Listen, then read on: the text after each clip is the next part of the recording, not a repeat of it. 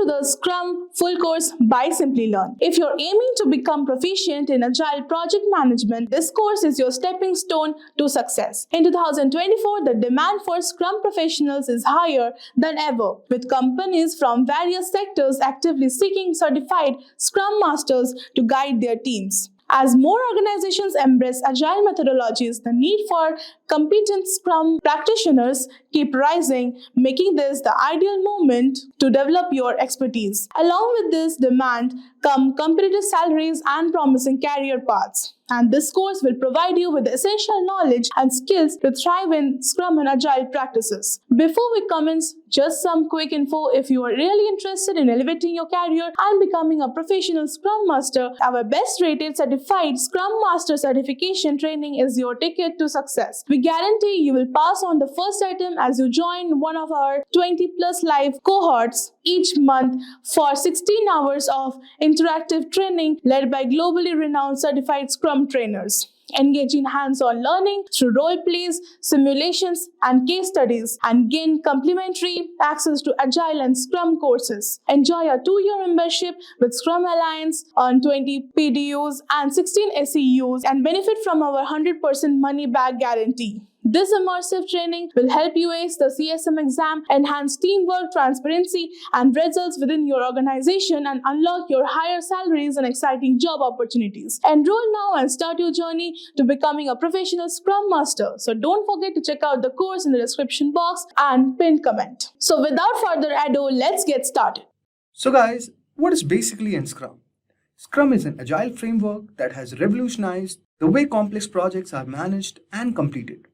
Its adaptability, focus on collaboration, and iterative approach makes it an ideal methodology for dynamic and fast-paced environments. While Scrum is most commonly associated with software development, its principles and practices can be applied to various industries to enhance efficiency and product quality. This comprehensive tutorial aims to provide you with a deeper understanding of Scrum, covering its roles, artifacts, event processes, benefits, and practical implementation. By the end of this tutorial, you will have a solid grasp of Scrum and how to leverage its potential for your projects. Now let us move on to the second part, with a thorough discussion on what are Scrum roles. The product owner plays a very crucial role in Scrum, acting as a voice of the customer. So this is the first Scrum role that we see in Scrum methodology, that is a product owner. This individual is basically responsible for defining and prioritizing the product backlog, ensuring that the team focuses on the most valuable tasks. The product owner works closely with stakeholders to gather requirements, set clear goals, and make informed decisions about the product direction. The key responsibilities of the product owner includes defining the product vision and roadmap, creating and managing the product backlog, prioritizing backlog items based on value, risk and urgency, ensuring that the team understands the backlog items and their importance, and also accepting or rejecting completed work based on predefined criteria. Next role we have is Scrum Master. The Scrum Master is a facilitator and coach who ensures that Scrum framework is followed effectively. This role involves removing obstacles that hinder the team's progress, promoting a culture of continuous improvement, and fostering collaboration. The Scrum Master acts as a servant leader, supporting the team in achieving their goals without dictating how they should work. The key responsibilities of the Scrum Master includes facilitating Scrum events like sprint planning, daily Scrum, sprint review, and sprint retrospective. Then comes removing impediments that block the team's progress. Moving ahead, we have also coaching the team on Scrum practices and principles.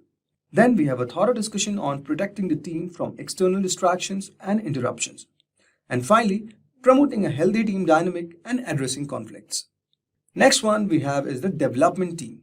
So guys, the development team consists of professionals who work collaboratively to deliver a product increment. This self-organizing team is cross-functional, meaning it possesses all the skills necessary to complete the work without relying on external sources. The development team is accountable for creating high-quality increments that meet the definition of done.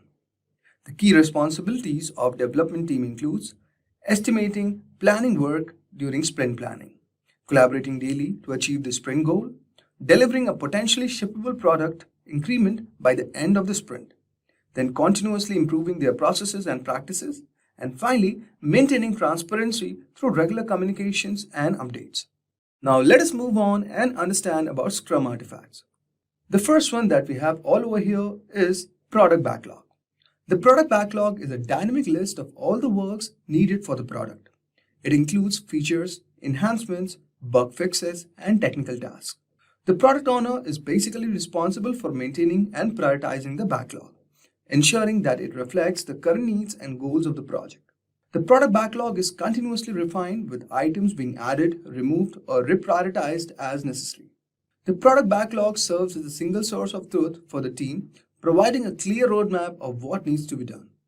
It is essential that backlog items are well defined with clear acceptance criteria to guide the development team in delivering the expected value. Then we have the sprint backlog. The sprint backlog is a subset of the product backlog, containing items selected for the current sprint.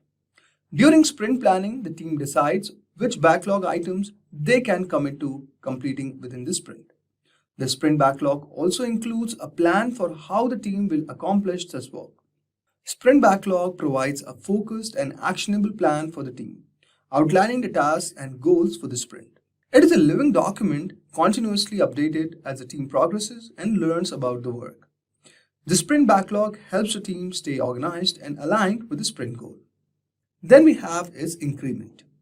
Increment is the sum of all the work at the end of the sprint. It represents a potentially shippable product that meets the definition of done, a set of criteria ensuring that work is complete and of high quality. The increment includes not only the new features added during the sprint, but also any improvements or fixes made to the existing features. The increment provides tangible evidence of progress, allowing stakeholders to inspect and evaluate the product. It serves as the basis for feedback and decision making, enabling the team to adapt and refine their approach in subsequent sprints. Then we have is sprint. Now let us move on and discuss about some of the Scrum events. The first one that we have all over here is sprint.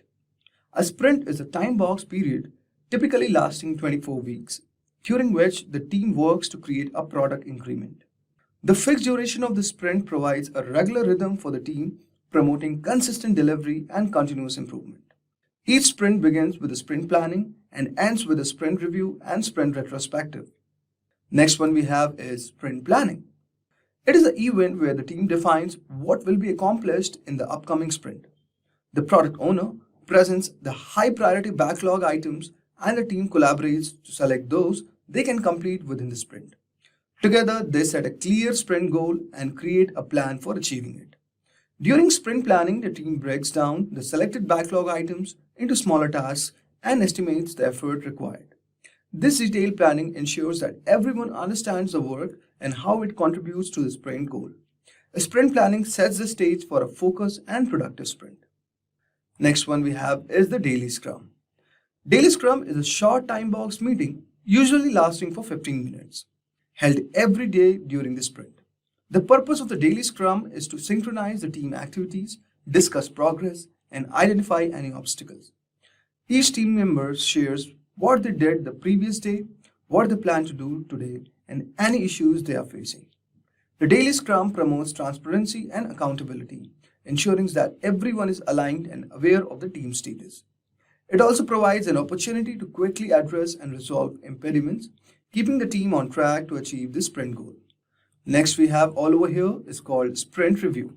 So guys, sprint review is held at the end of the sprint to inspect the completed work and gather feedback from stakeholders. The team demonstrates the product increment, highlighting what was accomplished during the sprint. Stakeholders provide input and the product owner updates the product backlog based on the feedback. The sprint review fosters collaboration and transparency, allowing stakeholders to see the product's progress and influence its direction. It also provides an opportunity to celebrate success and identify areas for improvement. And finally, we have the sprint retrospective. The sprint retrospective is the final event of the sprint, where the team reflects on their processes and practices. The goal is to identify what went well, what could be improved, and how to enhance their performance in future sprints. The team discusses these insights, creates action items to address any issues, The sprint retrospectives promotes a culture for continuous improvement, encouraging the team to learn from their experiences and make incremental changes. By regularly reflecting and adapting, the team can optimize their processes and achieve better outcomes. Now let us understand the Scrum process flow. The Scrum process revolves around the sprint cycle, beginning with the sprint planning and ending with the sprint retrospective. This cycle ensures a regular cadence of work and continuous delivery of value. If we talk about the first one, we have the sprint planning here. Here the team selects the item for the product backlog and defines the sprint goal. They break down the work into smaller tasks and create the plan for the sprint. Now guys, let us discuss about the Scrum process flow. The first one that we have all over here, that is called as sprint planning. Here, the team selects the items from the product backlog, defines the sprint goal. They break down the work into smaller tasks and create a plan for the sprint. Next one, we have the daily Scrum. Daily Scrum here, the team meets daily to discuss progress, plans, and challenges. This meeting keeps everyone aligned and allows for quick adjustments. Third is sprint review. At the end of the sprint, the team demonstrates the completed work to the stakeholders and gathers feedback. The product owner updates the product backlog based on their feedback. And fourth one we have all over here is sprint retrospective. Here the team reflects on their processes and practices, identifying areas for improvement. They create action items to enhance their performance in future sprints. I hope so. You would have got a brief idea regarding Scrum process flow. Now let us move on to understanding the benefits of Scrum. So guys, Scrum offers several significant benefits that can transform how teams work and deliver value. Here are some of the key advantages. The first one that we have all over here is increased transparency. Scrum promotes transparency through its regular events and clear artifacts. The daily Scrum, sprint review, sprint retrospective ensures that everyone is aware of the team's progress, challenges, and successes. This transparency helps build trust among the team member and stakeholders, fostering a collaborative and open working environment. Next one we have all over here is improved team collaboration. The collaborative nature of the Scrum encourages team members to work closely together, leveraging their diverse skills and expertise. The Scrum Master facilitates this collaboration, helping the team communicate effectively and resolve conflicts. This teamwork leads to better problem solving, innovation, and overall productivity. Next one we have enhanced ability to adapt to changes. Scrum's iterative approach allows teams to quickly adapt to changes in requirements, market conditions, or customer feedback. By delivering small functional increments regularly, the team can gather feedback and make necessary adjustments. This flexibility ensures that product remains aligned with the stakeholders' needs and expectations. And finally, it provides faster delivery of valuable products increments. Scrum's time-boxed sprints drive the regular delivery of product increments, enabling faster time to market. This rapid delivery cycle allows stakeholders to see tangible progress and realize value sooner. It also reduces the risk of project delays and enhances the team ability to meet deadlines. Now let us discuss some of the common challenges of following Scrum methodology. We all know that Scrum offers many benefits, but it also comes with its own set of challenges. Here are some of the common issues teams may face. The first one that we have all over here is resistance to change. Introducing Scrum can be met with resistance, especially in organizations accustomed to traditional project management methods. To overcome this resistance, it's important to provide education and training on Scrum principles and practices. Involving team members and stakeholders in transition progress and highlighting the benefits of the Scrum can also help build support. Next, we have handling distributed teams. Distributed teams can face communication and collaboration challenges. To address these issues, it's crucial to leverage technology tools such as video conferencing, instant messaging, and collaborative software. Establishing clear communication protocols and regular virtual meetings can also help maintain alignment and cohesion among team members. Then we have managing large projects with Scrum. Scaling Scrum for large projects can be complex. One approach is to adopt frameworks like Scrums of Scrums, Nexus or SAFe, which is Scaled Agile Framework.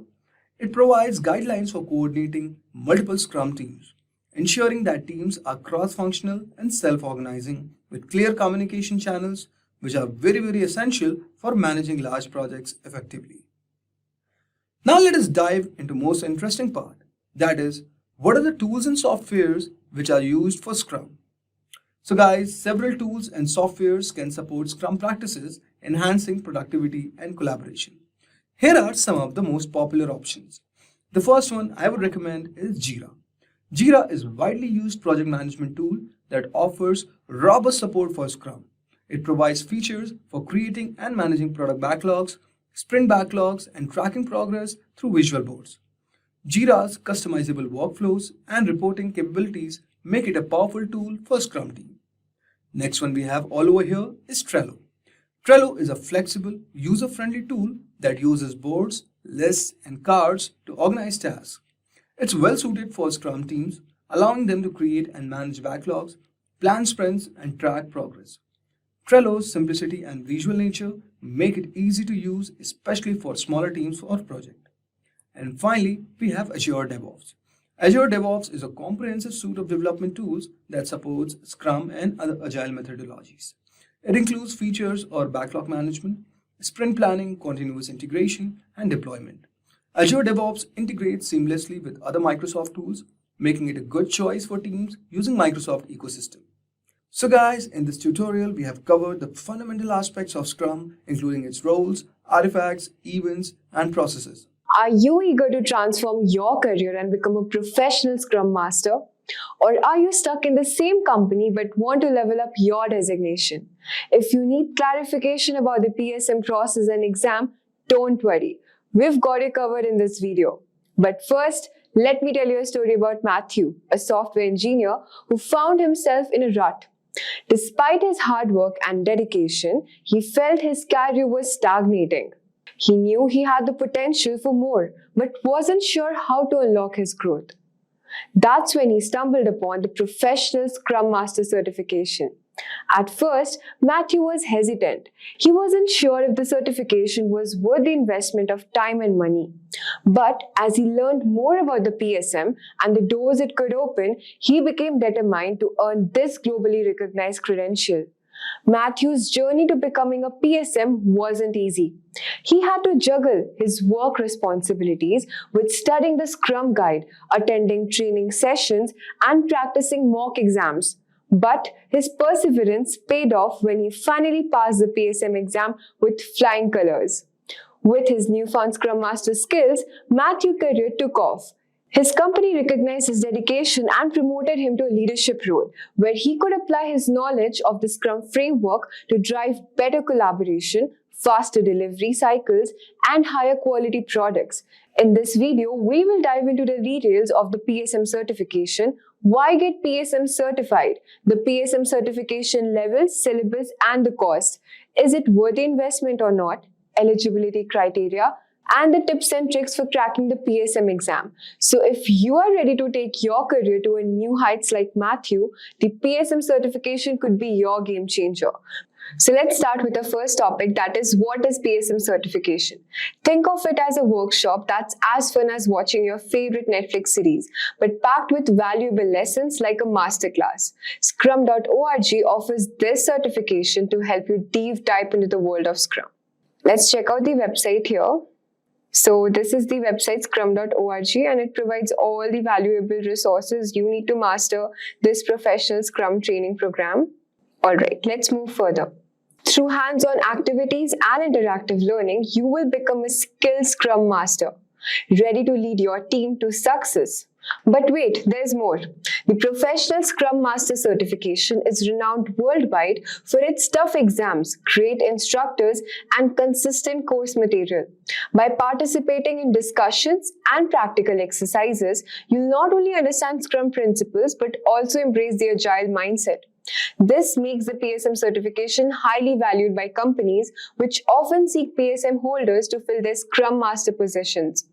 Moving on to our next topic, that is, why should you pursue the PSM certification? Now, you might be thinking, why should I bother with the PSM certification?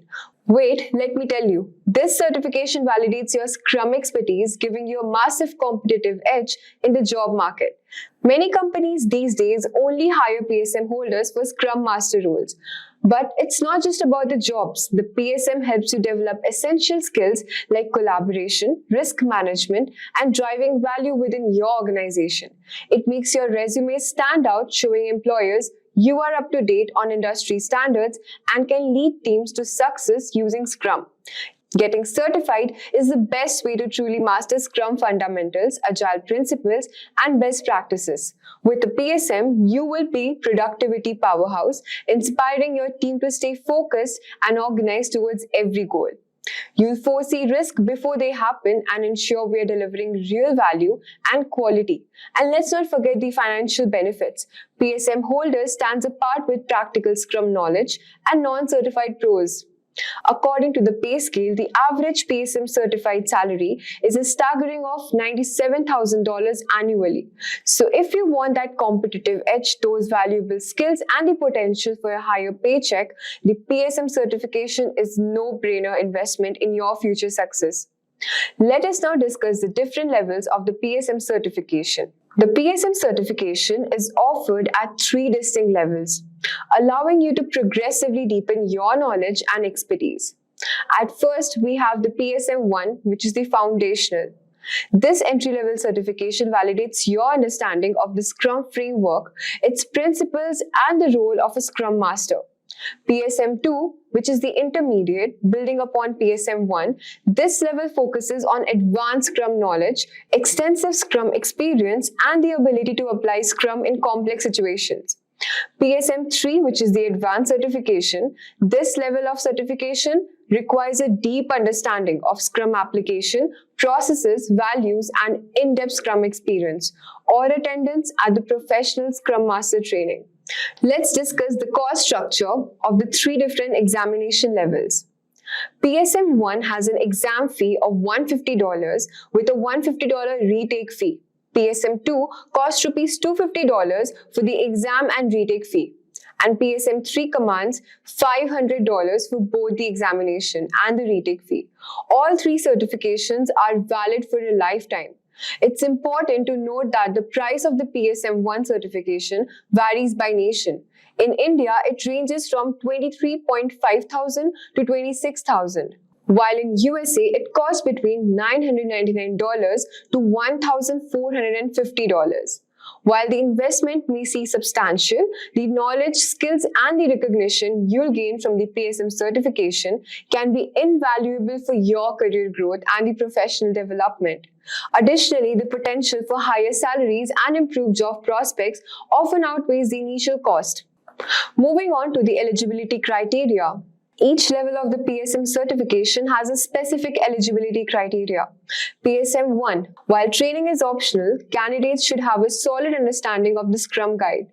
PSM-2. Candidates should have advanced Scrum knowledge, extensive Scrum experience, or have completed the Professional Scrum Master course. PSM-3, candidates must have passed the PSM-1 and the PSM-2 certifications and have a deep understanding of the Scrum application, processes, and values. In-depth Scrum experience or have attended the Professional Scrum training course. But what are the required syllabus? Let's discuss. The PSM exam is conducted online with a time duration of 60 minutes. It consists of 80 MCQs and true-false questions and is available only in English language. This certification covers a comprehensive syllabus designed to equip you with the knowledge and the skills necessary to become effective Scrum Master. The syllabus includes the Scrum framework, a thorough understanding of the Scrum Guide, roles, events, artifacts, and foundational principles. Scrum theory and principles, mastering the empirical process, Scrum's guiding principle and its core values, self-organizing and cross-functional teams, facilitating and empowering cross-functional teams to foster flexibility, creativity, and productivity, facilitation and coaching, developing the mindset and skills to facilitate, coach teams and organization in adopting and embracing the Scrum framework. Next, we will talk about the PSM certification process. At first, you have to pass an online assessment by scrum.org and pay the required fee. While training isn't mandatory, enrolling in professional Scrum training courses hosted by scrum.org is highly recommended to prepare for the examination. You can choose in between the Professional Scrum Master or foundational courses. Next, study the Scrum Guide thoroughly. This is crucial for passing the certification exams on scrum.org website. For PSM 1, prepare an intensive 60-minute exam with 80 true and false and MCQ questions. You need to answer at least 68 questions correctly to pass, with the passing score set at a high of 85%. It's a tough challenge, but with the right preparation strategies, that prestigious PSM badge will be yours. Stay focused, study hard, and get ready to join the ranks of an elite Scrum Master. Passing the PSM exam, especially at higher levels, can be challenging due to rigorous nature of the assessment. Here are some of the tips to increase your chances of success. At first, you must attend the Professional Scrum Master training courses provided by scrum.org. Thoroughly study and understand the Scrum Guide as it serves the primary resource for exam questions. Practice with mock examination, sample questions, and assessment to gauge your level of preparation. Leverage resources like the Scrum Guide, audio, open assessment, and study groups to reinforce your learning.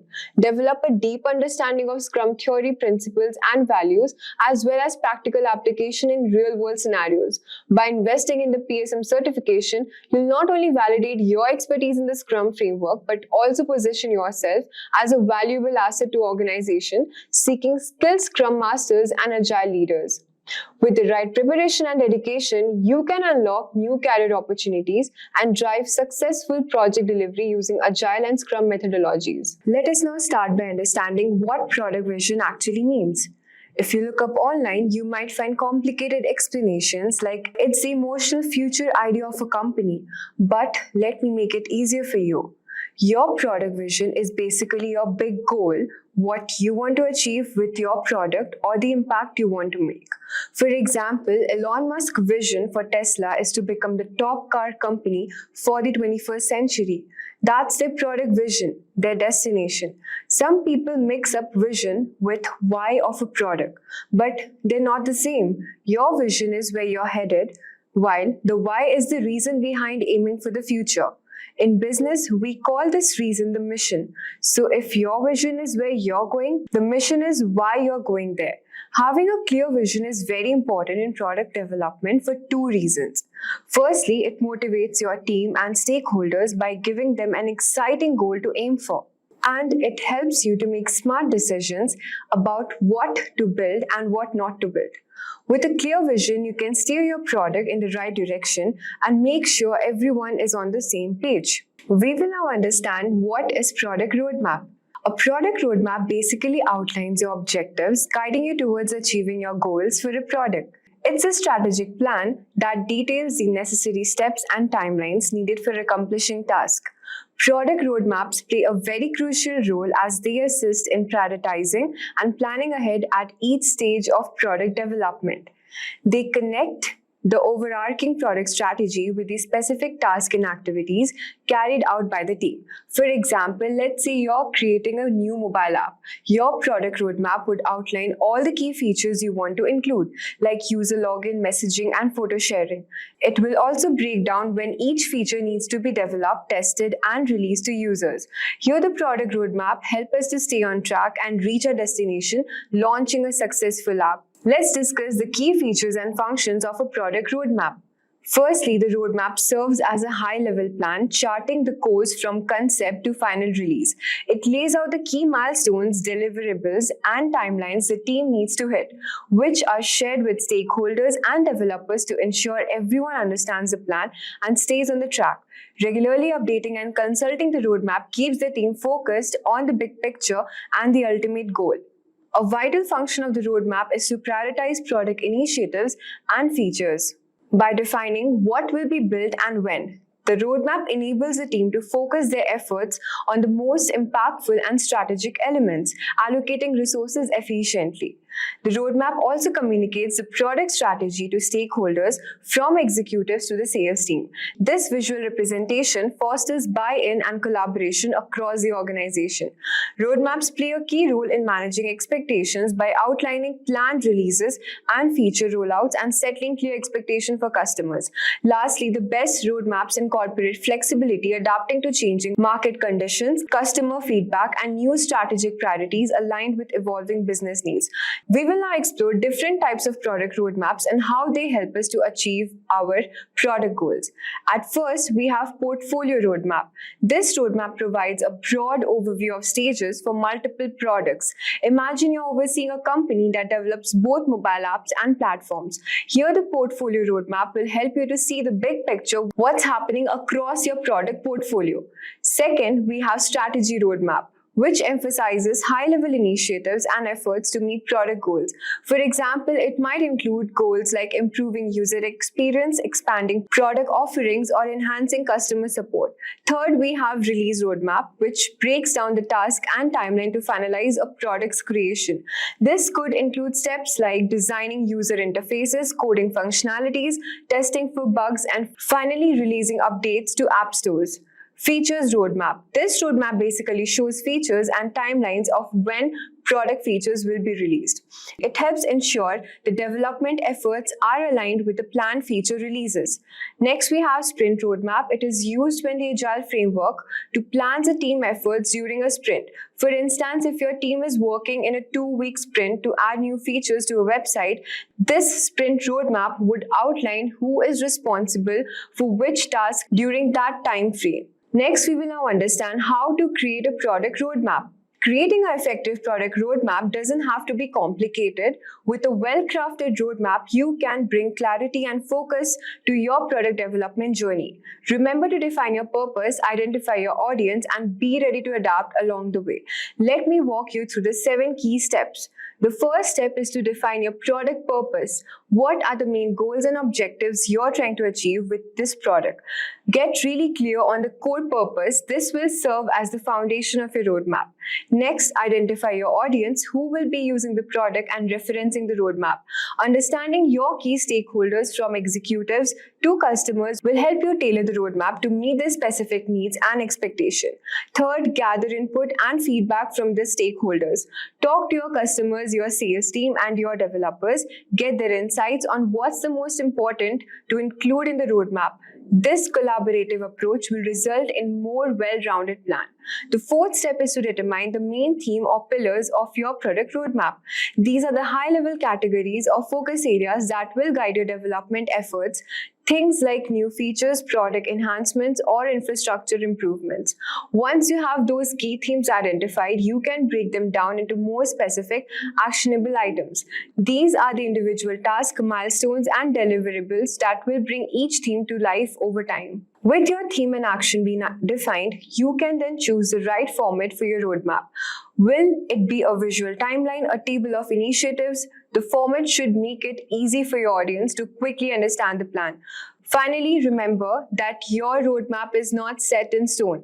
Review it regularly and update it as needed to reflect changes in your business market or customer needs. Flexibility is key to ensuring your roadmap remains relevant and valuable. Follow these 7 steps and you'll be well on your way to creating a product roadmap that aligns your team, excites your stakeholders, and ultimately drives your product success. We will now discuss the 5 free tools for creating a product roadmap. You must now be wondering how to create effective product roadmap. Well, I'm now going to share you the top 5 free tools that you can use to build your roadmap and keep your product development on track. First up, we have Trello. Trello is a versatile project management tool that also happens to have some great roadmap templates that you can use. Next, we have Notion, a collaborative workspace that includes roadmap templates in their free plan. Next, we have got Jira, which is a popular tool that can be leveraged for creating and managing effective product roadmaps. Of course, we can't forget the classic Microsoft Excel and PowerPoint. This tried and true spreadsheet tool may not have all the bells and whistles, but it's a very simple and effective way to map out your product roadmap. We will now discuss how to make a product roadmap in Excel. Today, I'm going to walk you through step-by-step process to build one using Microsoft Excel. Let me illustrate with an example. Step 1. The first thing you'll do is to map out your overall strategy. Identify the key components you need to include in your roadmap. These could be things like product phases, future releases, or team responsibilities. Get these main elements listed out in the column. This will be on the vertical axis of your roadmap. Step 2. You'll want to set up a timeline across the top of your spreadsheet. The horizontal axis will serve as a time reference for your roadmap. You can break this down in months, quarters, or any other time increments that make sense for your project. Step number 3. Now it's time to start building out the visual elements of your roadmap. Create swim lanes to group related tasks and initiatives. You can even add sub-swim lanes to break things down even further. This helps organize a roadmap and make it easier to digest at a glance. In our roadmap example, we have listed a few project steps, breaking down the implementation step into phases, that is phase 1, phase 2, and also phase 3. Step number 4. Within each swim lane, we'll start add some shapes to represent the different components of your product roadmap. Go to Insert Shapes and then select the shape you would like to insert. Step number 5. Draw the shape by placing the cursor on the needed position and drag it to draw. Adjust the width of these shapes to align with your timeline and visually communicate the timing to each initiative of milestone. Step number 6. Move multiple shapes at once. To do so, click on the desired items after pressing and holding the Control key and drag and drop them into the new position. Next, we have Format Shapes. Right-click on any shape and then open the right side Format Shape menu. Step number 7. Do not forget to add clear descriptions to your shape. Double-click on any of the shape and start typing to provide the details of the element you want to represent. You can even style the text to make it pop. Next, we have, in this step, we will incorporate the key milestones into your roadmap. Add these as a distinct shapes and group them with text boxes so you can easily move them around as needed. And there you have it, a comprehensive product roadmap built entirely in Excel. The beauty of this approach is the flexibility it provides. You can easily update, rearrange, and refine your roadmap as your product evolves. Give it a try and let me know if you have any other questions. So guys, let's start by understanding what is product market fit. Guys, product market fit refers to the moment when company's product resonates deeply with its target customers. It's when customers not only buy the product but also use it regularly and recommend it to others, helping the product gain attraction and sustain growth over the time. This concept is critical for any business that wants to achieve long-term profitability and also success. Entrepreneurs and venture capitalists like Mark Anderson, who is widely credited with popularizing the idea, describes product market fit as finding a good market and creating a product that meets the needs of that market. It's not just about launching a product, it's about ensuring that the product satisfies a significant demand within the chosen market. Without this alignment between the product and market, growth will be significant and demand will be chosen within the market. So guys, without this alignment between product and market, growth will be stunted and profitability will be difficult to achieve. Dan Oslin, a renowned product management expert, developed a framework known as the product market fit pyramid, which helps basically companies navigate the process of achieving this alignment. Now, let's try to move ahead and understand why product market fit is important. So guys, Alex Schulz, Facebook's Vice President of Growth, has emphasized that one of the common issues he observes in the company that he advises is misconception around product market fit. Many companies believe that they have achieved it when they actually haven't. Why does it matter so much? Why do venture capitalists frequently require evidence of product market fit before investing in a company? And why do Mark Andersons divide the startup journey into two distinct phases, before product market fit and after product market fit? The answer is pretty simple, guys. Until you confirm that your product has a large enough market of customers willing to pay for it, your company shouldn't focus on scaling other strategic objectives like upselling and before product market fit. These efforts are premature and potentially counterproductive. For example, guys, spending money on advertising or expanding sales team doesn't make sense if you haven't first proven that there's sufficient market for your product. Achieving product market fit means that your product has demonstrated enough value that a significant number of people want it. It's at this point that the business can begin focusing on growth strategies. But before reaching this stage, the primary goal is to validate that the product solves a real problem for the market. In short, guys, product market fit is the foundation for long-term growth. Without it, even the best of the sales and marketing efforts are likely to fall short. So guys, as you can see all over here, so there are certain reasons like product market fit is important, like I have mentioned, sustainable growth, resource efficiency, investors' confidence, customer loyalty, and competitive advantage. So these are some of the main reasons why product market fit is important. But now the question arises, who is responsible for the product market fit? While product market fit is often associated with the roles of product managers and marketers, the reality is that it's a company's wide responsibility. Every team from sales to customer support and finance plays a role in helping the company reach this milestone. The product team may be at the forefront of creating a product, but customer feedback from sales and support teams can provide invaluable insights. The finance department also plays a key role by tracking key metrics that indicate invaluable insights and also whether the company is making progress towards product market fit or not. In essence of achieving product market fit, it requires collaboration across all the departments. It's not just about developing the right product, it's also about making sure that the entire organization is aligned and focused on meeting the needs of customer. Now, let us talk about a very important question, that how to measure the product market fit. So guys, there's no definitive metric to tell a company that it has achieved product market fit. However, several indicators can signal that you are on the right path. Andrew Chen, a venture capitalist, offers some useful guidelines for assessing the product market fit. The first one is customer feedback. Like, are customers showing a willingness to switch to your product? When your potential customers try your product, do they express a preference for it over other competitors? Market differentiation. Like, have customers who previously rejected other solutions now turn to your product? Are you offering something distinct that captures their interest, like the competitive grouping? Do customers intuitively understand which other products yours competes with? If they place your products in the same category as leading alternatives, it indicates you are playing right in the market. So guys, as you can see all over here, now let us try to understand some of the other measures. The next reason is product understanding. Like, do customers clearly grasp what sets your products apart? If they can easily identify your product's unique selling points, then you are on the right track. Next, we have the retention rates. Like, how do your metrics such as customer retention rates compare to those of your competitors? Strong retention is a good sign that you are providing value to your customers. These signals encompass both qualitative and quantitative measures, reflecting that product market fit is just not about numbers, but it's also about customer perception and behavior. So guys, now let us discuss about some of the qualitative measures. For example, we have first one, that is word of mouth.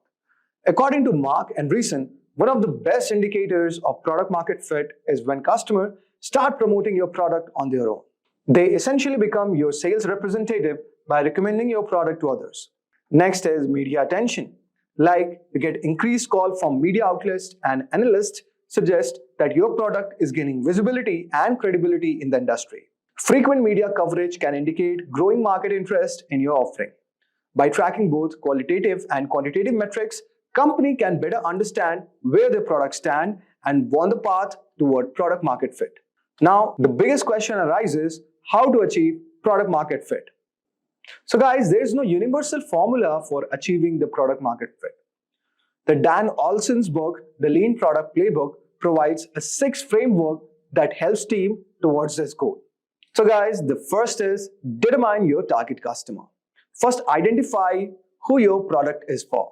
This involves understanding the demographic, psychographic, and behavioral characteristic of your ideal customer. Without a clear target audience, it's difficult to design a product that meets the real needs. Next is identify the underserved needs. It means that you have to assess the unmet or poorly met needs of your target audience. By identifying the gaps in the existing products, you can tailor your solutions to address those areas. This step is very crucial for differentiating your product from the competitor. Next is define your value proposition. Based on the needs you have identified, craft a value proposition that clearly communicates why your product is the best solution for your target audience. You have to also tell what unique benefits does it offers and how does it solve the customer problem more effectively than the alternatives. Specify your minimum viable product. So guys, specifying your MVP feature set is very important. An MVP is the simplest version of your product that still delivers value to your target customers. The goal is to focus only on the core features that addresses the most pressing customer needs, rather than trying to build a fully featured product right way. By launching an MVP, you can get the feedback and iterate quickly. Develop your MVP, then once all the MVP feature set is defined, the next step is to build and launch it. The initial version of your product should be focused on delivering the core value proposition while allowing you to gather data and insights from real customer. Next is test your MVP with the customers. Finally, once the MVP is live, collect feedback from your target customers. Use this feedback to refine and improve the product. Testing helps validate whether your product meets the needs of the customers and market, and also provides the valuable insights for future iteration. Achieving product market fit is an ongoing process. It requires continuous refinement of your product based on customer feedback and market conditions. However, by following this structured approach, your team can stay focused on the key elements that drive the product market fit. So guys, we have come to the end of this video. And before that, I want to say something. That product market fit is a vital milestone for any company. It is the point at which your product gains enough attraction in the market to support sustainable growth. Without it, even the most ambitious business strategies are unlikely to succeed. The journey to the product market fit is often challenging, and it requires both a deep understanding of the customer needs and willingness to iterate on your product. But guys, once achieved, product market fit can unlock the potential for rapid growth and long-term success. Then there is something called Scrum board, which is used during this flow of Scrum, right from product backlog to the creation of that increment. So let us look at what is a Scrum board, which is used during the Scrum practice. So Scrum board is a physical or virtual tool that helps team to visualize items in the sprint backlog. So it helps in tracking what is being delivered, what is in progress, and what needs to be delivered further.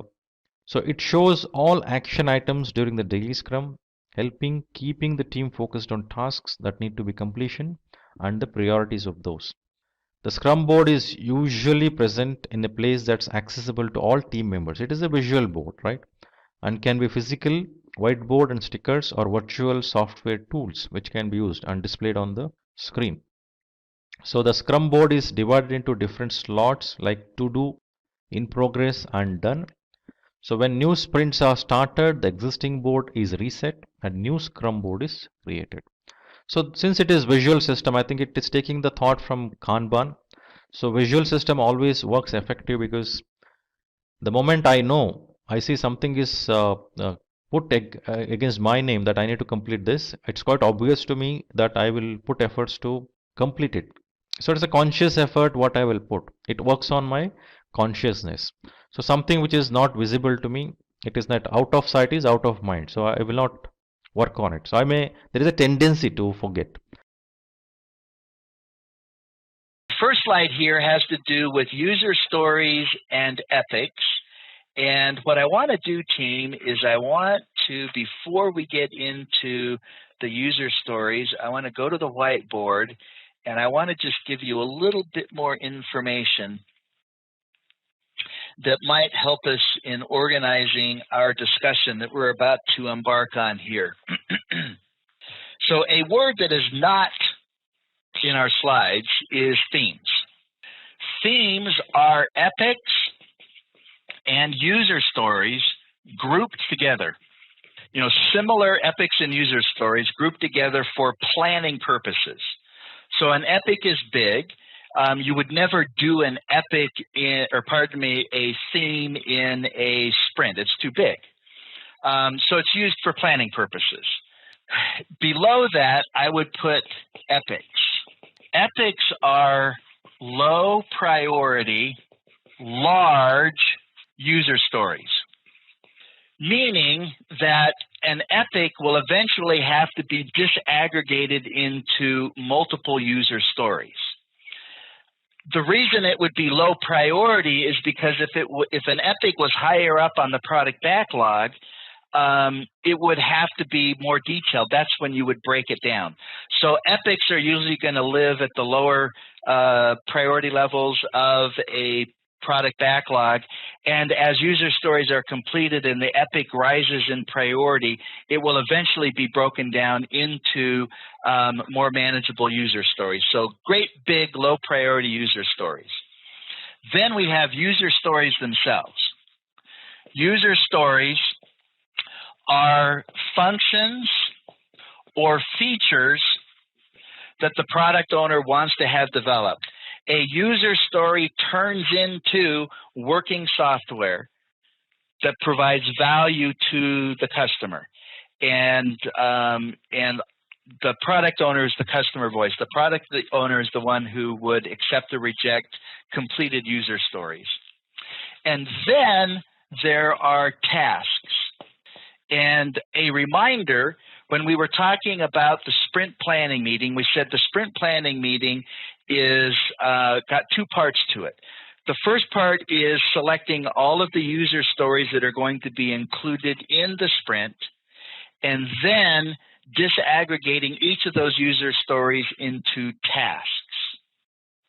That's done in the sprint planning meeting, and then those tasks are the things that are actually then done when the work of the sprint begins.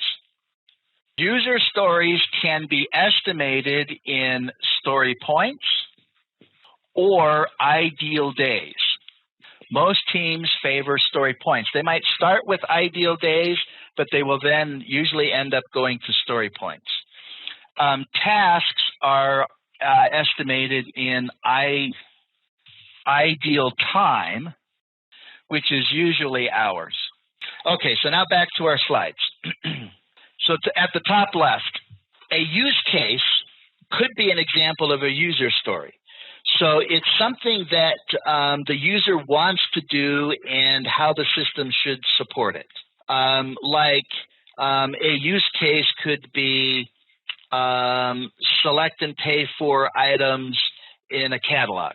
Now that could actually be an epic or maybe a theme, because maybe it would get disaggregated into log on screen, catalog, shopping cart, and checkout. But so the use case could either be a standalone user story, or it could actually be a number of user stories that would result from it. Below that requirement, it could be a functional requirement, a technical task, or even a bug fix. So I'm going to go back to the whiteboard, and a product backlog is going to have a lot of user stories that come from the customer, right? Whatever the customer wants done. But the team may know that it has to do some development work in order for the user stories to even be able to work. You know, there's some system level non-functional requirements that need to be done. And so there could be tech user stories. And then, can you see this low? I can't see your chats, but then there could also be defect user stories. There could even be risk user stories. Now, what could happen is that the product owner ranks these in priority. So this one first, then that one, then that one. And the team says, well, the only thing is that we have to do some development work before we can actually do user story 2. And so what we really need to do is insert that before the second priority user story.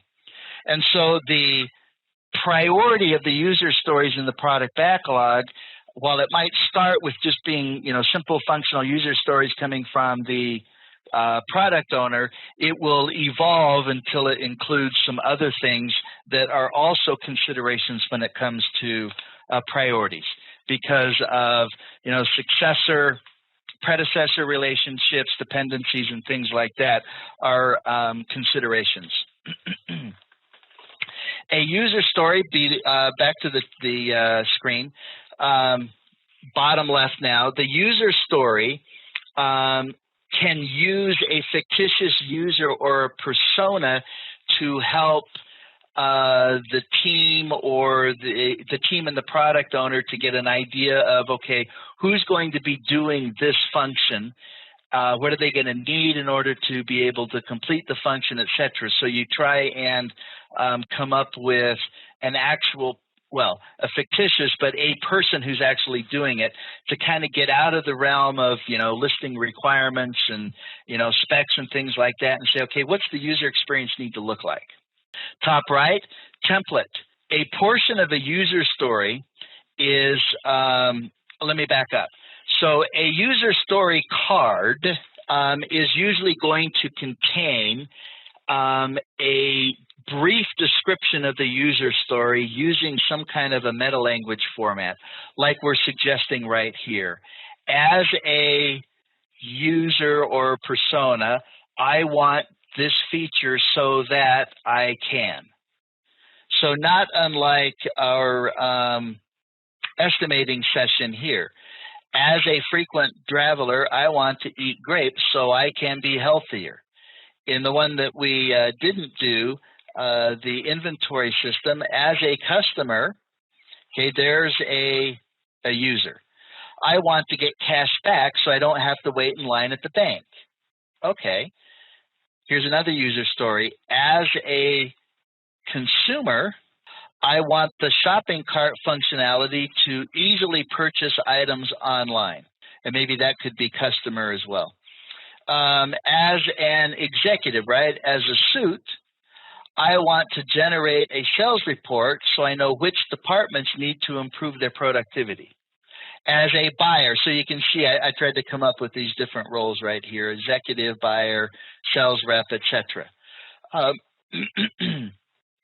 And that's the format. As a type of user, I want some kind of goal or feature, and so that's some kind of a reason. Below that, connect the dots by writing all of the user stories necessary to uncover the entire use case. So like we were talking about right here, if you want to be able to purchase items online from a catalog, that might be multiple user stories in order to support that use case. And so, of course, we would want to be able to connect the dots and see where all the user stories fit into the overall goal of the project or release. And the stories, excuse me, are grouped to form an epic or higher level stories, so epic or theme.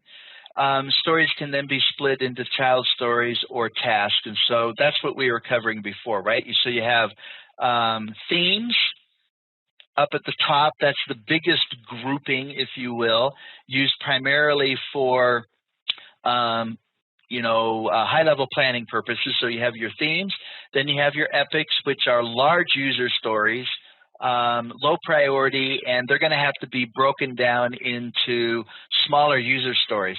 Like in the question that we had at the end of the last section where the product owner needed something done and the team said, well, based on the size of this user story, it's going to take 3 sprints to do.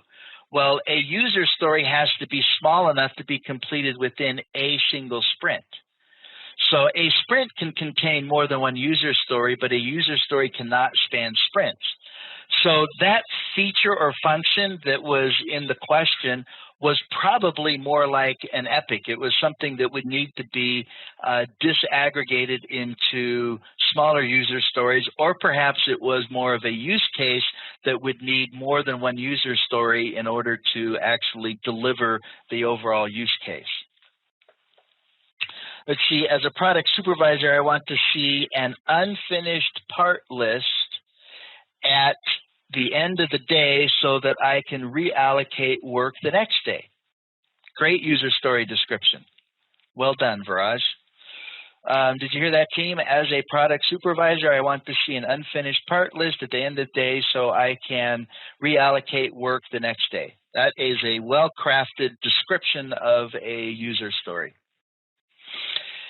Now, here are some things that I want you to memorize. You were hoping I was done with the memorization part. So I want you to remember that we have to invest in our user stories. And I was going over to the whiteboard and I didn't change cameras, so let me do that. I recommend, figuring out how you memorize best so that you can, not if you wanted to, what I recommend is being able to write out all of this stuff on plain white scrap paper in about 14 minutes, because that's the amount of free time you have in the tutorial when you're at the or when you're taking the test. Exin does it a little bit different. You maybe won't have a tutorial. The only time you'd have a tutorial is if you were at a center taking a test. Exin has other options, like you can do a paper-based test where you get a third party, a buddy or somebody who will agree to sort of proctor the test for you, or you can do it on your laptop all by yourself, and they have software that watches you while you're taking the test, and they require you to take the laptop and do like a 360 so that they can verify that you don't have any cheat sheets up on the wall or anything like that. But the point is you got to have this memorized, whether you're going to dump it out onto paper or not. When I took the test, I actually did the paper-based option. And that was because of some time constraints, and it was the quickest way to get me into the test. And so I didn't write out any of the stuff I'd memorized, but I had it memorized, and I had it memorized well enough that I could kind of recall it in my mind's eye. Okay, so we're talking about user stories, and you have to invest in your user stories. You know I like memorizing things by creating these charts that have the first letter of the word or phrase that you're memorizing in a separate column, and then I make up a story, that reminds me that I've got to have INVEST. This one is pretty easy. Probably just invest works. So let's go over that. I stands for independent.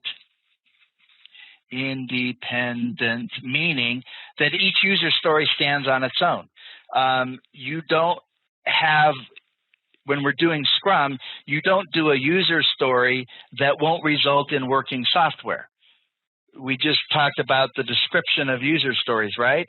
So it's a user that needs some kind of functionality for some kind of a reason, and they're all independent. Will they work together? Of course they'll work together if that's a necessity, but if you developed a logon screen, you could demonstrate working software for the login screen.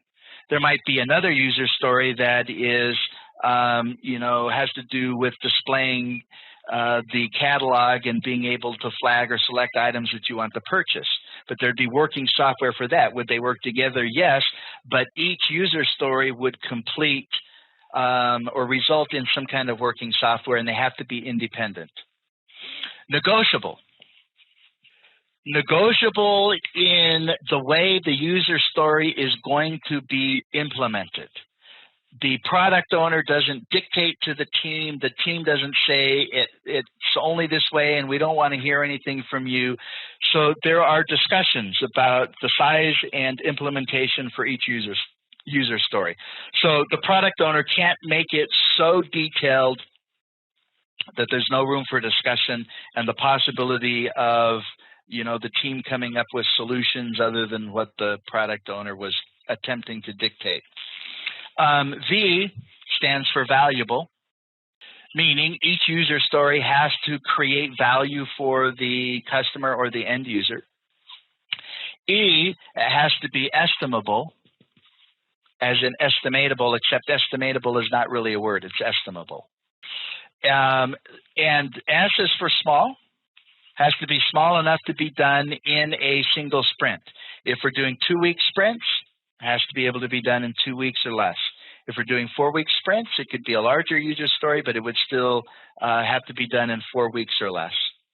And then the last one, the T, is testable. Every user story needs to be testable, and it needs to be testable at 2 levels. Remember our triangle?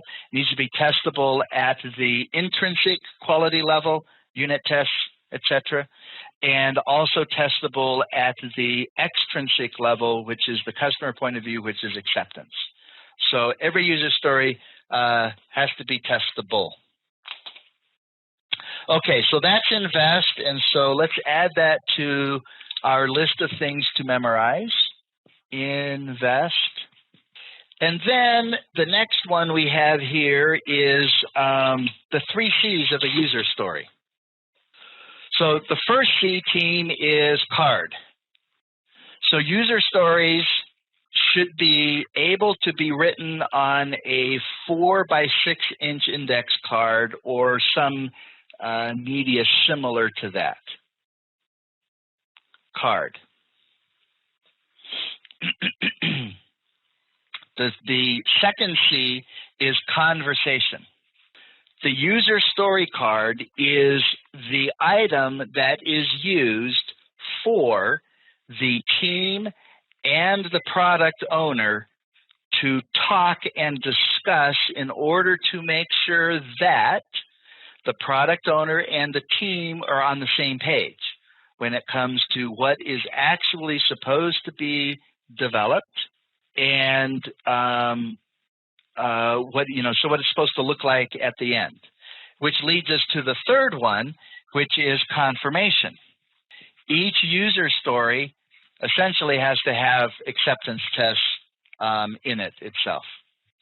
So card 4 by 6, conversation, that's the starting point. That's where the team and the product owner discuss, and then eventually there will be acceptance tests included on the user story card in order to be used during the sprint review to assure that it's acceptable, that there's confirmation. Okay, so let's add that to the memorization list. So 3 C's. All right, now I've got an example here of a user story card. So we're looking right here.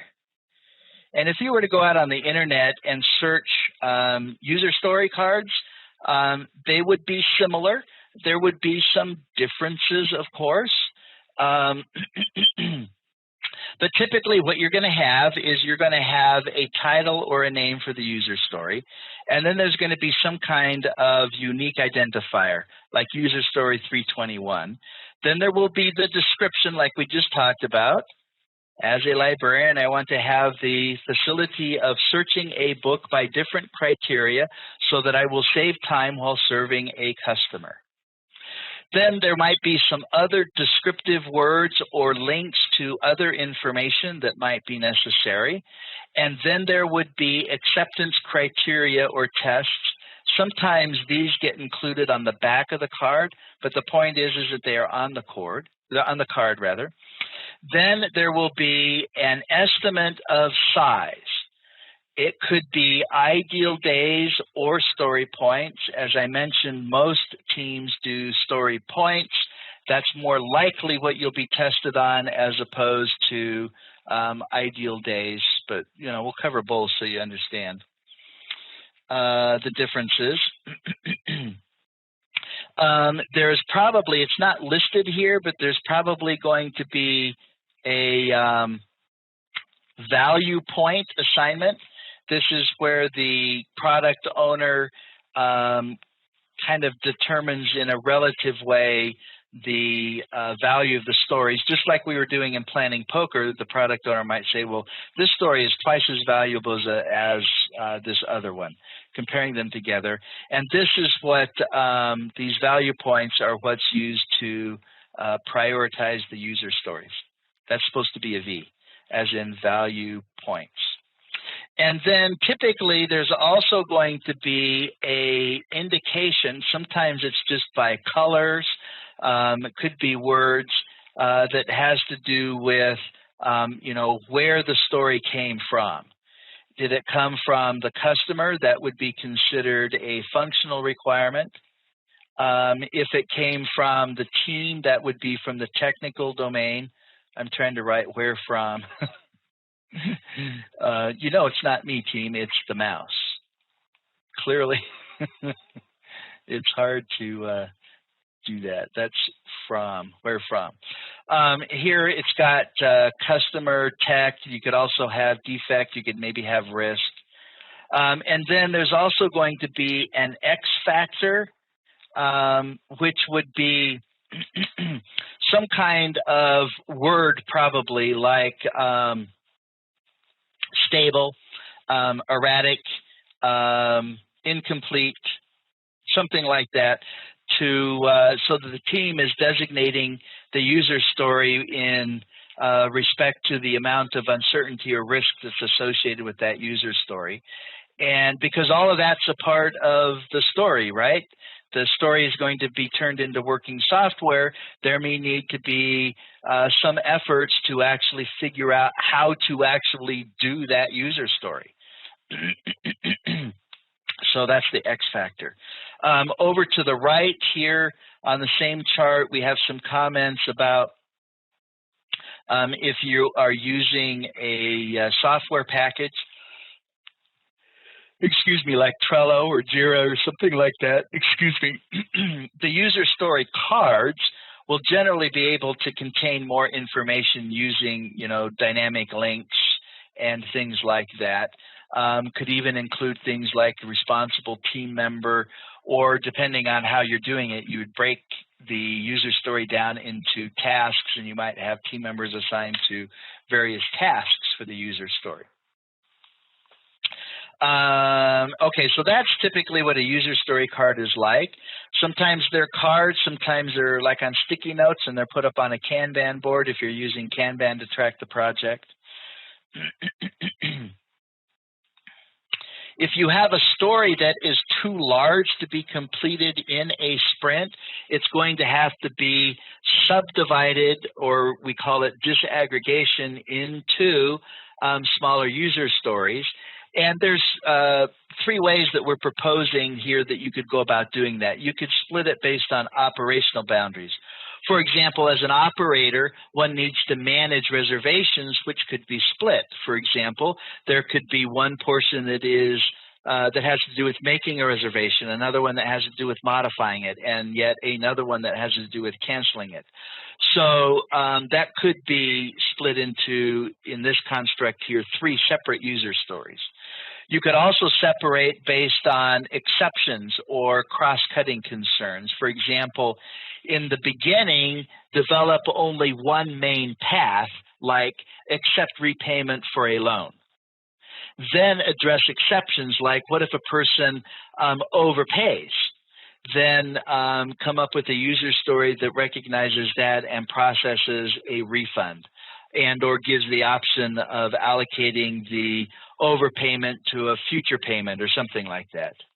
And then also adds on other concerns like the check access restrictions or record name of operator. So maybe, when you're working on accepting payments or processing refunds, it's going to check on who the operator is or track that, so that if at a later time, who was it that gave this refund here? Well, you could look and see, okay, the operator's name was recorded. Or maybe you put some restrictions so that maybe not everybody is allowed to do a refund. And so you would have levels of users that have different privileges. Okay, and then down at the bottom, split based on data boundaries. For an example, as an accountant, one needs to enter balance sheet information, which could then be split into summary information and separately receivable details, or maybe you could have AP, so you could have different portions of the overall balance sheet activities that need to be done. So enter AR, enter AP, etc. Make sense? So just to kind of prompt you, give you some ideas about what to do in a Scrum project if you have the scenario arise where a user story is being estimated by the team and it won't fit into a sprint. It's too big. Now, when it comes to determining value for user stories, this is primarily owned by the product owner, right? And it always comes back to money, but money, the value can be looked at from different points of view. So new revenue, obviously, getting new customers and having them buy stuff. Well, below that, there's another consideration, incremental revenue. So somebody's in the process of placing an order, maybe there are some premium features that could be add-ons at that point in time, or maybe added later on. So you have an existing customer who actually buys more of or enhanced parts of the existing thing they already purchased or are in the process of purchasing. Retained value. So this is retaining customers so that they don't go to a competitor. And then the bottom one is operational efficiency. How could things be done to speed up the process of whatever it is so that the cost of delivering the product is reduced? So this then leads us to a discussion about priorities, recognizing that there are some priority concerns that come from both the customer domain as well as the technical domain. And there are some prioritization models. If we look right here, there is value-based prioritization, and the hierarchy of that would be high value, followed by high risk, followed by high value, and then low risk, followed by low value, and then low risk. So, we might have written this a little bit differently, but that's value-based prioritization, and this is primarily the product owner with maybe some input from the team, just simply deciding what he or she wants done most, listening to the team say, well, there's some, greater risks with this user story than that. And so you'd probably want to persuade the product owner to take care of high risk stuff first, because that would have an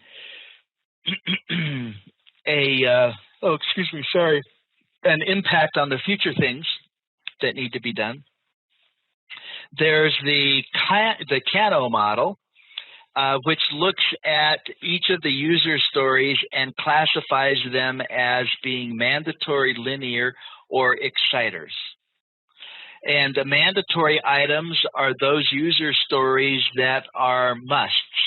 And they'll never move the customer or the end user beyond neutral. It's if they're not there, it creates dissatisfaction. If the product owner and the team has done a good job in identifying what are the mandatory or threshold items, you would see that it just gets it to neutral. That's what's expected for the product. Linear items, user stories, are those user stories that as they are implemented progressively throughout the project and added to the feature set, it will linear increase customer satisfaction. And it can be, in their absence, dissatisfaction, all the way up to high implementation, creating a great deal of satisfaction for the customer. And then the third category is exciters and delighters. And those are features or functions. Those are user stories that are not mandatory. And the absence of them will never result in satisfaction going below neutral. But by adding them, you could create excitement and delight for the customer.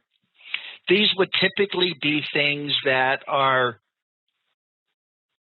features that would be included in a premium version of the product, or maybe add-ons that are promoted, at the point of sale. Have you thought about this because it'll really help you, or whatever. So that's the Kano model. And then there's Uyghur's relative weighting method. And this is all using numbers.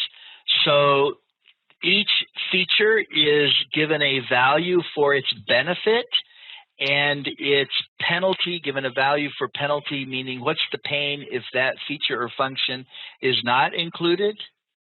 And then there is the cost side and the risk side. And then those are all calculated together, and that results in, a ranking or a hierarchy, which gives you the priority for the user stories. We also talked about Moscow, didn't we? Did we talk about Moscow? Moscow is another prioritization model. Must, could, I said that differently. Must, should, could, won't. Moscow, MSCW. Must, should, could, won't. And we talked about that one. Thank you for that confirmation. Does it seem like a long time ago, or is it just me? I know it was just last weekend, but it's like last year. Okay, so now let's talk about velocity.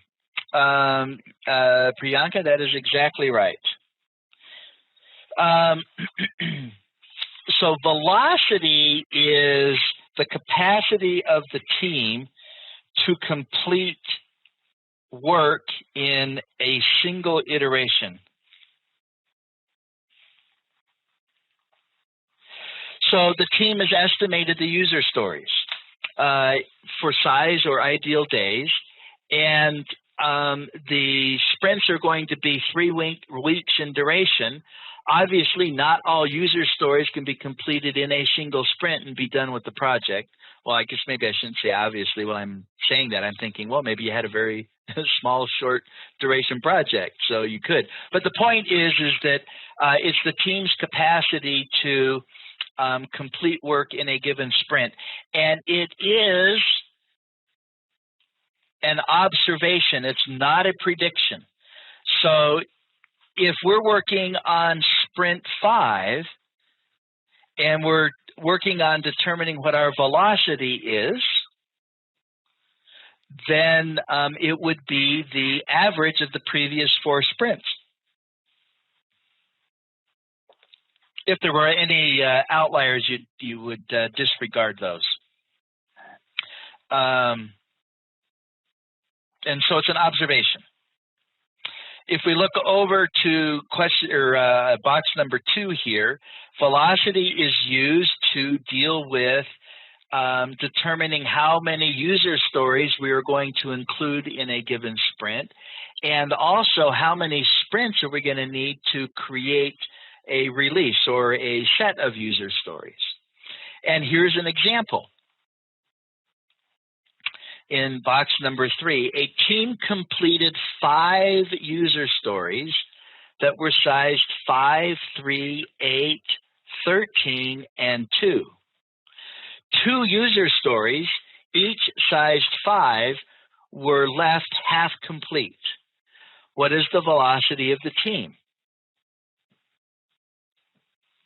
And the answer is either going to be 31 or 36. 31 is the sum of the completed user stories. If you were 36, you were claiming half of the 2 that were 5. So that would be a total of 10. So you claim half of it, which would be 5, would take you to 36. But it's not going to be 36 because the only thing that counts towards progress is working software. So even if the team had finished 9 out of 10 story points for a user story, meaning it's almost done, and then the sprint ends, that doesn't get counted towards velocity. And you don't mess around with velocity. You can mess around with your estimating, and you can mess around with what user stories are going to be completed in a sprint, but you don't. The velocity is not variable. It is what it is based on past performance. When it comes to levels of planning, we have what's called the planning onion. And let me walk you through this here. Up at the broadest area is the vision level. So the vision level, that's the suits, right? They're the ones that have the strategy and objectives for the company and where it's going. And so they have that overall big vision for the company, which is likely going to include products. And each product should have a roadmap. My example of that website that I'm working on has 3 versions which make up the product roadmap. Version 1 is the free site, version 2 is the membership site, and version 3 is the pay referral commissions version of the site. And the product roadmap is then supported by releases. So for my project, I have 3 releases. So all of the user stories needed for the free version are in release 1. All of the additional user stories that are needed for the paid version, the subscriber version, and then also for version 3, those are all releases, 3 releases. And then for each sprint, we will be pulling user stories from the release that we're working on. A release is likely going to take multiple sprints. And then the sprints are populated by the individual user stories, which are then disaggregated into tasks. And we do the daily Scrum, which is the daily level of planning and coordination. So we call that the planning onion. We already kind of talked about the release and roadmap concept here. So let's just review this quickly. Prioritize high-level epics and determine goals and releases. So we'll use epics and themes in order to group things together. You know, what should be included in what's released. So what are the goals for the releases? Then the first bullet point, establish goals of release based on market demand, regulatory needs, or customer expectations. For each release, you want to estimate the target stories. Repeat until the target stories are assigned an iteration length. It's blending some things here. Be able to estimate velocity and then assign stories to the sprints. So we keep estimating the user stories and we keep organizing that until we can do that. We can come up with an iteration length, a sprint length, and then figure out what our velocity for each sprint is, and then assign stories to the sprints. The next bullet down, iterate until the user stories and release date meets conditions of satisfaction. So that's definition of done or acceptance for the release. And try not to pack too much into a release backlog. So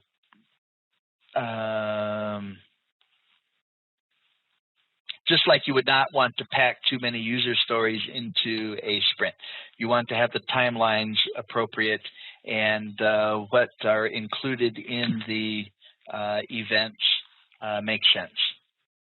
Okay, so here's a bit more about release planning on this slide here. You've got the product backlog here on the left, and then we might come up with a release plan, which could be flipped and could be looked at horizontally.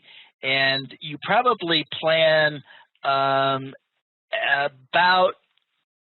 3 releases in advance, or at least you're doing more of the detailed planning on that. Because things are going to emerge when we do, sprint 1 that's going to help in sprint 2, and things that happen in sprints 1 and 2 that are going to help release 3. And then you've got, your subsequent releases where we're just doing very high-level planning. It's called rolling wave planning, where we do detailed planning for things in the future in tandem with doing high-level planning for things in the future. Did I say that right? Detailed planning for things in the near term in tandem with high-level planning for things in the future. And we talked about deciding as late as possible, I believe, meaning that it's better to actually plan the later releases for purposes of making sure we have more information, the most information available. Okay, so estimation. Let's start at the top left. the principles behind estimation. Understand the cone of uncertainty, which is an estimate or best guess to begin with and then progressively becomes more accurate. In fact, let's just take a break and look at the cone of uncertainty. So at the very beginning of a project, there's going to be a high level of uncertainty. If I were to draw this chart, I would make it a little bit more like this. So clearly, you're going to de-risk the project as early as you can, and then eventually all risk disappears when the project is done. Risk is uncertainty. Okay, below that, the only estimate that matters is the one given by the team. Supported by this comment here, nothing is impossible for the one who doesn't have to do it. So the product owner is like, team, come on, you can do this. The team's like, no, we know what our velocity is. No, the product owner says, I'm telling you, there's no way that that can't be done. I know you can do it. I trust you. I believe in you. But the product owner doesn't have to do the work. Okay, top right, overestimation and underestimation is always going to be an issue that we deal with. It's more likely that we will underestimate than overestimate. And by looking at our velocity from iteration or sprint to sprint, there could be some information that is showing us that we're underestimating, for example, meaning we're thinking the user stories are smaller than they are, and that we can get, a certain number done in a sprint, and then there's a fail. Well, that would mean then that would be discussed during the retrospective, and then we would do something different going forward, which might include doing some re-estimating. Scrum estimating is not necessarily more difficult. However, Scrum exposes bad estimates sooner, which is a good thing. When we were doing our planning poker, you could see that the first time as a team, we didn't know each other. We didn't know everybody's thoughts and concerns. And those kinds of things, get shared and absorbed as a project goes on. And so there's a higher awareness of that. So what we would say is that using estimation techniques, Scrum estimation techniques, might be more inaccurate at the beginning of a project, but they will quickly become very accurate as the project advances forward. Let's see, there's a question here. Can velocity be increased over a period of time for the project? Yes, it can. Now, it's not that it will increase if the team is learning how to work together better and better. You would expect that, if I can just use my mouse here, if we were tracking velocity, so this would be points completed over here.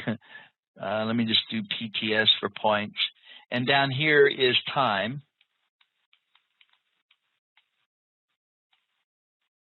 And we go from sprint to sprint, right? You would expect that maybe, the first couple of sprints, the team would be learning how to work together, and there would be a steep curve, and then it would kind of flatten out and maybe have, a slow rise going forward as the team emerges as a high-performing team. They get better at their cross-functional behavior. Somebody's sick, the team just keeps chugging along. Other things, oh, sorry. There, I had bumped a thing on my screen there. So the team, learns how to work better together, and their estimates become more accurate, etc. And you would expect a high-performing team to have a result like this for velocity, where there's quick improvement, and then it kind of stabilizes and then begins to tick upwards. Okay, we talked about the cone of uncertainty. Let's talk about ideal time. when we do estimating for user stories, we do it in ideal days. When we do estimating for tasks, we do it in ideal time, which means hours. I think that's on the whiteboard, or it was on the whiteboard. Oh, it was on it. So ideal time is the amount of time it takes to complete a piece of work.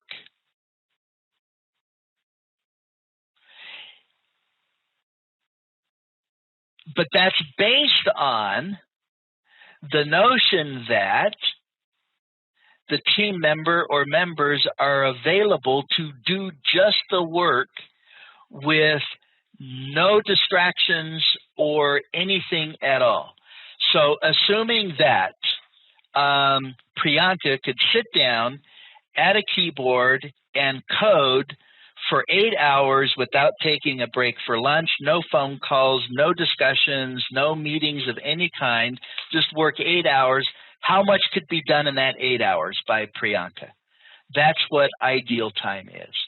But the thing of it is that there is no such thing as somebody being able to spend every minute of every day only doing work. There will be distractions. So it has to be converted into elapsed time. Now, we don't convert it to elapsed time at the user story level, but we do convert it to elapsed time when we are dealing at the task level.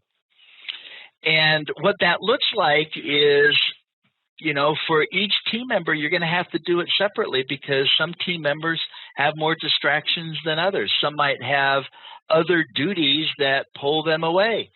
Whatever the case may be, you determine how much time in a given day a team member is available to do work. So say it's 5 hours out of 8 for one. Maybe it's 6 hours out of 8 for another. Maybe it's 4 out of 8, but you figure out what it is, and then you take the average, and that average availability is used then to convert ideal time into elapsed time. I should have circled this box here because we talked about this as well. And then I already mentioned this here, only considers actual work time, not the distractions. So that's the concept of ideal time. When it comes to story points, it's different than that. They are a measure of size relative to each other. So we were doing planning poker this morning where we were looking at grapes versus apples, and then we were looking at oranges and what else do we have? Watermelons and coconuts. And we weren't trying to figure out how much time it would take to eat grapes as opposed to how much time it would take to eat a coconut. It's clear that it's going to take longer to eat a coconut because there's more effort involved. So we have a sense that it's going to take more time. But comparing the coconut to our baseline of 2, right? We came up with a baseline of 2 for the smallest user story. We compare eating coconuts to that baseline, and we say, okay, you know what? It's going to take more effort to eat the coconut than it is to eat grapes or apples. So you can do it like we did. You can also triangulate. For example, when we did our planning project this morning, or this morning for me rather, at the beginning. Oh, that's not it. That is the daily stand-up. Here it is. If I had said, team, I want you to pick a small user story, a medium user story, and a large user story. And then we would then compare other stories to those 3, and so we would kind of triangulate on it. Let's say that we did, 2 was small. I'm sorry, I'm saying that wrong. Grapes was small, apples were medium, and coconuts were large. Well, if we then looked at orange and we said, well, you know, orange is smaller than apples but bigger than grapes. So we would know this would fit in between grapes and apples.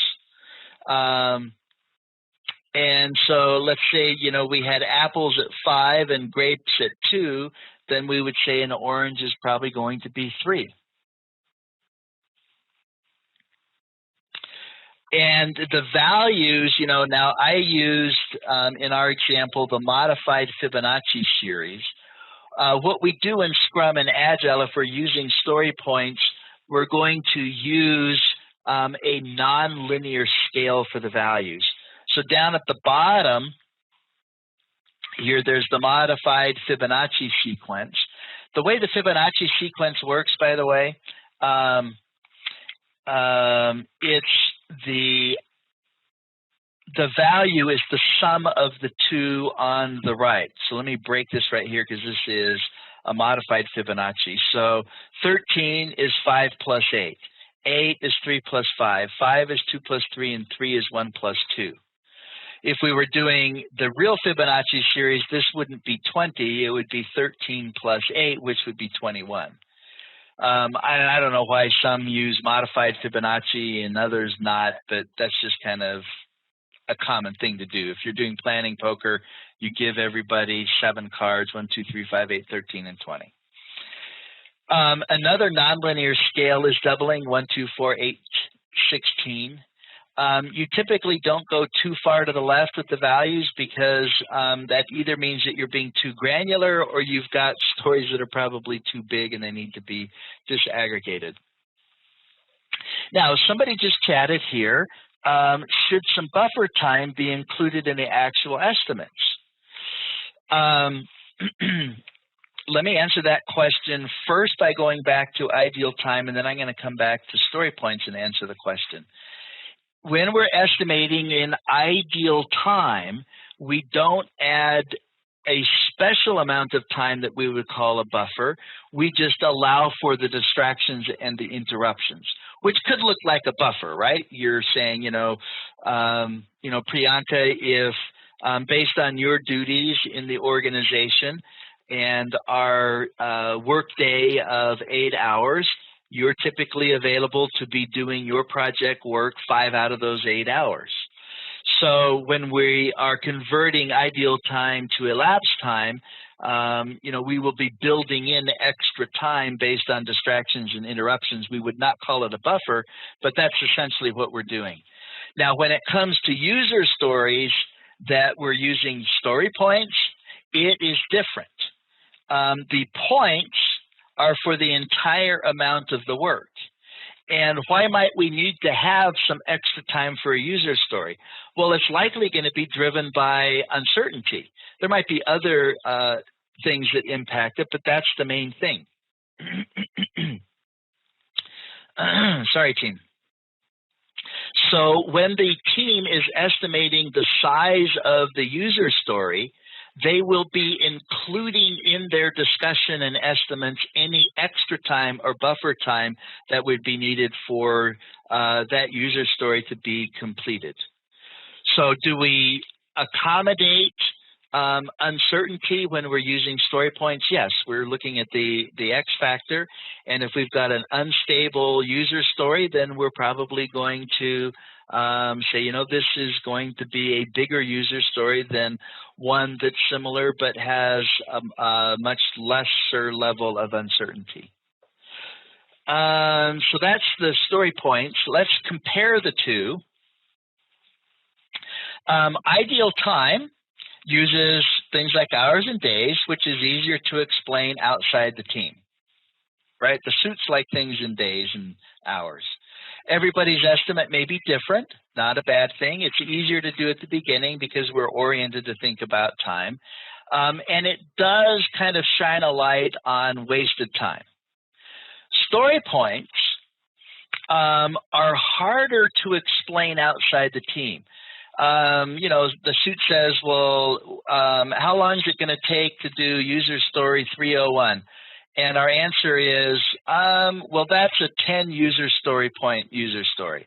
And the suit's saying, what does that mean? Tell me how long it's going to take. So the suits have to be converted to story points. Now, here's the thing. It's a lot easier to get consensus when we're estimating in story points. And once we get good at it, it's going to be much faster. We have to remember it's not comparable across teams. So, a team working together will have its own kind of system for sizing the stories, and another team that might even be working on the same project will have a whole different scheme. And so if the velocity of one team is 25 and the velocity of another is 50, it doesn't mean that the team with the velocity of 50 is able to do more work than the teams whose velocity is 25. And we did, when we got our day going, we started with a planning poker exercise. And so, we used all of the team members. So we selected the team. The product owner was there to answer any questions.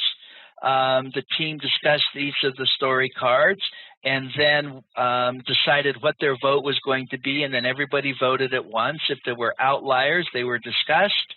And the reasons for that, those variances, those outliers, were then part of the discussion. And then we did another round of voting. And we would keep doing that until we had our estimates converge or we reached consensus on them. Okay, so advantages of planning poker: it's fun, it's quick, it gets the whole team involved, the team understands a little bit about all of the stories, everybody contributes his or her expertise, and the discussion during the estimation provides clarity in the direction approach and even a bit of design. If we were in the same room team and we were doing a planning poker activity like we did at the beginning of our day together, we would be able to, model it a little bit better. Or if we tried to unmute everybody, but you could hear the background noise. I've tried doing it, it doesn't really work. But you get the idea that if the team's discussing and things like that, you would actually get to the point where your estimates would converge and the team would say, okay, this user story size is, whatever it is. Okay, so we need to wrap things up for the day. So we are ending right here. And that means tomorrow when we get together, we're going to be doing slide 20, or starting with that, which is affinity estimating. And let's see, affinity estimating, we go through that. We're going to talk about tracking progress using information radiators. And then we're going to talk about what we do when we find variances between the plan and the actual results, and then we'll have our quiz. Now let's talk about the values of Scrum. Now this is different than pillars. This is values. So there are 5 values for that, and this is something that I want you to memorize. So I'm going to switch my cameras here and go to the whiteboard, and we're going to add to our list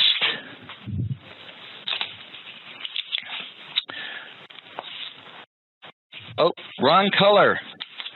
You can tell I'm a project manager because that would bother me. So the 5 values of Scrum, and there's an acronym. You can see that on the screen, right? C-Force.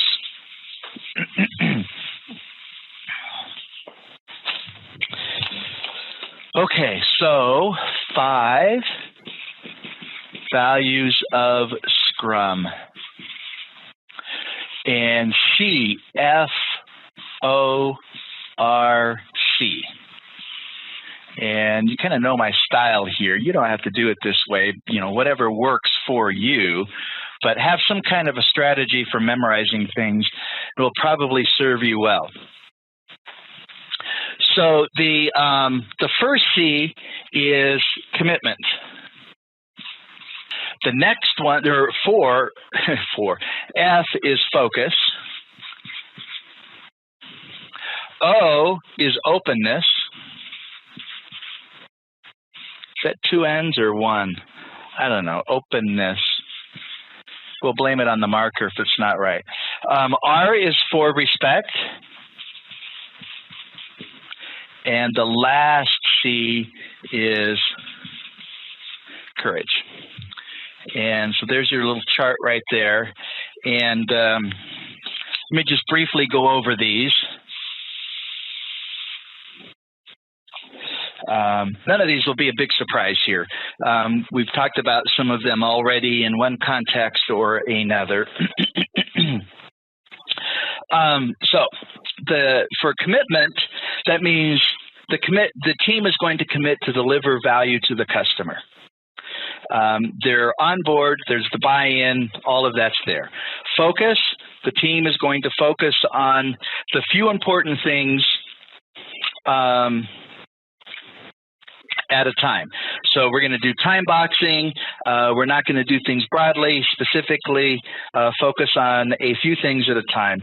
O is openness. That's analogous to the T, transparency, and the pillars, meaning we're going to be completely open in sharing information about the project, our own opinions, our fears, our concerns, etc. R stands for respect, and that's kind of a 360 view. We respect ourselves, we respect others, we respect the concepts that we are using as part of Scrum, and and we respect the other stakeholders as well, 360. And the last C stands for courage, and that's the courage to make commitments even when we're in an uncertain environment. Courage to deal with fear that comes from a failure, courage to share disagreements openly yet respectfully, courage to participate in debating technical approaches, etc. Okay, so now let's go to the Scrum Lifecycle chart, and what I want to do is I want to elaborate on this just a little bit. And I'm going to try and use my mouse to do some additions to this. First of all, we have the product backlog. The product backlog has to be kept current, and we call that grooming. Grooming is adding user stories and removing user stories from the product backlog. Product backlog is the scope of the project. The product owner owns that. The team assists in that effort. Related to grooming is pruning. Pruning the backlog is prioritizing and reprioritizing. So the product backlog is pruned and groomed regularly throughout the course of the project. Now, there is a meeting that takes place right here, which is called the Sprint Planning Meeting. Can I just do PSP here? Sprint Planning Meeting. Okay, that is one of the ceremonies or events that takes place in Scrum. In the Sprint Planning Meeting, it is a time-boxed event, and it is time-boxed to 2 hours for each week of the sprint. So in our example here, we have a 30-day sprint. So if we have a 4-week sprint, then our sprint planning meeting will be 8 hours in duration. And two things happen during the sprint planning meeting. The user stories that are going to be included in the sprint are selected, right? They're put into the sprint backlog, which is a subset of the product backlog containing the user stories that are going to be completed during the sprint. And the second thing that happens during the sprint planning meeting is the selected user stories are then disaggregated into tasks and estimated. Once that's done, then the work of the sprint begins. There will be a daily scrum like we did at the beginning of our workday together as our team. And then at the end of the work of the sprint, there will be the sprint review. The sprint review meeting or ceremony is also time-boxed, and it is time-boxed to 1 hour for each week of the sprint. So if we're doing a 4-week sprint, the sprint review meeting would be 4 hours in length. The primary purpose of the review is to showcase and demo the software and get feedback from relevant stakeholders and allow the product owner to say, I accept or I reject the work that has been done. Then, after that, is the sprint retrospective. Now, this is where the team asks and answers 3 questions. What went well, what did not go well, and what are we going to do different going forward regarding the previous sprint that was just completed and the ones that is just coming up. And then the sprint itself will result in working software or value for the customer. And then, of course, everything goes back and repeats for as many sprints as necessary to complete the scope of the project. Let's see. I see a chat here. How similar or different is the product backlog to SRS, Software Requirement Specs document, which is widely used in projects? It's different. And if you will hang on to that question, we're going to have a discussion later on about user stories, and that will help you understand the differences. And we'll get into the user stories that come from the customer and user stories that come from the tech domain, and that will help answer your question. So you okay hanging on to that? Okay, great. Thanks. Okay, so a little bit more detailed view of the Scrum project lifecycle. Now let's talk about a couple other things here. When it comes to a sprint, there are some things that affect the duration of the sprint. So the team is going to have to decide how long each of the sprints are going to be, and things that are a factor include the stability of the product backlog. If the product backlog is changing a great deal, then that's going to argue for shorter durations. Because there's a high level of uncertainty, and so you have a greater amount of control on your project if you have shorter sprints.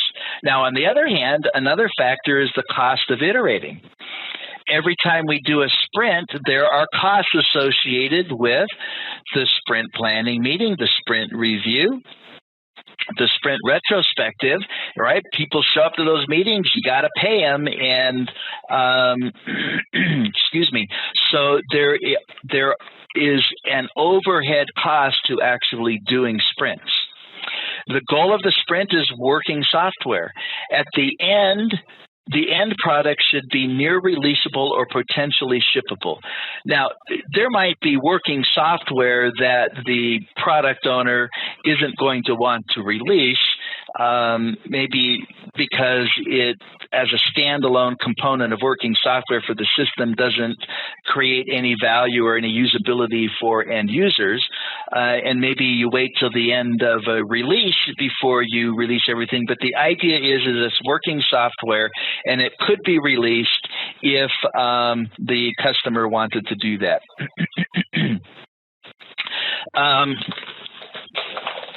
Sorry, I just dropped something.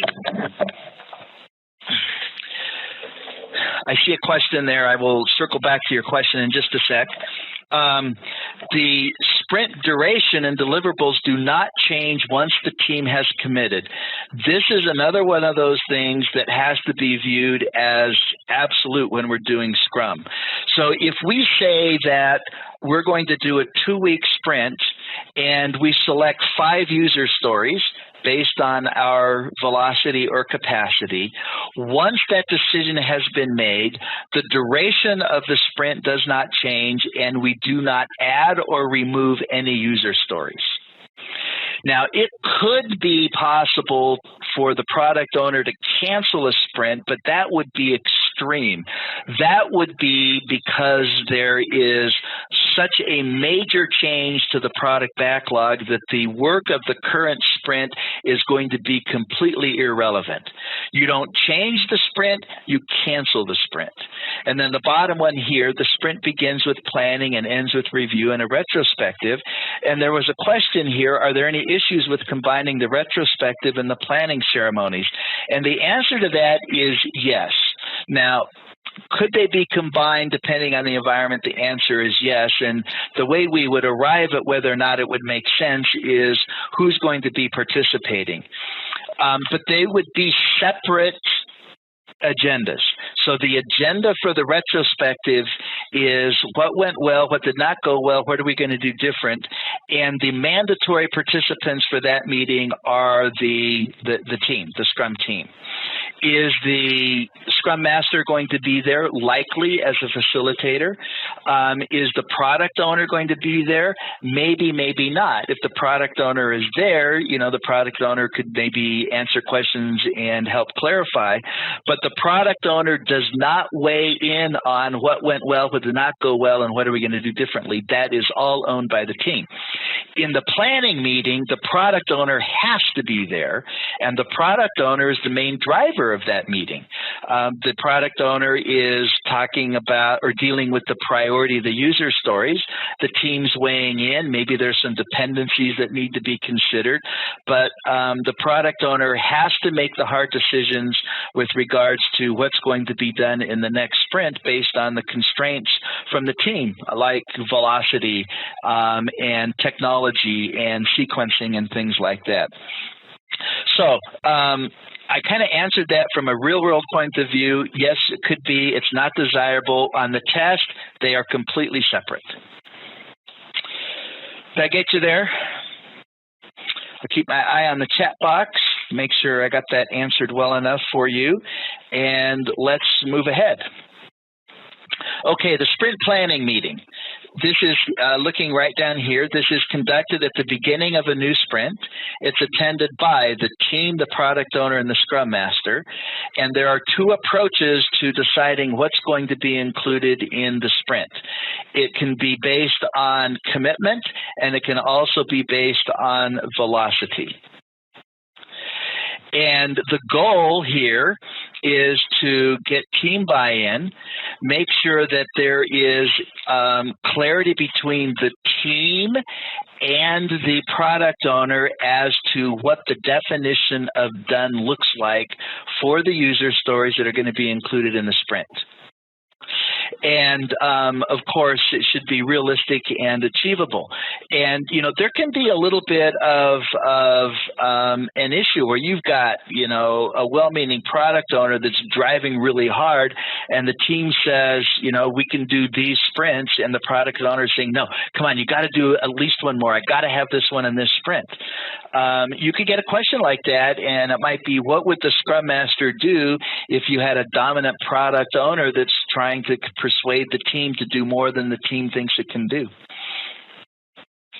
And that's where the Scrum Master comes in. The Scrum Master plays the role of the mentor, the coach, and, assisting in the resolution of those kinds of issues without deciding. The Scrum Master is not a decider. The team decides when it comes to how, and the product owner decides when it comes to what. Okay, the Scrum meeting, daily Scrum, we've talked about it, right? The entire team attends the meeting. Could the product owner be there? Yes. Does the product owner need to be there? No. Sometimes the product owner can be, an impediment to the meeting, but would be welcome. But if the product owner started asking questions or became the focus of questions being asked, the Scrum Master would have to help facilitate a change, because that would not be effective for the daily Scrum. Duration, 15 minutes. We talked about that. And the agenda. What did I do yesterday? What am I going to do today? And what are my impediments? The sprint review. Now, who attends? It's going to be the team, the product owner, the Scrum Master, and potentially others. So, optionally, others that we would want to get feedback from would be end users, operations folks, the suits. All of those would be welcome depending on the relevance of the software that's being demoed and being subject to the acceptance testing and the product owner, giving the thumbs up or the thumbs down when it comes to acceptance. The duration for this, we mentioned this before, it's not just a flat 2 hours, it's 1 hour per week. So if you did a 4-week sprint, you would plan on the review being a maximum of 4 hours in duration. The agenda is to demo the completed software, get feedback, and then see where we are when it comes to the release plan. The retrospective, who is there? It's attended by the team. And I would modify this slightly, and I would say this is the mandatory group that needs to be there. Optionally, the Scrum Master would be there. Potentially, you could have an external facilitator. The role of the Scrum Master would be the facilitator. Now, a good Scrum Master, being a facilitator in a retrospective, would have some knowledge of control charts, the 5 whys, Ishikawa diagrams, things like that. And although the Scrum Master would not be participating in the actual use of the tools, the Scrum Master would be facilitating the effective use of those tools. When it comes to duration, the rule is 45 minutes for each week. Ooh, that was a good 4. That was kind of a lousy 5. So if you had a 2-week sprint, then you would have an hour and a half retrospective max. And what's the purpose? There's the agenda for the retrospective, 3 questions. What worked well? What did not go well? What are we going to do different? And it's not just a chat session. Well, that would be part of it. You will use tools and techniques, like some that I mentioned, control charts, Ishikawa diagrams, 5 whys. There's a number of things that you might use in order to surface assignable causes for issues so that we could then come up with a resolution to those. This is where continuous improvement is going to happen. Continuous improvement is the result of other things, but this is the main thing. And if you were to get a question about the relevance or the necessity of retrospectives, there is no equivocation. You do a retrospective after every sprint. If you don't do a then there's no improvement. Things just stay static. Okay, so we talked about the 4 main ceremonies, right, in a Scrum project. Sprint planning, you with me? Daily stand-up, the sprint review, and then the sprint retrospective. All considered mandatory for effectively doing Scrum. And not doing them or one of them would be considered a fail. Okay, artifacts that we use when it comes to Scrum.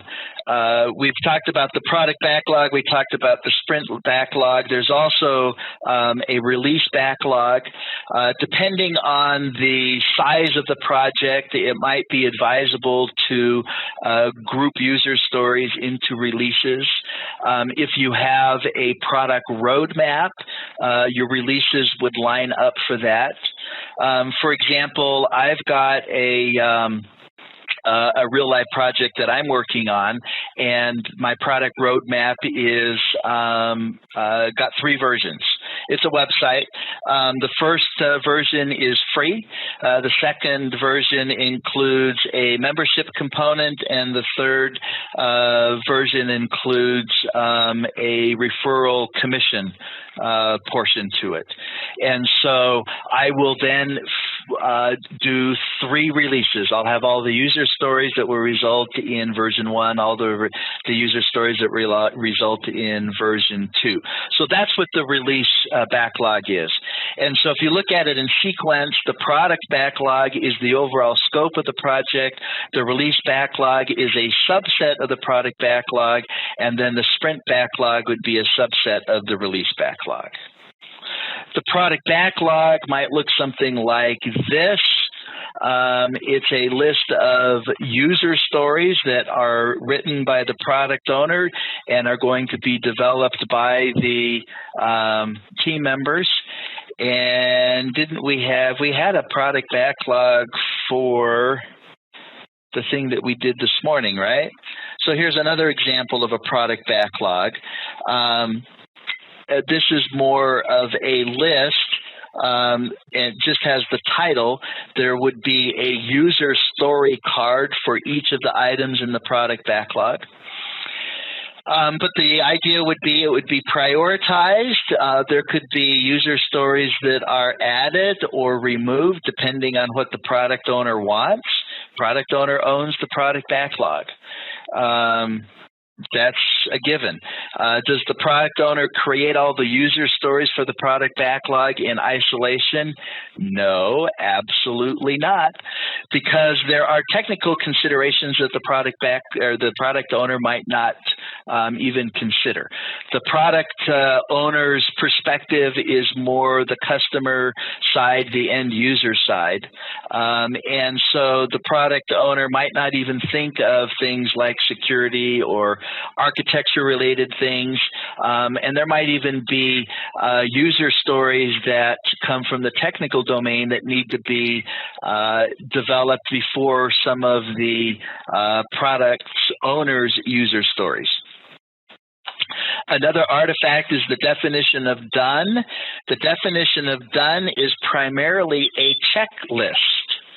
And this is what forms the agreement between the product owner and the team as to when we consider something completely done. And if we look down here, it's I'm looking for my cursor.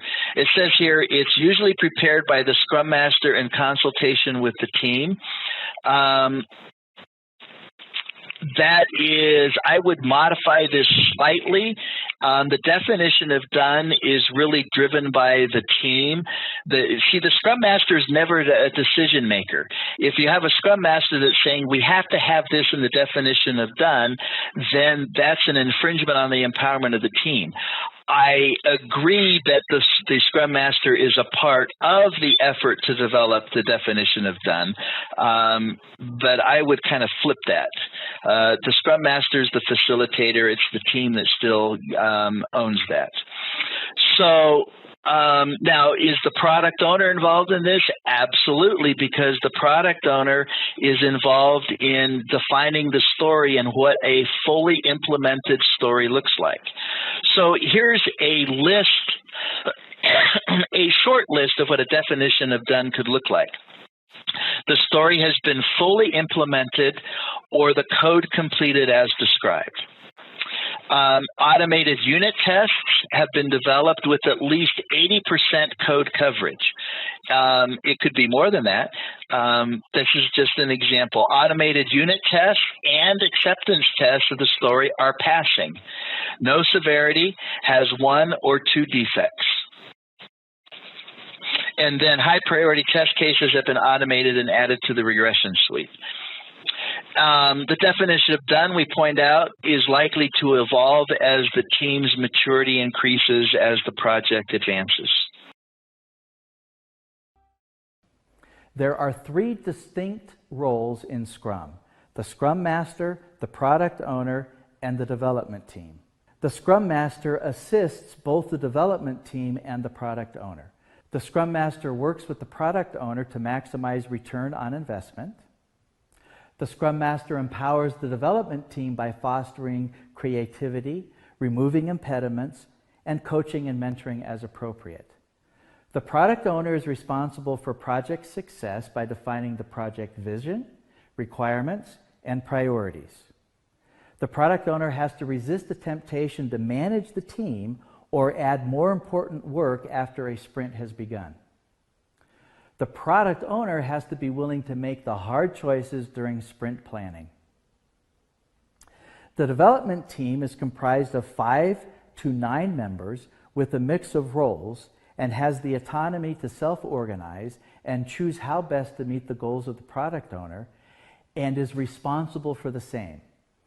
A Scrum Master is a skilled servant leader. A Scrum Master has very little formal authority.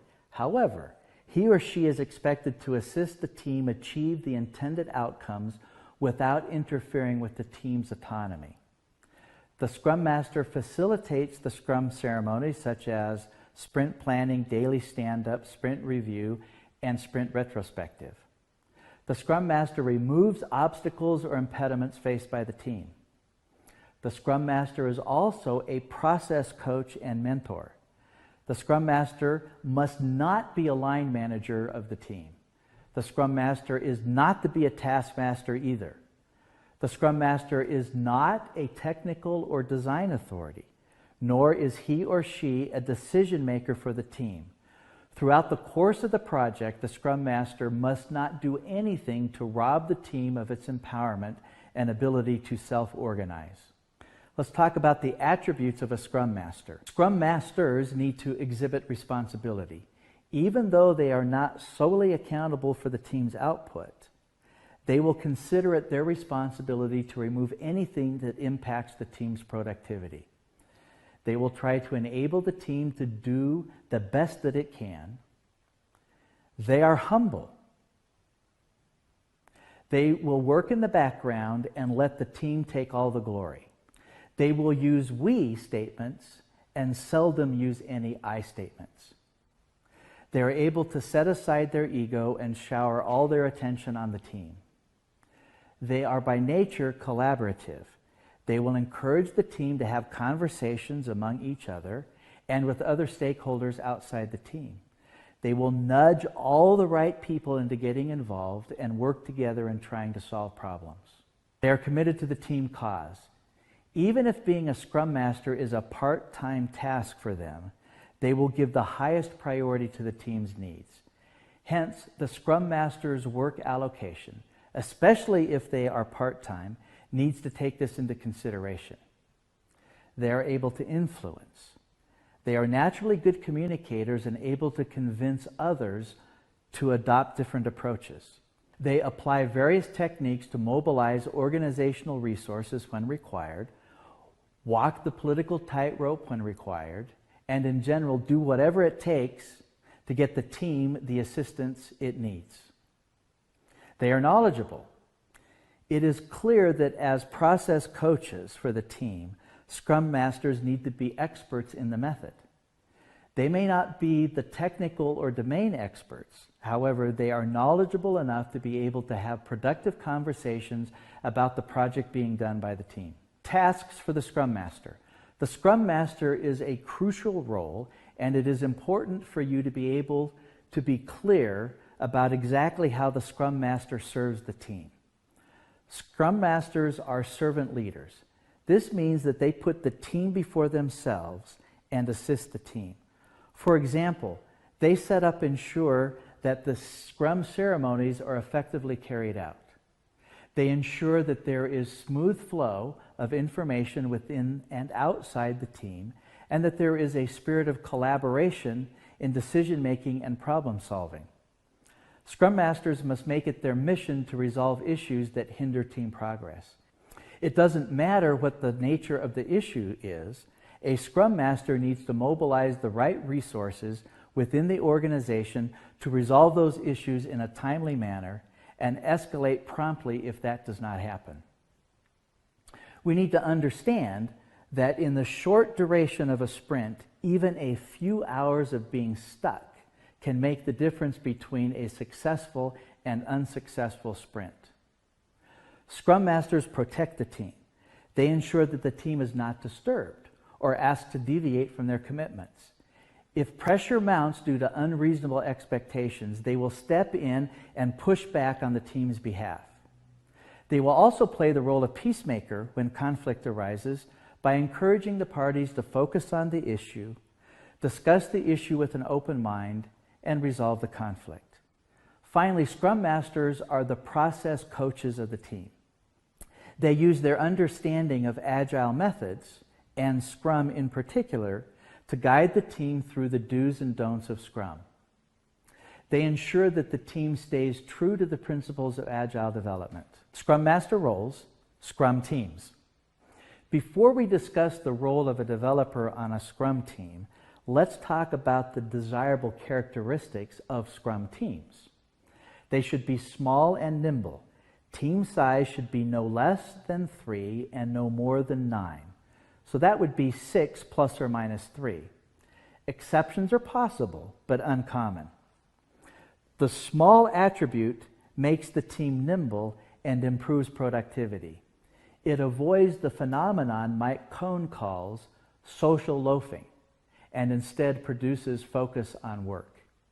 The team size should be just large enough that the team members are able to produce and showcase a significant increment of work at the end of each sprint. Sprint after sprint. Self-sufficient and cross-functional. For example, if a team needs user interface development skills, database expertise, and service expertise, all of those skills must be present on the team. Ideally, team members are generalizing specialists. Team members should not only be an expert or a specialist at one aspect of the development effort, but should also have enough skills and knowledge to fill in other roles as necessary. For example, if you are a UI developer, you should be able to don the hat of a services developer if needed. If a large team is to be split up into smaller Scrum teams, Scrum favors feature teams over component teams. Autonomous and self-organizing. Teams choose for themselves how they are going to organize and meet the goals of the product owner. No one gets to dictate to the team how to get their work done. The team decides, in collaboration with the product owner, the project direction, and the pros and cons of different approaches. Let's talk about some key decision points or factors to consider when assembling Scrum teams. Feature teams over component teams. The first issue is whether it's best to align team members based on features or components. Scrum favors feature teams over component teams. For example, it's best to avoid putting all of the UI developers together and all of the API or services developers together. Why? Because each feature or user story will require both the UI and services or API. Organizing based on components will reduce the incentive to collaborate. The only reason component teams may be justified would be if the components are likely to be used by multiple other teams. Assemble the right people. It's important to get the right mix of people together for the team, the right level of technical and domain expertise. Teams will naturally have both senior and junior level developers. This works perfectly, as there will be stuff that is more appropriate for the junior developers and stuff that is not. Also, one of the risks of a small team is that the team may miss out on broader perspective and dissenting views. One way to work around this is to deliberately favor diversity in all aspects: gender, ethnicity, personality traits, etc. It may take some time for the team to advance through the storming stage of team development and develop the trust necessary to work effectively together, but it can be done. Once a team has been formed, it's best to preserve and assign whole teams rather than individuals to projects. It's best to avoid assigning team members to multiple projects at the same time. Distributed team. A distributed team may be unavoidable. Those based at the same geographical location should be co-located in the same team room. And technology, processes, and ground rules should be put in place to overcome the disadvantages of all team members not being co-located. Plotting team size and productivity will likely result in an S-curve. You can see here that a team can actually be too small or too large. Remember, the sweet spot is 6 plus or minus 3. Think of Scrum as a lightweight framework that utilizes principles and practices that assist teams in delivering working software in short cycles to the customer, enabling rapid feedback, continuous improvement, and quick response to change. It promotes delivering value, as in working software to the customer, in an incremental and iterative way. It is not a process or technique for developing software. Rather, it is a framework within which various processes, techniques, and practices are employed. In Scrum, the iterations that deliver working software to the customer are called sprints. In each iteration, or sprint, results in potentially shippable software. This slide is a graphical representation of an Agile project using Scrum. Starting at the left, you can see that the product owner owns the product backlog and in collaboration with the team develops the user stories or requirements for the project. The product backlog is prioritized, with the higher priority items occupying the top of the product backlog. In collaboration with the product owner, the team decides how to group the user stories into releases based on the product roadmap. Once the release planning has been completed, the user stories are then selected for a sprint. The duration of the sprint is going to be 2 to 4 weeks. Once the sprint backlog has been determined, the team then disaggregates each user story into tasks. During each sprint, the user stories are developed. As the code is written, it is integrated into the system, and daily scrums are held.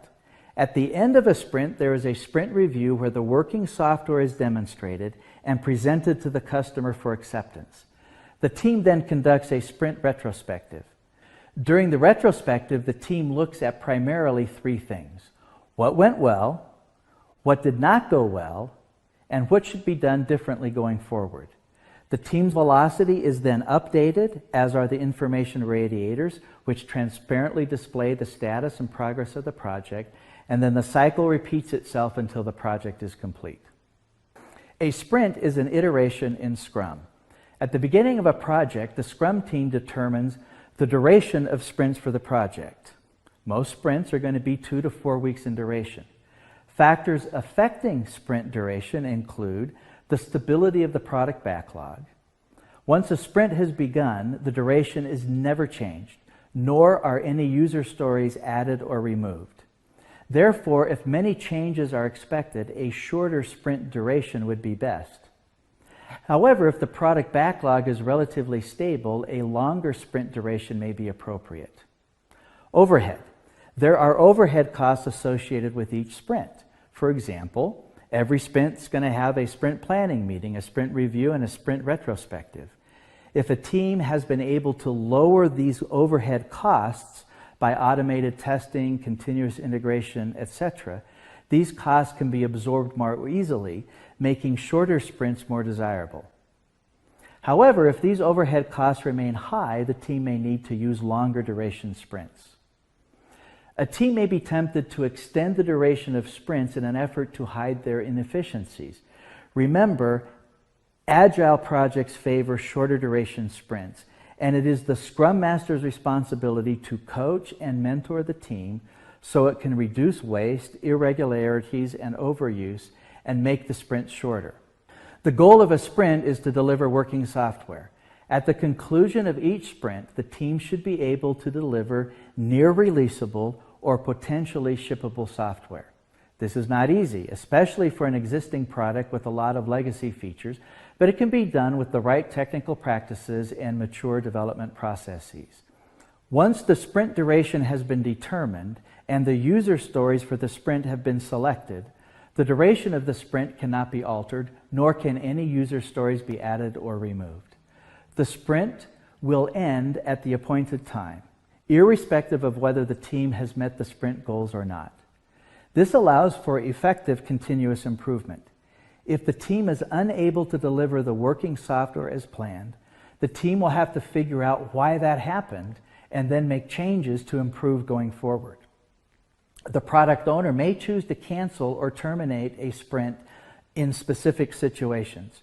For example, a significant change in priorities or a mid-course correction may render the current sprint backlog invalid. Given that we are only talking about a couple of weeks of work, the cancellation of a sprint would be an extremely rare event. A sprint will begin with a sprint planning meeting and end with a sprint review and retrospective.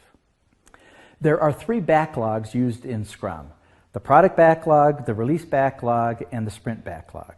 The product backlog is the master container of all the user stories for the project.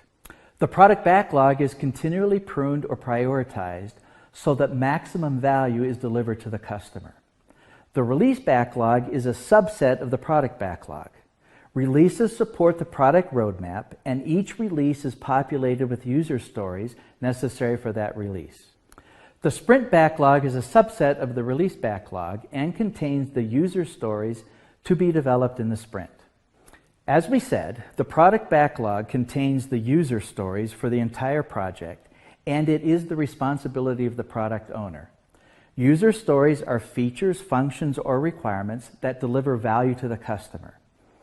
However, the product backlog will also have to contain technical or non-functional user stories necessary for the system to work properly. The product backlog may also include risk or defect-related user stories. The product owner is responsible for keeping the product backlog current and up to date. This is accomplished by pruning the backlog, which is prioritizing and reprioritizing. The product backlog must also be continually groomed. This is the process of adding and removing user stories based on the needs and desires of the customer. There are 4 Scrum ceremonies: the sprint planning meeting, the daily Scrum, the sprint review, and the sprint retrospective. Let's take a detailed look at each of these ceremonies. The sprint planning meeting is time-boxed at 2 hours for each week of the sprint. If the sprint is going to be 2 weeks in duration, then the time box will be 4 hours. If the sprint is going to be 4 weeks in duration, then the time box for the sprint planning meeting will be 8 hours. It should be attended by the complete Scrum team, including all roles. The most important aspects of this meeting are the team's capacity and the definition of done. There are 2 approaches to selecting user stories for a sprint. One is based on the velocity of the team, the other is commitment driven. Team buy-in is critical, and the goals of the sprint should be clearly understood, and the desired outcomes should be clearly articulated with the definition of done. Then there's the daily Scrum. The time box for the daily Scrum is 15 minutes, regardless of the duration of the sprint length. The entire Scrum team, including all roles, should attend the daily Scrum. Each development team member individually answers 3 questions. What did I do yesterday? What am I going to do today? And what are my impediments? This is how the team members coordinate their work, and the Scrum Master learns of the impediments he or she should be taking care of. The sprint review takes place at the end of the sprint and is time-boxed at 1 hour for each week of the sprint. So if the sprint were 4 weeks in duration, the sprint review meeting would be 4 hours. It should be attended by the complete Scrum team, including all roles, plus any other stakeholders who are interested in project success. The purpose of the review is to demonstrate working software and obtain and assess feedback. Feedback may range from full acceptance of the completed software to complete rejection. The sprint retrospective takes place after the conclusion of the sprint review and is time-boxed at 45 minutes for each week of the sprint. So if the sprint has 2 weeks in duration, then the retrospective would be 1.5 hours in length. It should be attended by the complete Scrum team, including all roles. However, the product owner's attendance is considered optional. During the retrospective, the team answers 4 questions. What worked well? What did not work well? What should be done differently? And what still puzzles us? One or several problem detection techniques may be used in the retrospectives, and this ceremony is a vital part of continuous improvement. At the conclusion of the retrospective, the team's velocity and the project's information radiators are updated. Then the next sprint planning meeting takes place, and this cycle continues until the project is complete. The definition of done is an important artifact for a Scrum team. It is the primary reporting mechanism for team members, and there may be a different definition of done at various levels. Definition of done for a feature or user story. The definition of done for a sprint, and the definition of done for a release.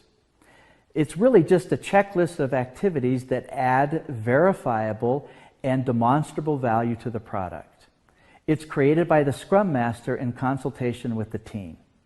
A sample list of the items for the definition of done criteria is given here. The story is fully implemented or code completed as described. Automated unit tests have been developed with at least 80% code coverage. Automated unit tests and acceptance tests in the story are passing. High priority test cases have been automated and added to the regression suite. Note, this is only meant to be an example. Each team's definition of done will vary slightly depending on the maturity of the team and the specific situation of the team. The product team has taken up a new project called Weathermaster. The team is planning to move to Scrum methodology, and this is an outline of its first Scrum meeting. Time boxed to 15 minutes, Rick is the Scrum Master of this meeting where the team members discuss what they did yesterday, their plans for today, and the impediments they faced. All team members are standing up, including Todd, who's joined the meeting via video chat. Rick holds the meeting near a Scrum board. Angela, the product owner, is absent. Rick reiterates that all discussions would be parked until after the Scrum meeting and encourages his team to keep the meeting short.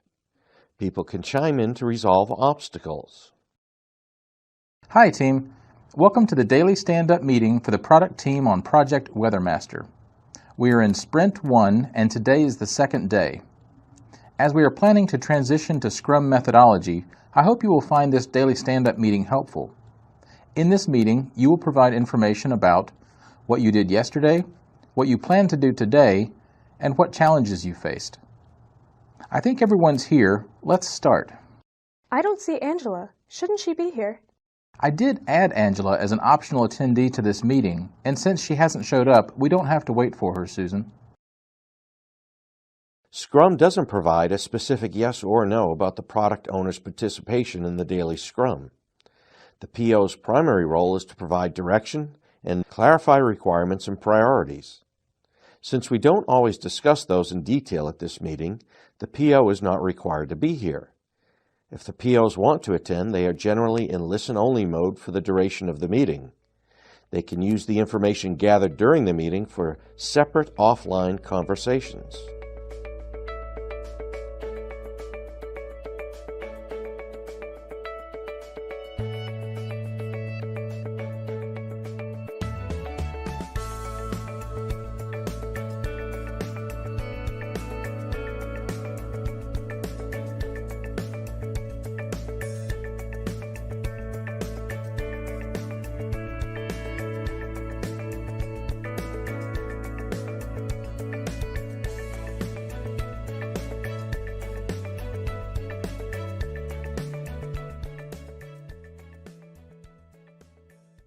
What about Todd? He works from his home office, right? Todd will be a part of the meeting through video chat. It is important that we include every team member in the meeting.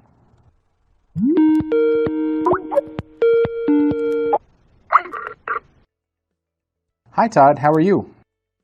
I'm fine, thanks. Am I audible? Yes, Todd. Team, let's all stand up for the meeting.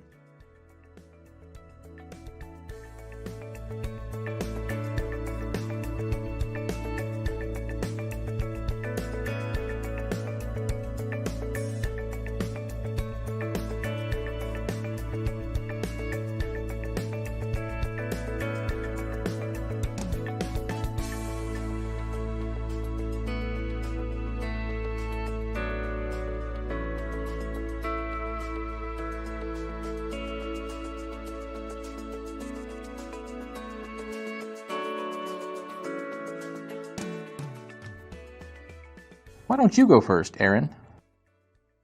Yesterday, I was working on creating the mock objects to mask the database calls from the unit tests.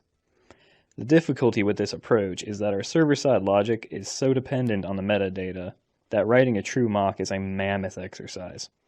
There are decisions that are taken during runtime based on the data. Some of the stored procedure calls are also made based on the values returned through inline queries that are also embedded in the code.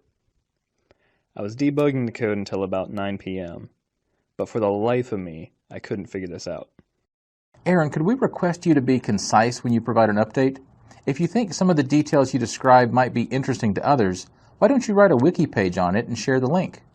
So, getting back to your update, did you finish the task yesterday?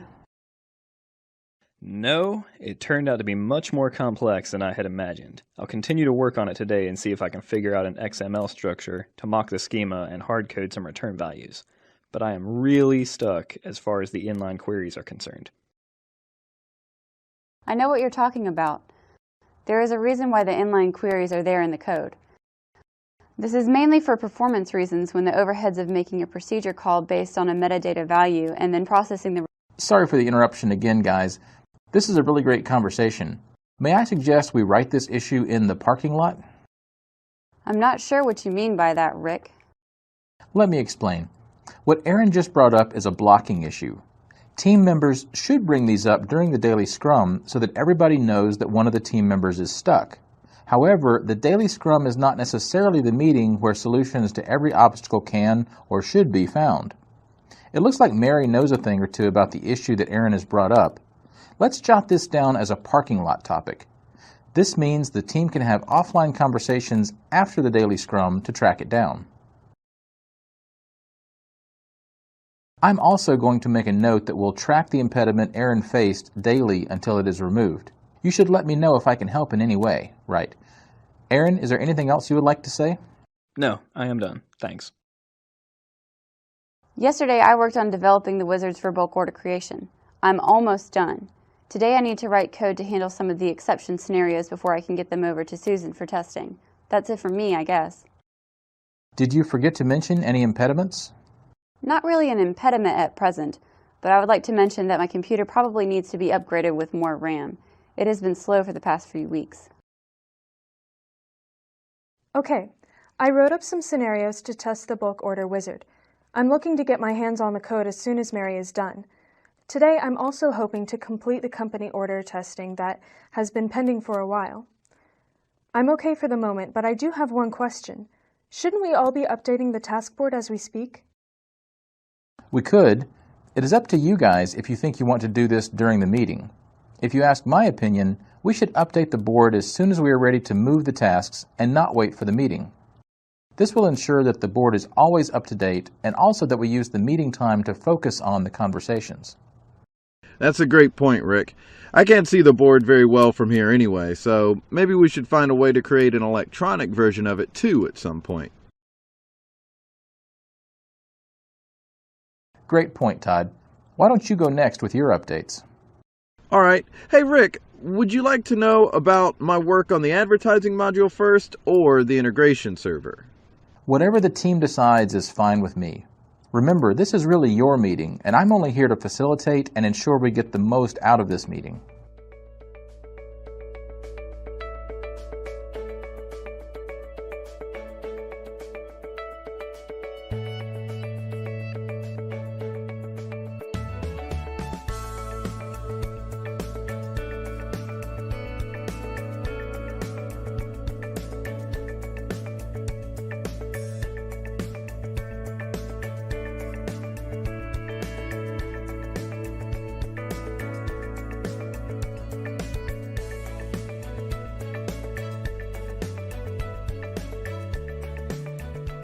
Alright then, I guess I'll start with the integration server. I would like to inform everybody that I managed to set up the integration server that we can use as a sandbox to test the code before checking it in source control. I'll send everybody a link with some instructions and credentials. I have also started looking at the stories for the advertising module. It looks like there are a lot of open statements in the stories that I don't really understand. I guess I should have been paying more attention during the sprint planning. I really need to have a conversation with Angela about this. That is my main impediment right now. I sent her an email but haven't received a response yet. I don't have anything new to add today. I'm almost through with setting up our project on the freeware tool that I downloaded yesterday. I'll show you guys a demo in the meeting I set up later today. I'll try to chase down some of these parking lot items. Anything else before we close the meeting? All right, that's it for today. Have a great day. Do you have a moment to chat about the inline queries real quick? The purpose of a Scrum meeting is to keep the team members updated and resolve any impediments. It's an ideal way to kickstart the day on a positive note. The Scrum Master reinforces the sense of the self-managing team, facilitates communication between team members, brings the team's focus back to what's important, and supports improvement. So before we dive into the differences between Scrum and Kanban, let's have a look at what exactly Scrum is. Scrum is a simple agile project management framework that is used by organizations to help teams collaborate, handle unpredictability and complex projects or products while ensuring the products delivered are of the highest value. It describes a set of meetings, tools, and roles that enable teams to work in sync and help them structure themselves and manage their work. Scrum is one of those things that's really easy to understand but very difficult to master.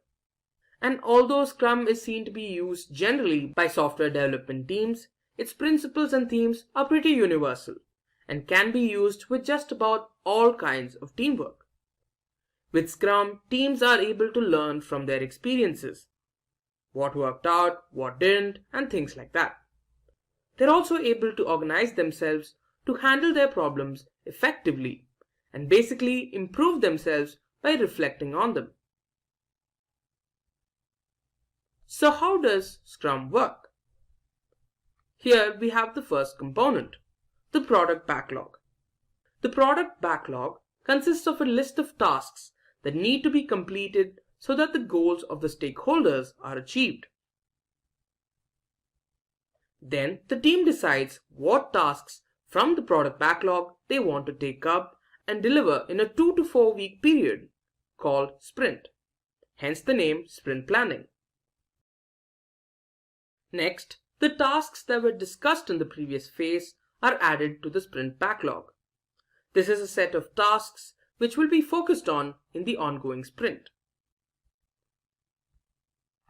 Following this, the Scrum team, which is usually 5 to 9 members strong, will work on these tasks.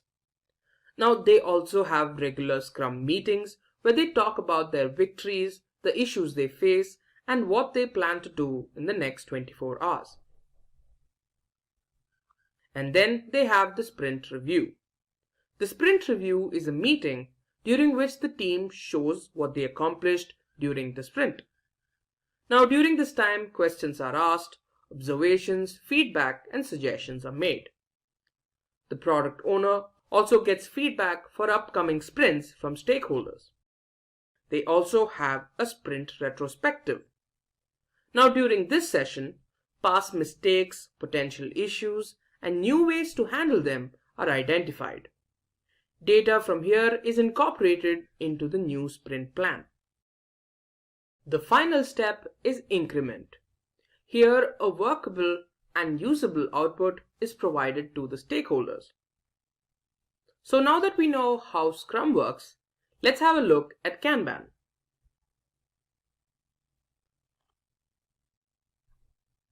Kanban comes from the Japanese word kanban, which literally means signboard.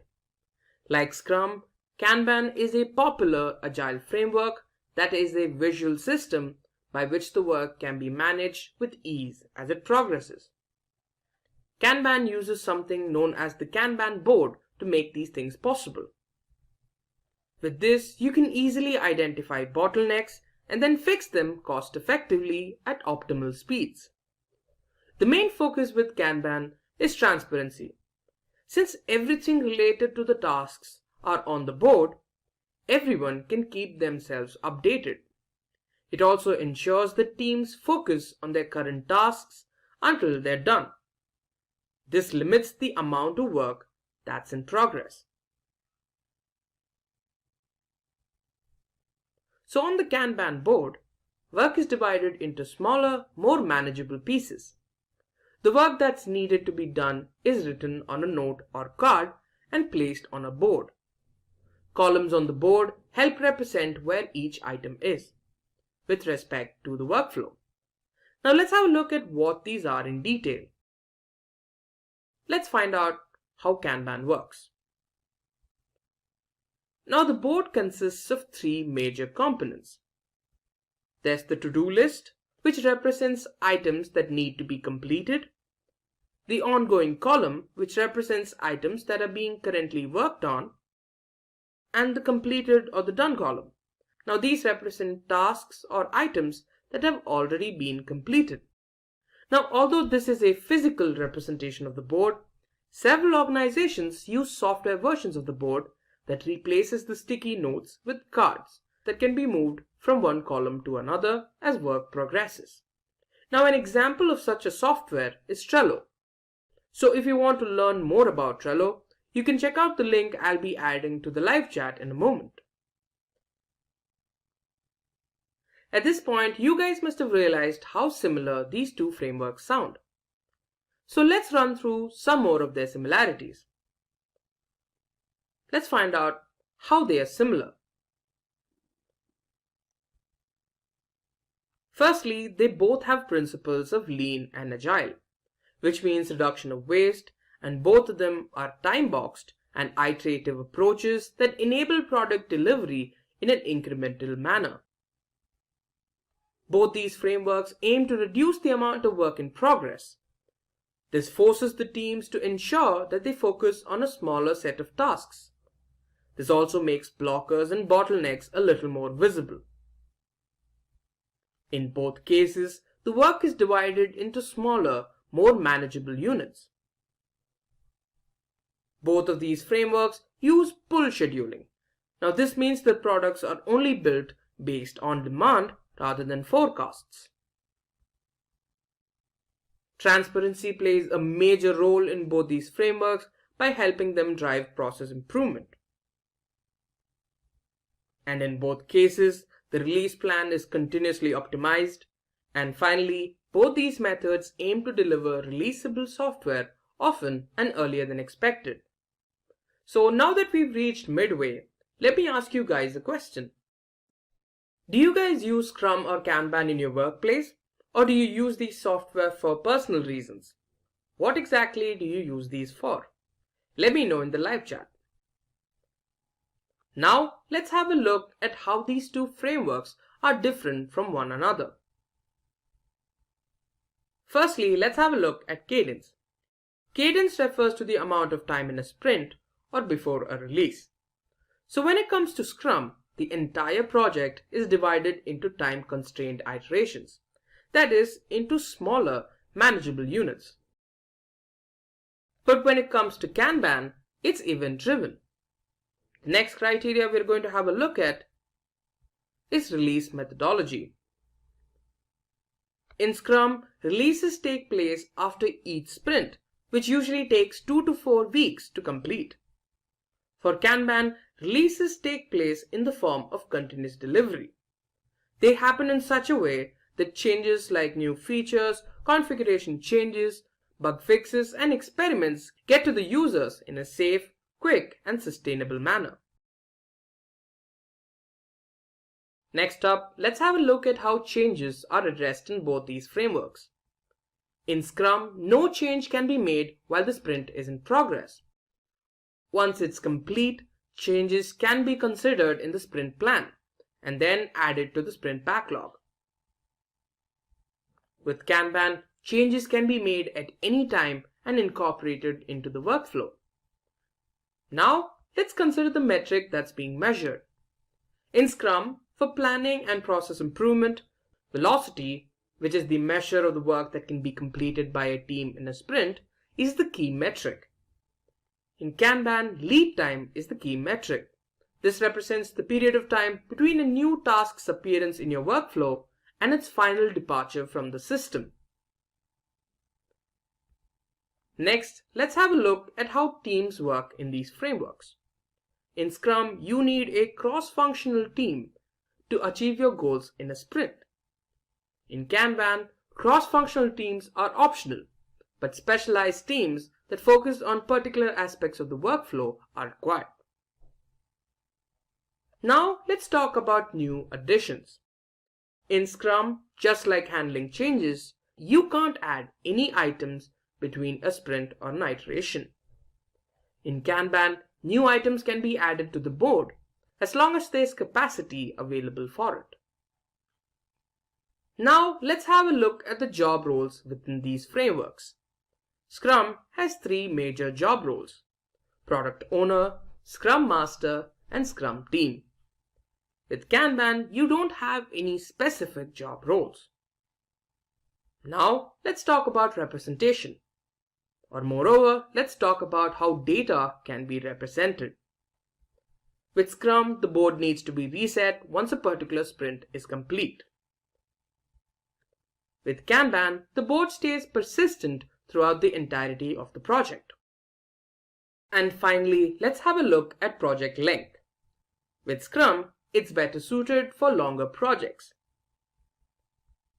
And with Kanban, projects that can be completed in a shorter period of time are better. Introduction to Agile Manifesto. The Agile Manifesto is a seminal document in the field of software development, created in 2001 by 17 software developers who sought to outline a more flexible and efficient approach to project management and development. It emphasizes individuals and interactions, working software, customer collaboration, and responding to change over traditional processes, documentation, contract negotiation, and plan following. This manifesto has since become the foundation for Agile methodologies, promoting a flexible, team-oriented approach that values adaptability and customer satisfaction above rigid adherence to plans. With the manifesto in mind, let's start exploring the four core values of Agile. The four core values of Agile focus on people and results rather than rigid processes, individuals and interactions over processes and tools, prioritizing teamwork and communication above strict adherence to tools and processes. Imagine a team deciding together how to solve a problem instead of just following a manual. It's like choosing a group discussion over filling out forms. Working software over comprehensive documentation, valuing functional software that meets user needs over detailed paperwork. Think of it as cooking a meal that tastes good and serves its purpose, rather than writing a detailed recipe book before the meal is even made. Customer collaboration over contract negotiation, emphasizing ongoing engagement with customers rather than sticking strictly to initial agreements. It's like working with a home builder who listens and adapts to your changing needs during construction instead of sticking strictly to the original plan. Responding to change over following a plan, being open to change and adapting plans as needed instead of rigidly following a set path. Picture a road trip where you're open to taking a more scenic route based on new information rather than sticking to the fastest route Google Maps suggested initially. These values guide the Agile methodology towards flexibility, efficiency, and customer satisfaction. The 12 Principles of Agile Software Development. The 12 Principles of Agile Software Development, as outlined in the Agile Manifesto, advocate for customer satisfaction through early and continuous software delivery. Prioritizes getting a functional product to the customer as soon as possible, then updating it regularly. Example, a team releases a basic version of an app to meet initial user needs, then adds new features based on feedback. Welcoming changing requirements even late in development. It is time-consuming to handle large and complicated work while managing project activities. Therefore, a better strategy is to break the task into manageable, sizable chunks. In addition, it would be simpler for the team members to see possible bottlenecks and deal with delays if the clients were always kept informed. For example, if users need a new feature because their needs have changed, the development team works to incorporate it, even if it wasn't in the original plan. Frequent delivery of working software. According to the Agile methodology, working software is frequently delivered in a shorter amount of time. Team members must consistently raise their performance standards as a result of this iterative process. For example, delivering updates every 2 weeks to continuously improve and adjust the software based on user input. Business people and developers must work together daily throughout the project. in order to ensure that the business and development sides of the project can communicate effectively and, more importantly, collaborate. A bridge between them must be built. To facilitate an intellectual exchange that both parties can agree on, make use of the same tools you would have used in managing remote teams. For example, regular meetings between the client and the team to discuss the project's direction and adapt as necessary. Build projects around motivated individuals. Give them the environment and support they need, and trust them to get the job done. The project manager must establish a supportive and stimulating environment where team members are free to express their ideas and make recommendations for enhancing the output of the group. This results in a massive improvement in their general performance, eventually aiding the project.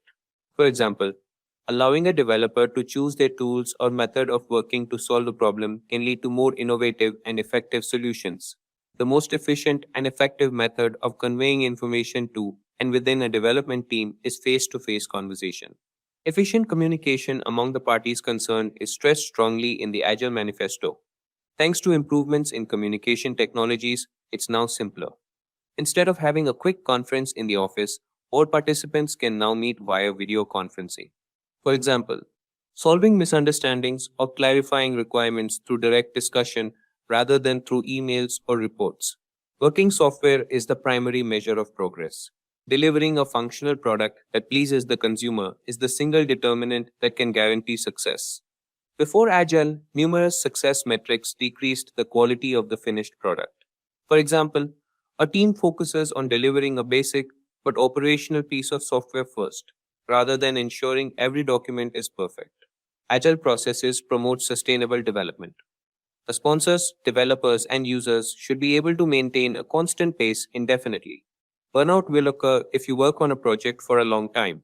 It's inevitable. Avoid placing too much of a workload on your employees. The value of your project will be affected.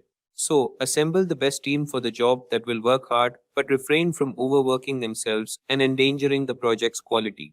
For example, instead of pushing for long hours to meet an unrealistic deadline, the team sets a realistic timeline that allows for steady progress without overtime. Continuous attention to technical excellence and good design enhances agility. Any Agile team's main goal should be to provide value to the client. Therefore, a multi-skilled team that can manage all the project's technical components and offers the chance for continual improvement is crucial. For example, regularly refactoring code to improve its structure without changing its external behavior. Simplicity, the art of maximizing the amount of work not done, is essential. You should avoid adding extraneous complexity to a project if you want to complete it swiftly. You can accomplish this in various ways, including by using Agile tools, which eliminate busy work and offer you more significant influence over all project-related decisions. For example, developers decide not to add a feature that only a few users would use, keeping the system more straightforward and easier to maintain. The best architectures, requirements, and designs emerge from self-organizing teams. Simply said, a self-organized workforce with decision-making autonomy would function better since each team member would be responsible for meeting client expectations rather than a lone project manager. For example, a team decides who will work on what tasks based on each member's strengths and current workload rather than having a manager assign tasks. At regular intervals, the team reflects on how to become more effective, then tunes and adjusts its behavior accordingly. Agile techniques are constructed on the notion of iteration, where teams consistently enhance their game by learning from their previous wrongdoings. Project managers should inspire team meetings where everyone evaluates their work and discusses how to develop their management and technical skills. For example, at the end of each development cycle, the team needs to discuss what they can change to work more efficiently in the next cycle. With core values and principles in mind, let's have a look at implications of Agile values and principles. The implications of Agile values and principles revolve around fostering a culture of flexibility, collaboration, and continuous improvement. They lead to enhanced adaptability to change, allowing teams and businesses to respond swiftly to market shifts and customer needs. Increased customer satisfaction by prioritizing customer feedback and delivering value early and often. Improved product quality through iterative development and a focus on technical excellence. More efficient and motivated teams due to empowerment and a focus on individuals and interactions. These points underline how adopting Agile can transform organizational workflows and outcomes. Now, let's see some real-world applications of Agile. Innovation in tech. Companies like Spotify utilize Agile to foster innovation, rapidly testing and deploying new features. Adapting to market changes. Netflix applies Agile principles to quickly adapt to user preferences and technological advancements, maintaining its market leader position. Banking sector agility. Banks have adopted Agile to improve their digital services, making customer transactions smoother and more secure. Healthcare efficiency. Agile methodologies help healthcare providers streamline operations and improve patient care through faster, more responsive services. Manufacturing flexibility. Even in manufacturing, Agile enables companies to respond swiftly to market demands and supply chain challenges. And there you have it, folks. Why product backlog is important?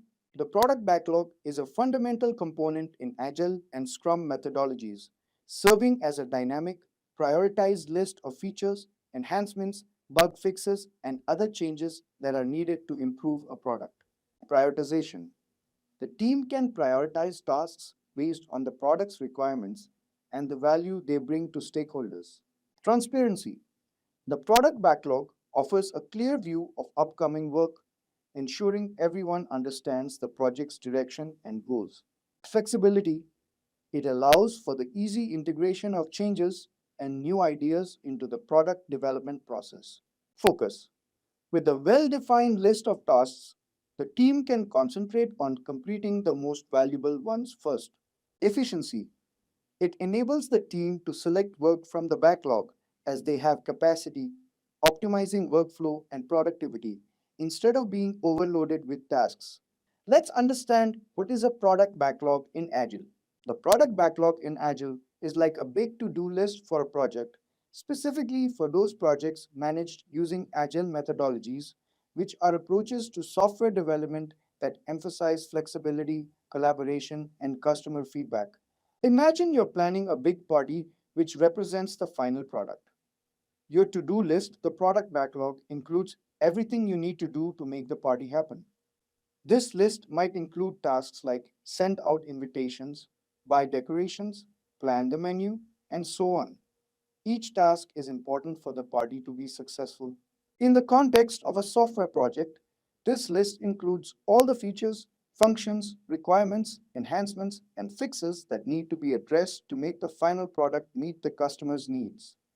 These items are typically listed in order of priority, with the most important or urgent items at the top of the list. The team working on the project will regularly review this list, often in a meeting called the backlog grooming session. But what is backlog grooming? Let's understand. What is backlog grooming? Backlog grooming is a term commonly used in agile software development. Imagine you're planning a trip and you have a list of things you want to do or places you want to visit. Your list might include things like booking flights, reserving accommodations, and planning activities. Now, think of this list as your backlog in agile terms. It's a list of tasks or features that need to be completed for a project. Backlog grooming is like going through this list regularly to make sure it's organized, prioritized, and ready to be worked on. Here's how it works. Reviewing and adding items. You start by looking at the items on your list backlog and making sure they're still relevant and needed. If there are new ideas or requirements, you add them to the list. Prioritizing. Not all tasks are equally important. You need to decide which ones should be done first.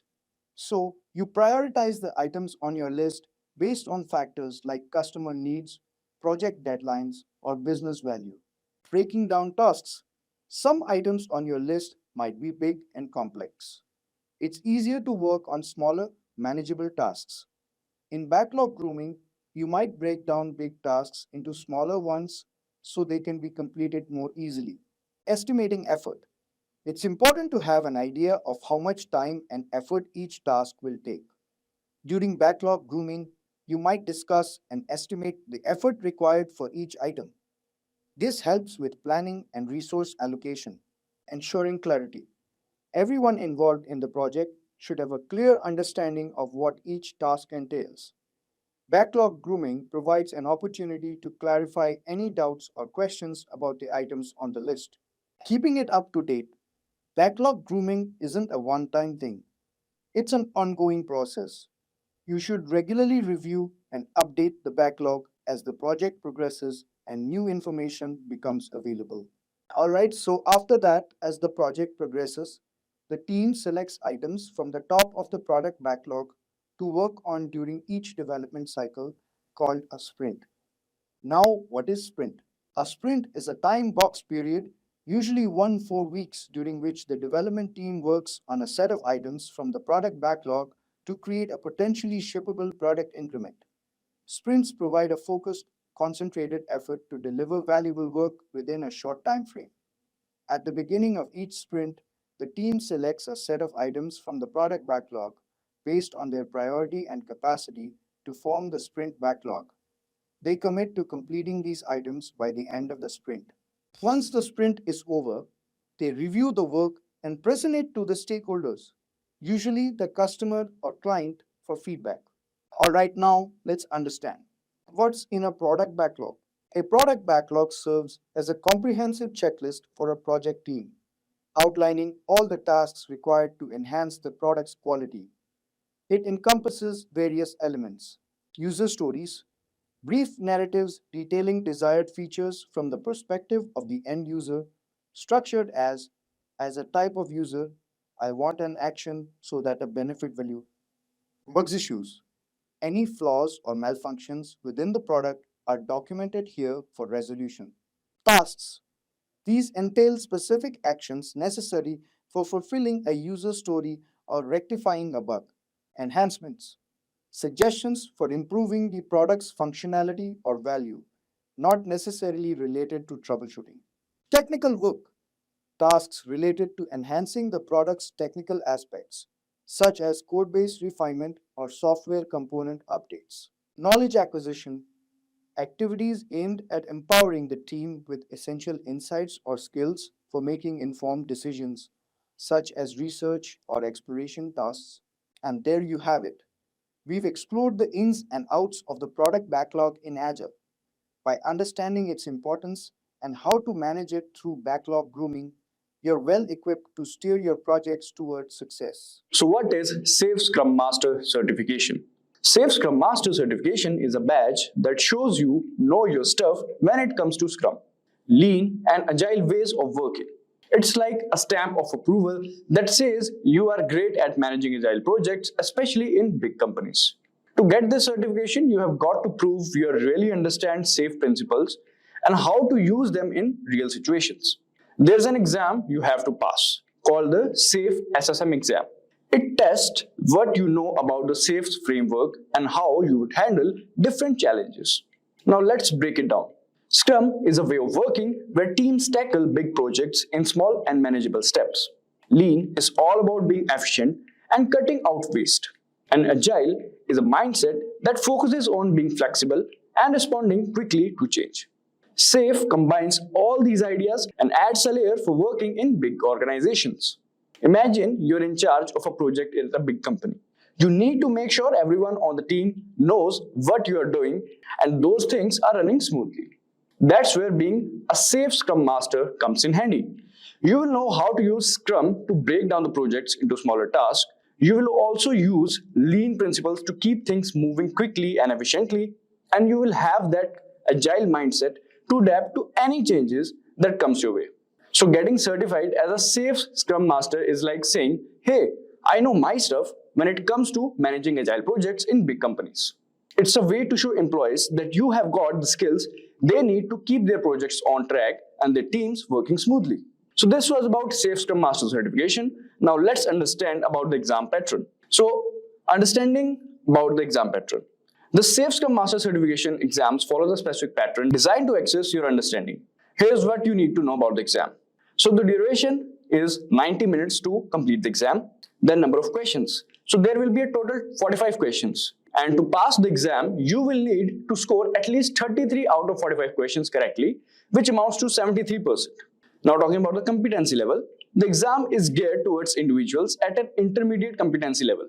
This means you should be proficient and capable of performing tasks with some assistance. Now the question format. Questions for the exam will be either multiple choice question where you have to choose one answer, or multiple select format where you can choose 2 or 3 answers. Now, talking about the delivery, the exam is conducted online via web-based platform. It's a closed book exam, meaning you can't refer to any materials during the test. You'll also not allowed any outside assistance. And remember, it's timed, so manage your time wisely. Now, coming to the main part, that is the cost of the exam. So the cost of the first attempt is included in the course registration fee if you take the exam within 30 days of completing the course. And however, if you need to retake the exam or if you attempt it after the 30-day window, there's a fee for $50 per attempt. So it's like that. Alright, so this was about the exam pattern. Now coming to the career opportunities after certification.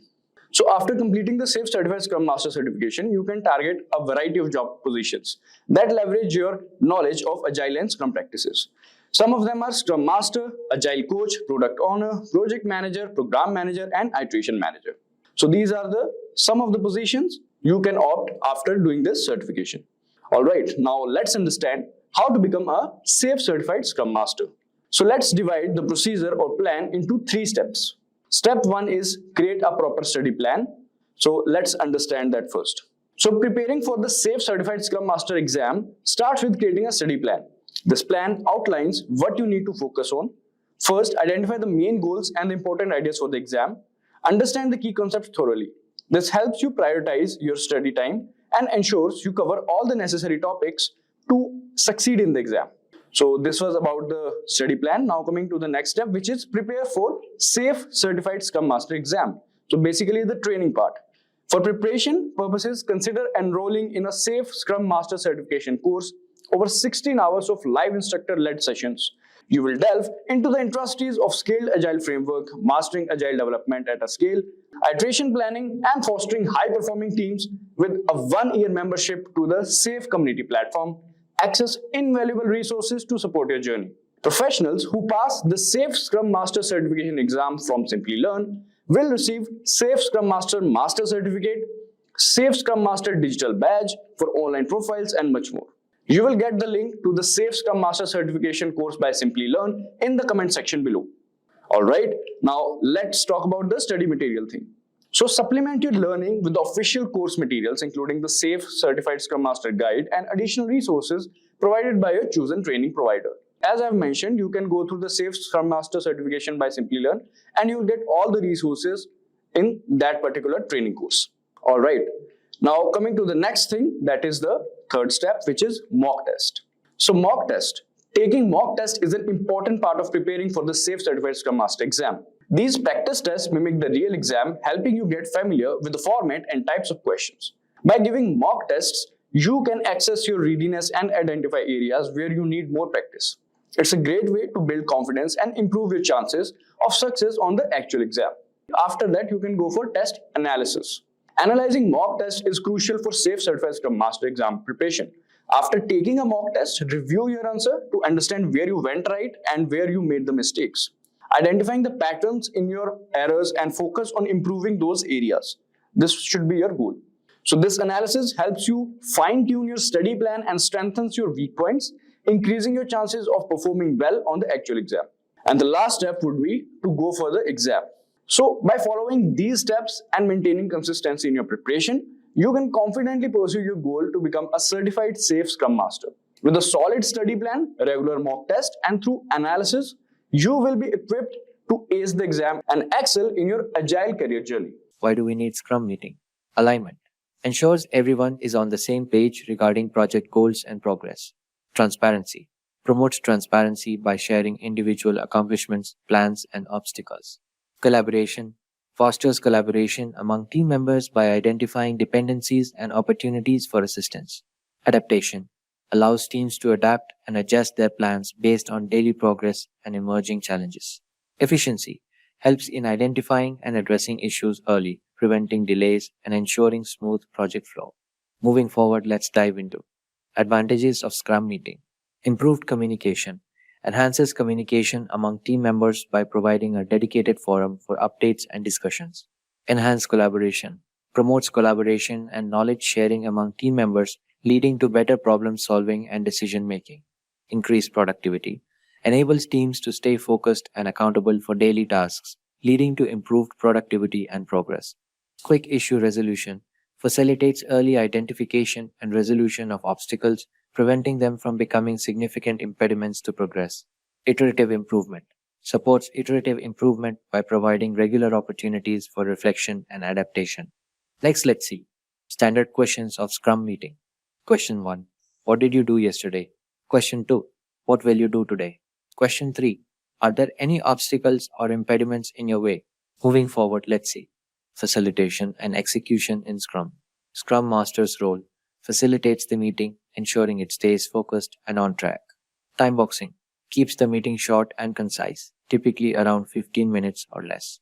Adapting format allows teams to modify the format or questions to better suit their needs and context. Staying standing encourages participants to stand during the meeting to maintain focus and keep it brief. Let's conclude this video. Conclusion. Value proposition. The daily Scrum meeting is a valuable tool for Agile teams, promoting alignment, transparency, collaboration, and continuous improvement. Integration with Agile Principles. It aligns closely with Agile principles of frequent communication, adaptation, and collaboration, making it an essential practice within Agile methodologies like Scrum. By incorporating these, teams can gain a comprehensive understanding of the purpose, benefits, execution, and continuous improvement aspects of the daily Scrum meeting within the Agile development framework. It's a pleasure to welcome you to our new video discussing the top 10 tools for product management. In this video, we will discuss what considerations should be taken before choosing a tool for product management, and then we will look out at the top tools for product management. But before we start, let's brush up on your knowledge. So here's a question for you all. What does a tool stand for? Do let us know in the comments below. Software for product management is an administrative tool used to produce and enhance a company's goods rapidly and effectively, along with successfully enhancing business profits. These tools allow product managers and their teams to gather fresh concepts and develop detailed strategies to turn them into actual products. Although these technologies are typically utilized by product managers and product teams, they also give other departments, such as marketing and sales, additional clarity and insight into product development. Product management is used for product analysis, development tracking, and road mapping. Whenever we concern tools for product managers, we often mean the basic handful of tools that the majority of us use daily. These product management tools typically consist of software for product analytics, development tracking, and road mapping. However, a product manager's duties go beyond simply gathering product perspicuity, surveying the backlog, and evaluating the product plan. Whether you are a beginner or an experienced product manager, you should utilize the right tool to ensure you are not overlooking a crucial aspect of your job. Product managers are frequently in charge of organizing the examination, choice, and purchase of product management solutions for usage inside their company. It might be challenging to choose the best product management solution, though. Now let's move ahead in our session and know what considerations should be taken before choosing tools for product management. Depending on the requirements of the business, each product firm will have a unique collection of tools in its accumulation. The set of tools that the product team employs to manage their operations is known as product management tool accumulation. These tools are frequently integrated, where they perform well together and complement one another. The product development efforts may succeed or fail greatly depending on the choice of product management tools. So, to have a successful product, there should be some considerations to follow up on before choosing a management tool. So let's take a look at the concerns one must heed before choosing a product management tool. The very first consideration that should be taken is to recognize the demands of your product management staff.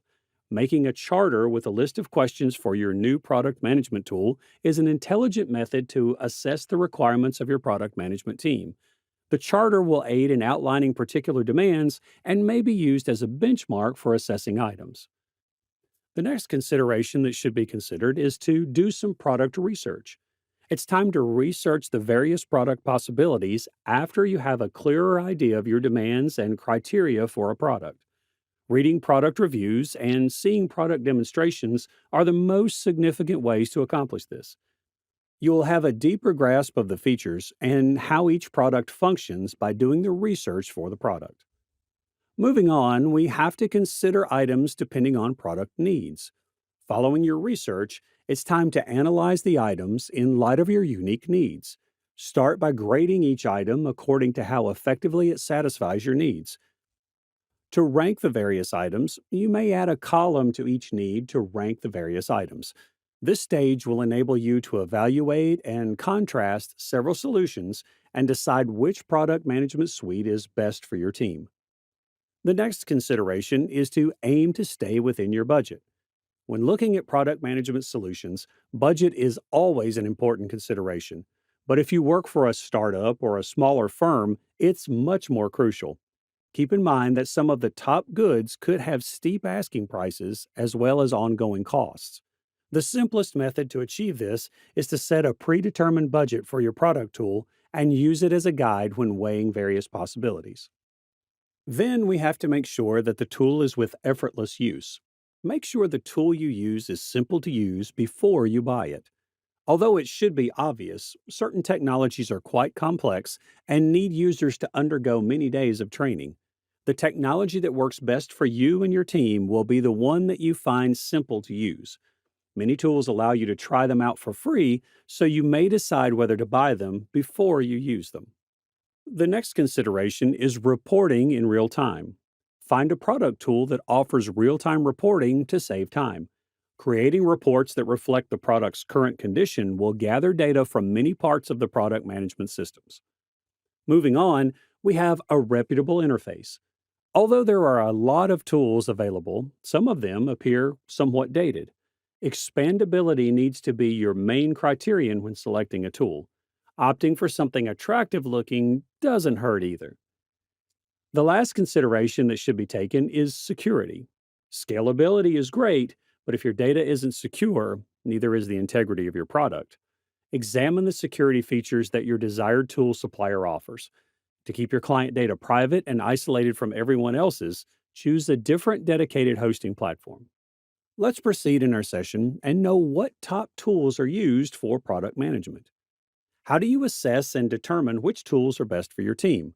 Consider your firm and product size and development stage as a starting point. A tiny firm with one product manager, for instance, probably won't require or have the funds for numerous tools. You could pick a few applications that provide a wide range of integrations and features. A huge organization, on the other hand, would require specific tools created for complex work streams and several teams.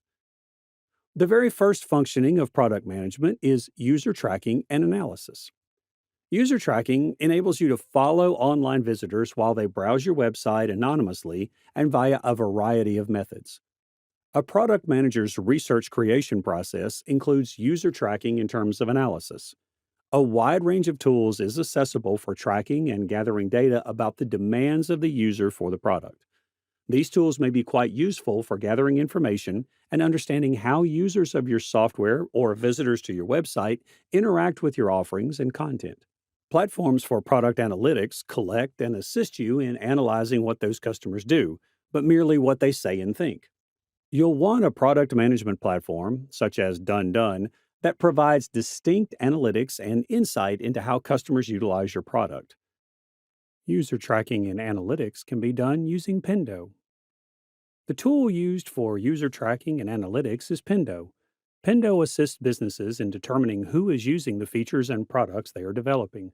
You can find out which features people like and don't like, as well as how they move across your product range with the help of our product analytics tools.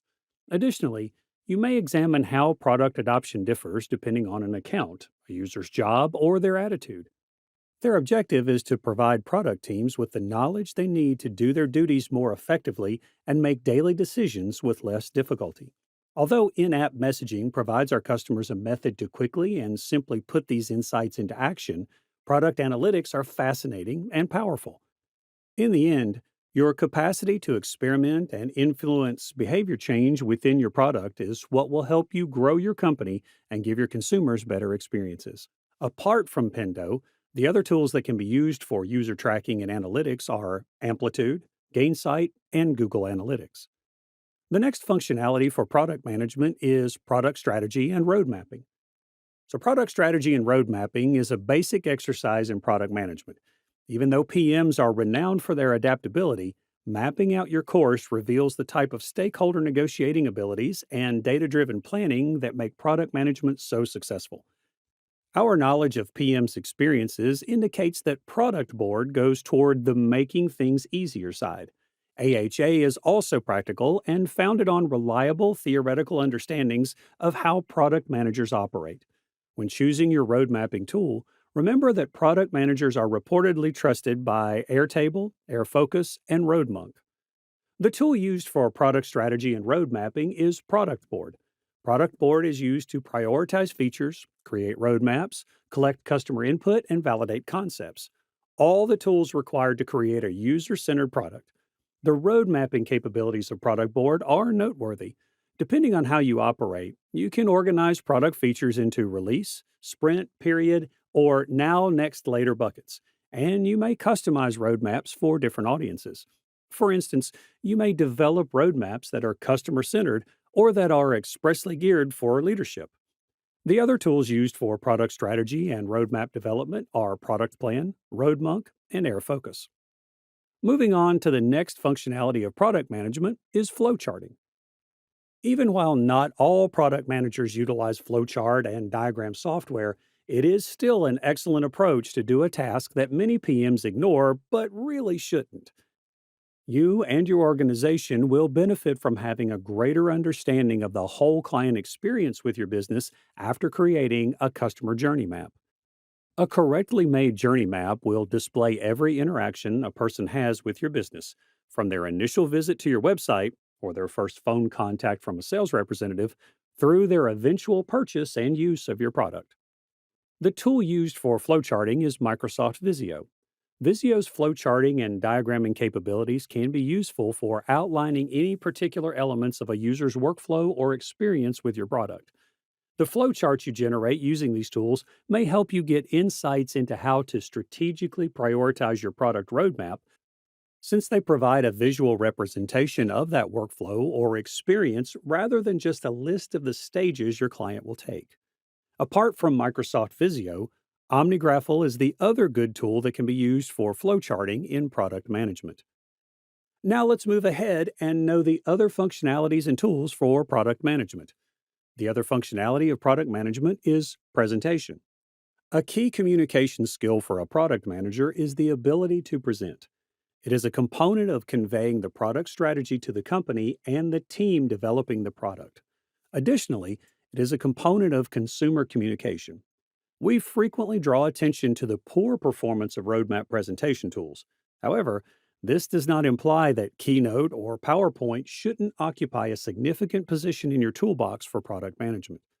For distributing your high-level goals, ideas, and plans within your company and to external audiences like clients, presentation decks may be quite helpful. For instance, vision boards may be a potent tool for selling a group of executive stakeholders the vision of your product. Additionally, using presentations to teach salespeople or educate industry analysts about your product may be quite successful. The best tool for presentation is Microsoft PowerPoint. One of the most often used tools for presentations is PowerPoint. It is a component of the Microsoft Office package and is usable for domestic, commercial, and academic uses. PowerPoint dominated the presentation industry and was most well known for its templates and usability. This program enables anybody, from amateurs to experts, to create presentations utilizing text, graphics, video, audio, and data tables. You may deliver the presentation as you like by using a range of animations and transitions. Other than PowerPoint, Keynote, Google Slide, and SlideShare are tools that can also be used for presentations. Moving on to the next functionality of product management, it's prototyping and wireframing. Design teams experiment by turning their ideas into physical prototypes, which might range from paper to digital. To capture design concepts and user testing, teams create prototypes with varying levels of realism. You may improve and evaluate your ideas using prototypes, allowing your company to release the proper items. You must put a lot of effort into demonstrating that your product concept can be realized before bringing it to fruition. More technologies are emerging as a result of the growing significance of user design and easy consumer journeys. They also employ techniques to minimize discomfort and streamline the delivery process. The number of web based apps available has increased due to this popularity. Some, nevertheless, are a little questionable in terms of usefulness. Most people are using multi-purpose applications that may be used for prototyping, designing, and whiteboarding. If you're searching for a versatile tool that is also great for prototyping, we may suggest Figma. The best tool used for prototyping and wireframing is Balsamiq. Balsamiq Wireframes is a quick, low-fidelity UI wireframing tool that simulates sketching on a whiteboard or notepad while using a computer. It effectively pushes you to put your attention on structure and substance rather than wasting time on early debates about colors and details. With wireframes, you may quickly produce new ideas, discard the subpar ones, and identify the best solutions. The alternatives of Balsamiq for prototyping and wireframing are Sketch, InVision, and Adobe XD. The next function of product management is product development. Product development involves bringing a new thing or item to market or enhancing already available goods to boost sales. A product is initially merely a sample. For a firm to become something that can be sold on the market, a lot of time and money must be invested. The idea, design, development, and marketing of newly developed or freshly renamed goods or services are all phases in the process known as product development, sometimes known as new product management. The entire process of creating a product, from conception through market launch, is referred to as product development. Product research makes the difference between a product's success and failure, both at launch and throughout the product lifecycle, by helping you understand the requirements and desires of your consumers and keeping an eye on the competitive landscape and environment of your product. The best tool used for product development is Rally. The foundation of value stream management is Rally. By enabling business leaders to address challenging issues like how to prioritize capabilities related to development, how capabilities relate to development outcomes, how to track capabilities progress from planning to delivery, and how to find opportunities to optimize flow, Rally's insight contributes to value stream management. Rally is used by value streams to make complicated processes transparent and enable swift business pivots based on data-driven choices. The alternative to Rally for product development is Azure. Moving on, we have project management as the next functionality of product management. A project manager oversees several projects that are necessary to achieve the various goals that a product manager sets for it in terms of vision, goals, and business trajectory. The project manager is therefore more of a man of action, whereas the product manager is more of a master strategist. Making a distinction between projects and products might be helpful. Though product management and project management are two different jobs, still there would be some interactive work. No product manager can operate without zero work support of a project manager. The tool used for project management is Jira. Jira brings teams together for everything from agile software development and customer service to startups and companies. Jira assists teams in planning, assigning, tracking, reporting, and managing work. Jira software, the top solution for agile teams, helps software teams develop better. A workflow is the first step in managing projects and tasks in project management software. Workflows outline your procedure and make task tracking possible for your team. Visualize your process so that your team is aware of the status of tasks and projects. Projects frequently contain checkpoints or milestones that must be met to maintain the overall project's direction. Versions are milestones in Jira Work Management. After creating versions, you may group work into several versions. Other than Jira, Pivotal, Monday.com, and Diagrams.net are the tools that are used for project management. So moving on from project management, collaboration is the next functionality of product management. Working in the product sector offers some of the most intriguing opportunities for cross-functional collaboration. Although there are difficulties, which we'll discuss momentarily, it exposes everyone engaged to every step of the product development and launch process. UX designers have the chance to learn more about marketing and engineers have the chance to learn more about UX design. The tool used for collaboration for product management is Trello. Trello is one of the more powerful project management applications that aims to improve teamwork inside and between departments. Trello allows you to manage several projects and arrange various activities by allowing you to create boards, lists, and cards. To get a clear picture of everything that is happening, you may also set up calendars, make checklists, and assign productivity indicators. Trello has built-in automation for the best processes and the least amount of manual effort, like many other top products today. Trello is an essential component of your product management stack since the job of the product manager involves coordinating a lot of various moving elements. The alternatives for Trello for collaboration are GoToMeeting, Dropbox, and Zoom. The next functionality of product management is user experience and testing. In the field of product management, the phrase user testing is frequently used. Usability testing is frequently used interchangeably with user testing. During the user testing phase of the design process, you analyze your product or service using actual customers to develop user-centered designs.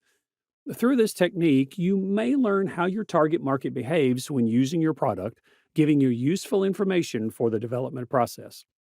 The best tool used for user experience and testing is Adobe Target.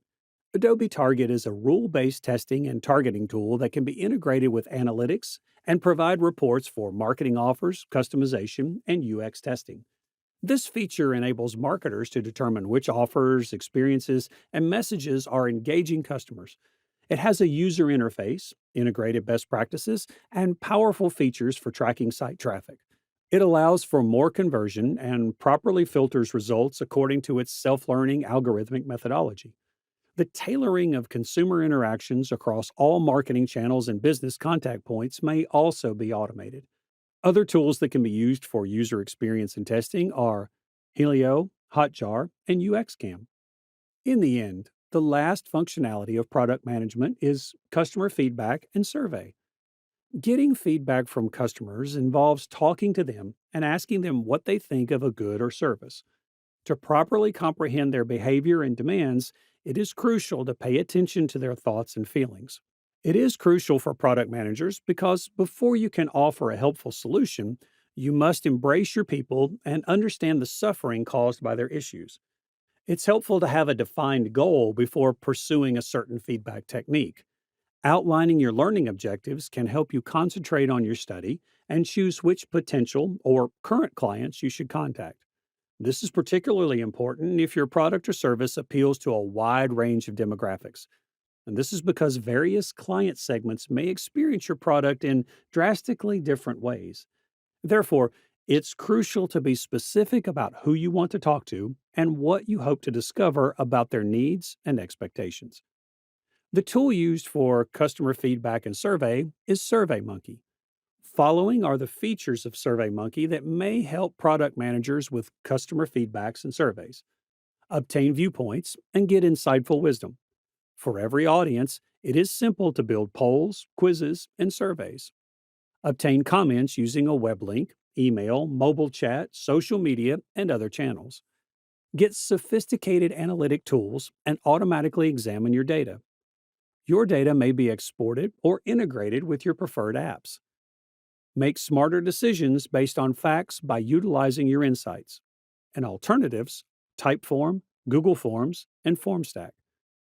Other than SurveyMonkey, the tools that can be used for customer feedback and surveys are Typeforms, Google Forms, and FormStack. With this, we have come to the end of this session. But before winding up, let's take a look at the bonus tools for you that serves multiple purposes in terms of product management. The very first tool is Slack. To strengthen product organization, Slack has emerged as the most crucial tool. Slack is utilized to cut down on pointless meetings, facilitate teamwork, make information widely available, and involve our consumers in the creation of new products. By acting as a central communication, reporting, and file center, the software boosts efficiency for both small and big teams. Slack Connect streamlines communication by bringing everyone into your virtual headquarters to complete tasks, breaking down organizational walls. From debating the finer points of a contract to analyzing the most recent drawings from your creative agency, Slack Connect enables real-time collaboration. Moving on, we have Canva.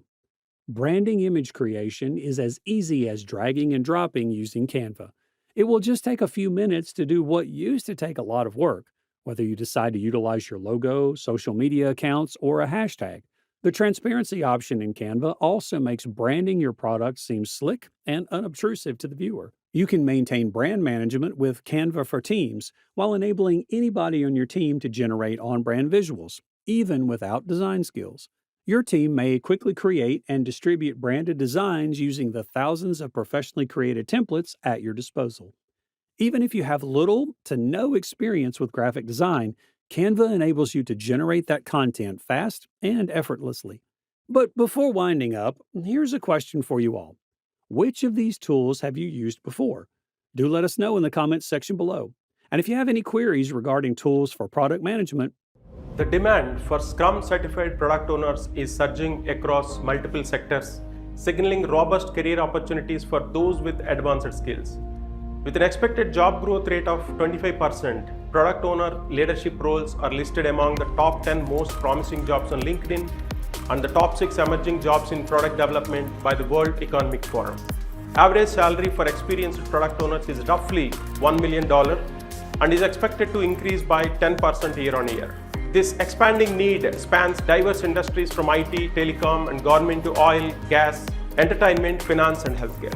Hi, my name is Vijay Bandaru, and I want to welcome you to Simplilearn Certified Scrum Product Owner Certification training. I'm a certified Scrum trainer, team coach, and enterprise coach from Scrum Alliance. If you want to elevate your Scrum mastery, you are in the right place. As a certified trainer, I'm here to lead you into the depths of Agile Product Management with proven strategies to succeed in any sector. Join us for 16 hours of live instructor-led sessions where learning comes alive through games, role plays, simulations, and case studies. Our globally recognized certified Scrum trainers, experts in their fields, deliver these interactive sessions. By the end of this course, you will earn 16 SUs plus 16 PDUs with complimentary access to 15 value addition courses worth of $500. You will also get a 2 years complimentary membership of Scrum Alliance to further your professional development. This course offers a comprehensive journey into advanced product ownership, surpassing fundamental concepts. You will explore strategic product visioning and master stakeholder engagement while delving into real-world challenges to hone your agile leadership abilities effectively. With a focus on mastering strategic product backlog management and scalable agile practices, you will gain the tools to drive successful product deliveries. By enhancing your leadership and collaboration skills, you will have a profound impact on your organization's agility and success. Why take CSPO certification at this stage of your career? The evolving job market landscape demands highly skilled Scrum product owners capable of managing dynamic product development cycles. This course prepares you to thrive in roles essential to business agility and innovation. Simplilearn is the world's #1 online bootcamp for digital economy skills training, a global leader in agile training and part of the global registered education ally of Scrum Alliance. Our experienced CSTs have enabled more than 35,000 learners across the globe to achieve their goals. Ready to improve your product owner skills? Enroll in our Certified Scrum Product Owner course and join the global community of Scrum professionals who are making a significant impact. Step into the future of product management. Join us at Simplilearn and transform your professional trajectory with our Certified Scrum Product Owner training. Let's reshape the way products are envisioned and delivered. Let me ask, have you ever been in an interview where they threw a tough question at you? Like, how would you solve this product problem? It can feel pretty overwhelming. Well, don't worry. Today, I'm going to help you out to figure how to answer these product management case study questions easily. These are the kinds of questions where you have to solve real business problems, like deciding what features an app should have or how to launch a new product. Let's say you're asked to improve the onboarding process of a food delivery app. Sounds tricky, not if you want to know how to break it down. In this video, I'm going to show you how to handle these kinds of questions step by step. First, I'll explain you how to listen carefully and ask the right questions, like what's the biggest issue users are facing or what's the main goal here. Understanding the problem is the first step. Next, I'll show you how to organize your answer. You'll break the problem into small parts, think about the solution, and explain why it's a good idea. For example, if you're asked to improve a grocery delivery app, you would think about making it easy to use, keeping customers happy, and standing out from the competition. Finally, I'll teach you how to explain your thinking process. The interviewer wants to see how you can think and make decisions, not just the final answer. So by the end of this video, you'll know how to confidently solve these case study questions and show the interviewer that you are ready for the job. So let's get started. So the first thing you want to do is to listen carefully and take notes. When you're given a case study question, it often includes a lot of information, sometimes too much. Your goal here is to understand the key details, whether the case is about prioritizing features for a new app or creating a go-to-market strategy. It's crucial to capture the most important points. Let's say the interviewer asks, how would you prioritize features for a new music streaming app? Right away, you want to note down things like the target audience, who will be using this app, is it designed for a casual listeners or music professionals? Then we have business goal. Is the company looking to grow its user base or increase engagement or something else? You'll also look into the challenges, what are the key problems, what they are facing. Maybe users are dropping off after the first month or aren't spending much time in the app. So writing these points will help you break down the problem and make sure you don't miss anything when you're ready to give your answer. Remember, case studies can have multiple layers of information, so taking good notes help you organize your thoughts and approach the question logically. The second step is to ask clarifying questions. Don't hesitate to ask clarifying questions. Interviewers want to see how well you dig into the problem. If something is unclear, ask. It shows how you're thinking critically and want to fully understand the challenge before you jump into solving it. For example, let's say you are asked to improve a product features for a food delivery app. You could ask questions like, what are the main points for users during the delivery process? Is it related to the speed, user interface, or something else? What's the company goal with this feature improvement? Are we focusing on reducing order time, increasing customer satisfaction, or something else? Asking questions like these will not only help you gather more details, but also demonstrate the interviewer that you have a thoughtful and precise in your approach. It's not just about solving the problem, it's about solving the right problem. The next step is to pause and think. Now, take a moment to pause and think. Don't rush your answer. It's tempting to jump right in, but giving yourself time to process everything will help you approach the case study with a clear mind. Reflect on the problem and consider how it ties into the broader goals of the company. For example, if you're tasked with designing a feature for a food delivery app, think beyond the feature itself. Consider the user experience, market positioning, and the long-term impact on the business.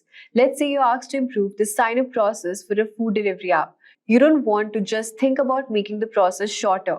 You also want to consider how the sign-up flows into the overall experience. Is it simple and intuitive for the users? Does it create a seamless transition into the rest of the app or not? Also encouraging users to place an order right away. Taking a moment to pause allows you to think through different aspects of the case and gives you a chance to identify any connections that might not be immediately obvious. The next step is to structure your answer.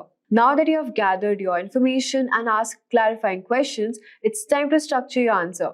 A clear and well-organized response will show the interviewer that you can handle complex problems in a logical way. Here's a framework that works well. The problem. Start by clearly relating the business challenges or opportunity. For example, the food delivery app is facing high cart abandonment rates during checkout, which is impacting conversation. Your approach should be explaining how you would approach the problem. This might involve analyzing user behavior, conducting market research, or benchmarking against competitors.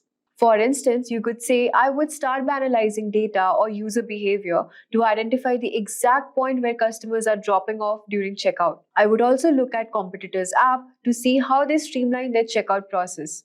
Then propose a solution. For example, to solve the cart issue, I would simplify the checkout process by introducing one-click checkout option for returning users and offering payment options that are most popular in the target region. Finally, mention the key metrics you would track to measure success.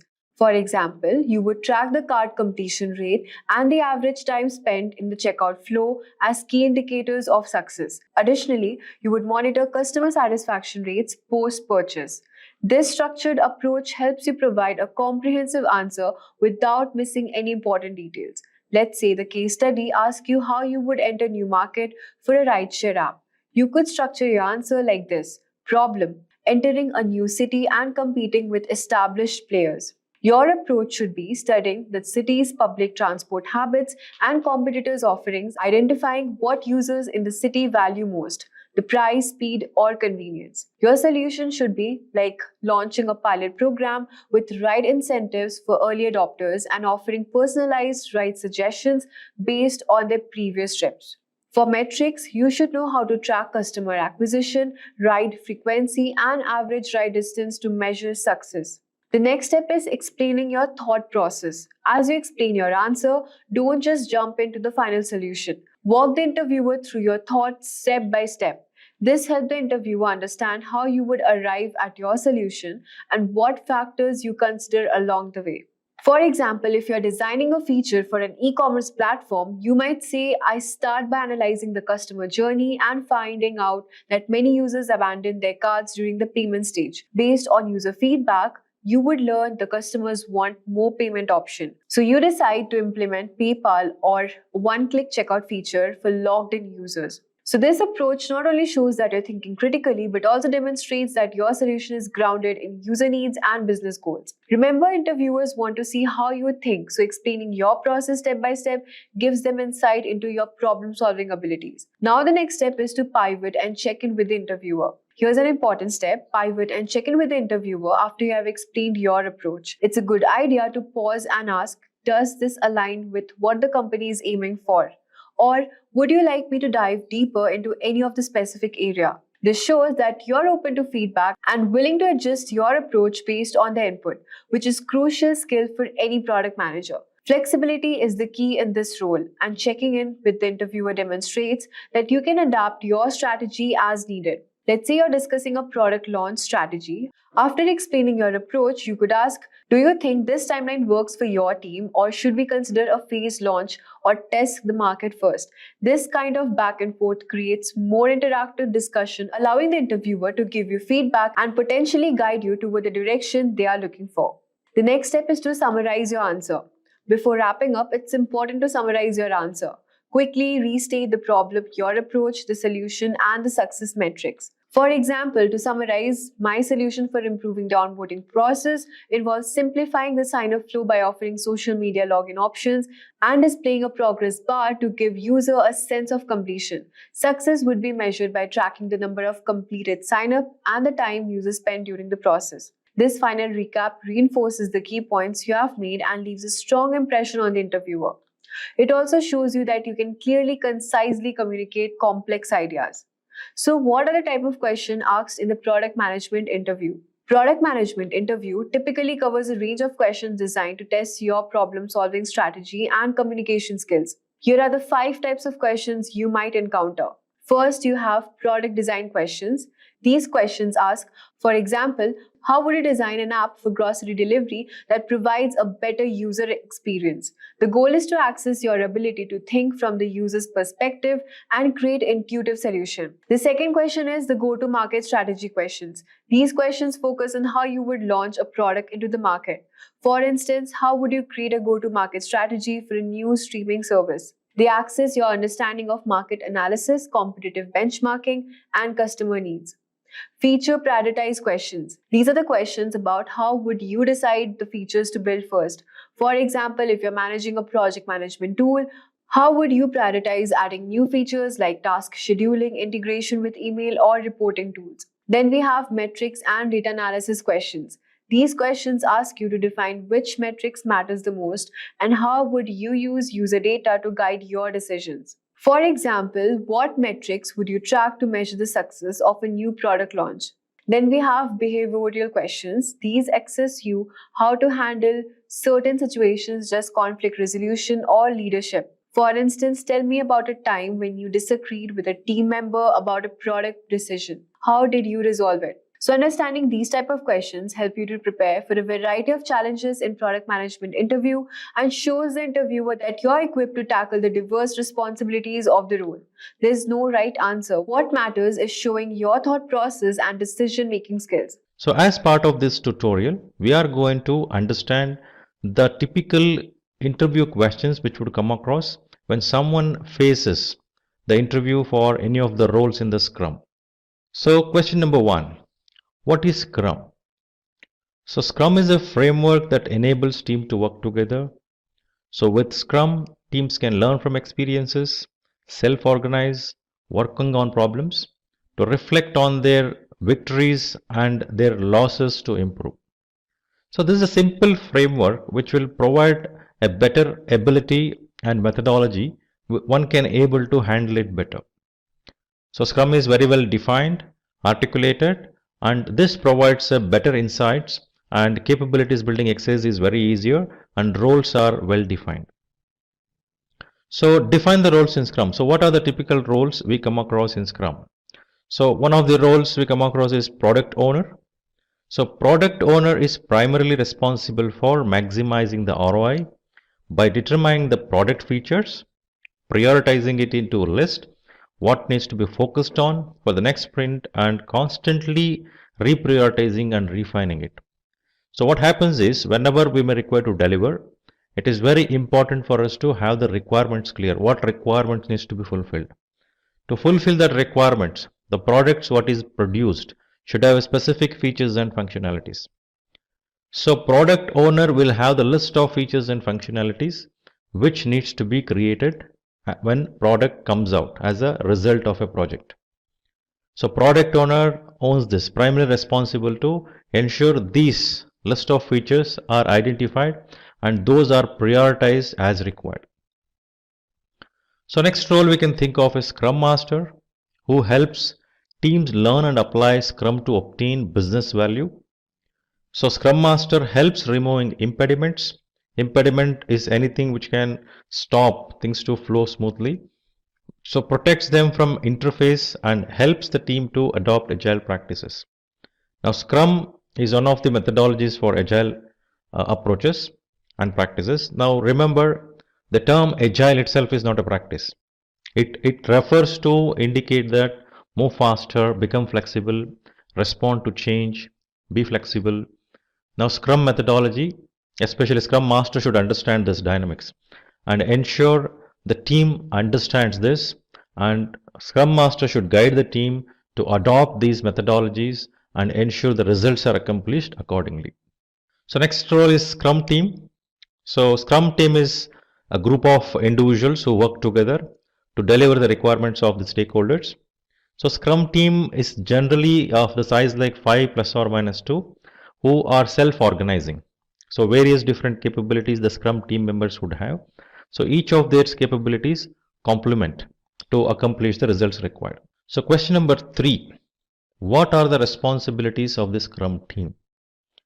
So Scrum team is self-organizing, as I mentioned earlier. So it is a self-organizing team that has 5 to 7 members, and the responsibilities would include the development and delivery of working products during each sprint. Now we are seeing the new terminology sprint. So what is the meaning of this sprint? Now sprint refers to an iteration, a time-boxed iteration which will have a specific deliverables to be accomplished as part of it. So self-organizing team takes that specific working piece, what needs to be delivered. So that is a sprint backlog, we call it as. So from the product backlog, the features, functionalities which needs to be delivered as part of this specific iteration called sprint, time boxed iteration, and those sprint backlog items are delivered. The output of that sprint would be the features what is being taken as a working piece, working product. So to demonstrate ownership and transparency for work assigned to them. So they own it, the entire thing assigned to them, there should be ownership. So ensuring the success of daily Scrum meeting by providing crisp and correct information. So Scrum has one event, there are 5 events basically. So one of the events which happens daily is daily Scrum meeting, where the team comes up with Scrum Master. So they would speak about what is that they have accomplished from the previous stand-up to till now, Is there anything which is stopping them to move forward? So giving the crisp updates, specific summary updates, so that Scrum Master understands the status. So any specific changes or any specific support which are required, Scrum Master would discuss separately with those individuals and get it done. So it should be minimum 15 minutes meeting when we say daily stand-up meeting. So Scrum team collaborate with each of the team members, they work together and they self-organize. So next question, the differentiate between Agile and Scrum. Now it is very essential to understand the terminology's differences. So if we just end up with looking at wrong understanding of each of the terminologies, then explaining will become difficult. So what does it mean by Agile and what it is when it comes to the terminology called Scrum? The term Agile refers to ability to move quickly and easily by becoming more flexible and adaptable. This is what the meaning which gets associated with the term Agile. So many times I have seen people answering Agile is a methodology, Agile is a iterative and increment methodology. And also I think when you search through the popular search engines, you may come across that, which is wrong. So Agile is the terminology which is used to state to move quickly and easily by becoming more flexible and adaptable. This we should keep in mind. So if our question may be like, what are Agile methodologies? Then you can come across like one of the Agile methodologies is Scrum, and you can go on various different methodologies what we have. So Scrum is an Agile methodology, right? The term Scrum is the name given to the Agile methodology which enables organization to become Agile, right? So to become Agile, obviously there are various methodologies. Scrum is very popular. So that is the main difference.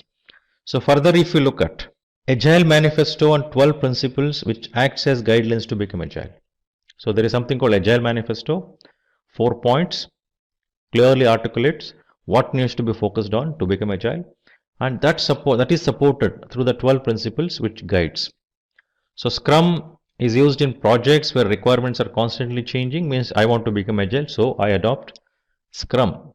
So this definitely has to align to Agile Manifesto and take the guidelines, whatever is mentioned in 12 principles of Agile Manifesto. Then looking at leadership perspective, roles perspective. So Manifesto mentions the required collaboration interactions to become Agile.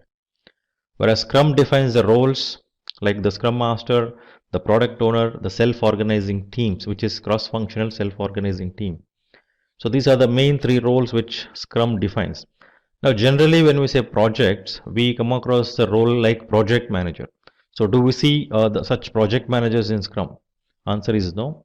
Because the Scrum Master who engages with the team regularly, more than management, they focus on facilitating role to the Scrum teams so that things can be delivered the way it is required and more flexibility is given to the team to take the calls to accomplish the results. So Scrum Master facilitates, whereas the Product Owner, as I mentioned earlier, looks at the product backlog and prioritizes and provides what are the features, functionalities needs to be created in the next iterations. So speaking about flexibility, definitely Agile Manifesto mentions the required focus on working software and focusing on changes. So that's the focus, the direction what it provides. So Scrum approaches enables teams to react to changes quickly. The Scrum methodology is made such a way that team understanding that can able to react, and those changes and modifications are made visible to the team. So delivery perspective, Manifesto provides necessary guidelines on frequent delivery of product or software.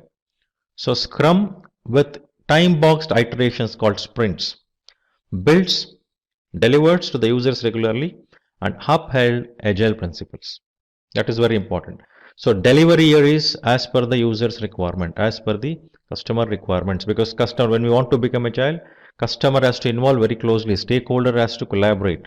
Without that, you cannot become Agile. So next point is about collaboration.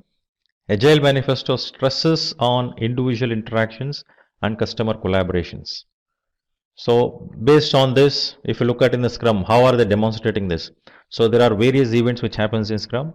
So as I mentioned earlier, we have daily stand-up meetings and other Scrum events like sprint retrospective, sprint reviews, daily stand-up meetings, which happens like sprint planning, which happens regularly.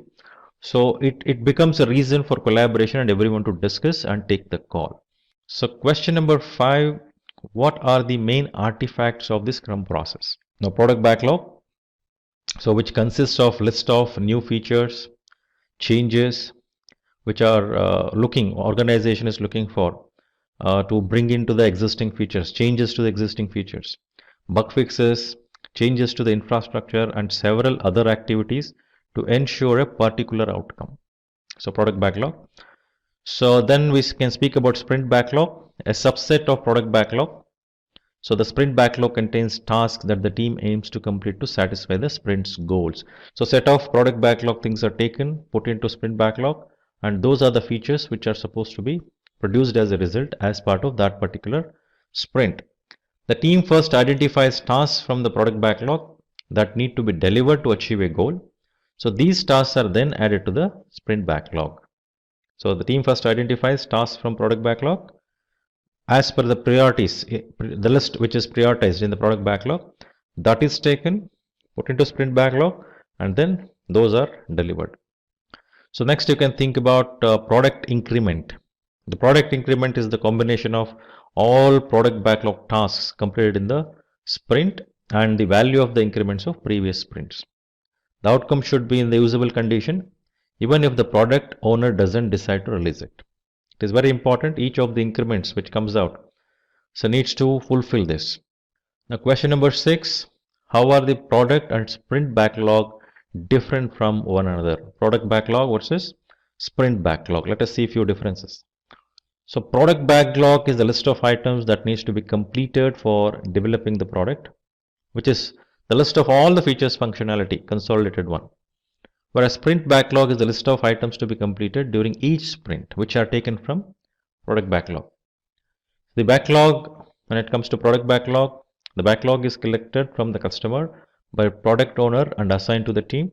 Whereas in sprint backlog, the team collects the backlog from the product owner and sets up the time frame for the sprint. So product backlog is specific to end goal, ultimate objective, whereas sprint backlog is specific to that sprint, specific iteration called sprint in Scrum. What is that we are going to produce as part of it? Product backlog is based on customer vision, whereas sprint backlog will vary based on the product vision defined by product owner. So prioritized lists you take from there, product backlog. So product backlog is independent of sprint backlog, whereas sprint backlog is dependent on product backlog. Reason we know already, I explained. So this is the prioritized list of backlogs we take from product backlog and create this specific product as part of sprint, which become sprint backlog. So product backlog refers to until the project is complete, the product owner maintains the product backlog. Whereas sprint backlog, when it comes to sprint backlog, each new sprints as backlogs added by the team as each sprints are initiated. So next question, who is the Scrum Master and what does he or she do? So a Scrum Master promotes and supports the adoption of Scrum in the team. Scrum Master helps everyone to understand the theory, practices, rules and values in the Scrum. So Scrum Master is playing the role of facilitation, enablement, right? So Scrum Master ensures the team follows Scrum values, principles and practices, removes blockages that may hamper the progress of the project, protects the team from being distracted, ensuring the team delivers value during every sprint. So next question, what happens in daily stand-up sessions? So daily stand-up sessions are the discussion which are done daily that takes place and are usually 15 minutes in duration. The objective is to understand what went well, what tasks are completed from the last stand-up session, what tasks are pending, and the obstacles the team was facing. If at all any specific task is not accomplished for certain reasons, so what are stopping the team to accomplish that? That needs to be made visible. So that separate meeting can be held to discuss on that and do the necessary corrections by taking proper actions. So the objective of this daily stand-up meeting is to understand the overall scope and status of the project. Further, individual discussion can be taken up after the daily stand-up sessions. As I mentioned earlier, if you find something is not accomplished as per the plan, now how do we ensure that is corrected and why is it happening? Is there any support is required by the team to focus on that? So something like that can be checked on. Question number 9, what is Scrum Ban? So Scrum Ban is a development methodology that is a combination of Scrum and Kanban. So this can be used to meet the needs of the team that aims to minimize the batching of work and to adopt a pull-based system. So Kanban is called as pull-based system. So which actually helps in terms of visualizing what work is in progress, and since it is a visualized system, it is visible to everyone. So it works in terms of making people become conscious to take that work and get it closed quickly. So it's also called pull system because work is pulled from that particular list. So when this Kanban approach or methodology or thought is applied in Scrum, we call it as Scrum Ban. So combination of this definitely helps in terms of making that entire journey successful and supports the Scrum methodology. So Scrum Ban includes the structure of Scrum along with the flexibility and visualization of Kanban. So Scrum Ban is used by the teams that need to be structure of Scrum, that has the structure of Scrum and the flexibility of a flow-based method like Kanban. So question number 10, what is Sprint Zero and Spike? So the term Sprint Zero refers to the short amount of effort put for creation of vision, a rough skeleton of the product backlog. So now we do this whenever we need to understand certain things, how things looks like, to get certain insights. So this also includes insight towards estimating the release of products. So you get some vision, it gives some clarity, right? So this Sprint Zero are required to create project skeleton alongside research spikes, keeping minimal design, develop a small number of stories completely, have low velocity and be lightweight. So speaking about this spike, so spike is set of activities used in extreme programming. I think this was introduced there in extreme programming, that is one of the agile methodologies. So involving research, design, investigation, making proof of concepts, etc. So the objective of spike is to reduce the risk of technical approach by gaining knowledge which helps understanding requirements and to improve reliability. So more aware we are, more clarity we have, I think putting step further will become easier. So informed decisions you can take. So next question, what is Scrum of Scrums? Now Scrum of Scrums is a terminology used for scaled agile techniques which is required to control and collaborate with multiple Scrum teams. So when will we come across the need for collaborating between multiple Scrum teams? So these are the scenarios where organization has a complex structure, complex in nature, where you may require to handle them together, all of them together for accomplishing the common objective for business. Various Scrum teams you would have. So Scrum of Scrum helps in terms of better collaboration and handle them easily or better way, better control.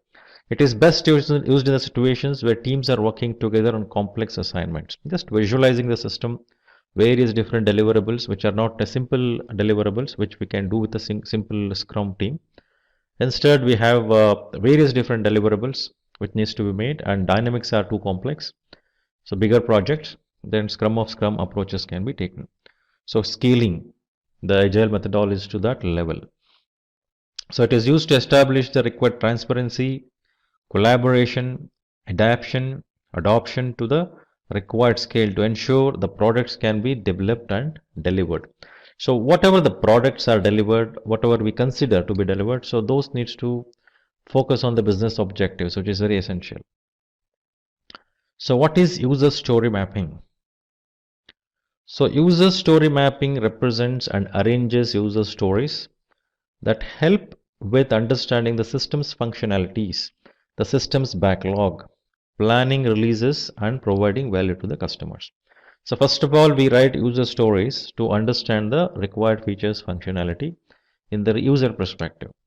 Now if we map those user stories, which user story link to other user story, which functionality links to other functionality, determining that will become easier.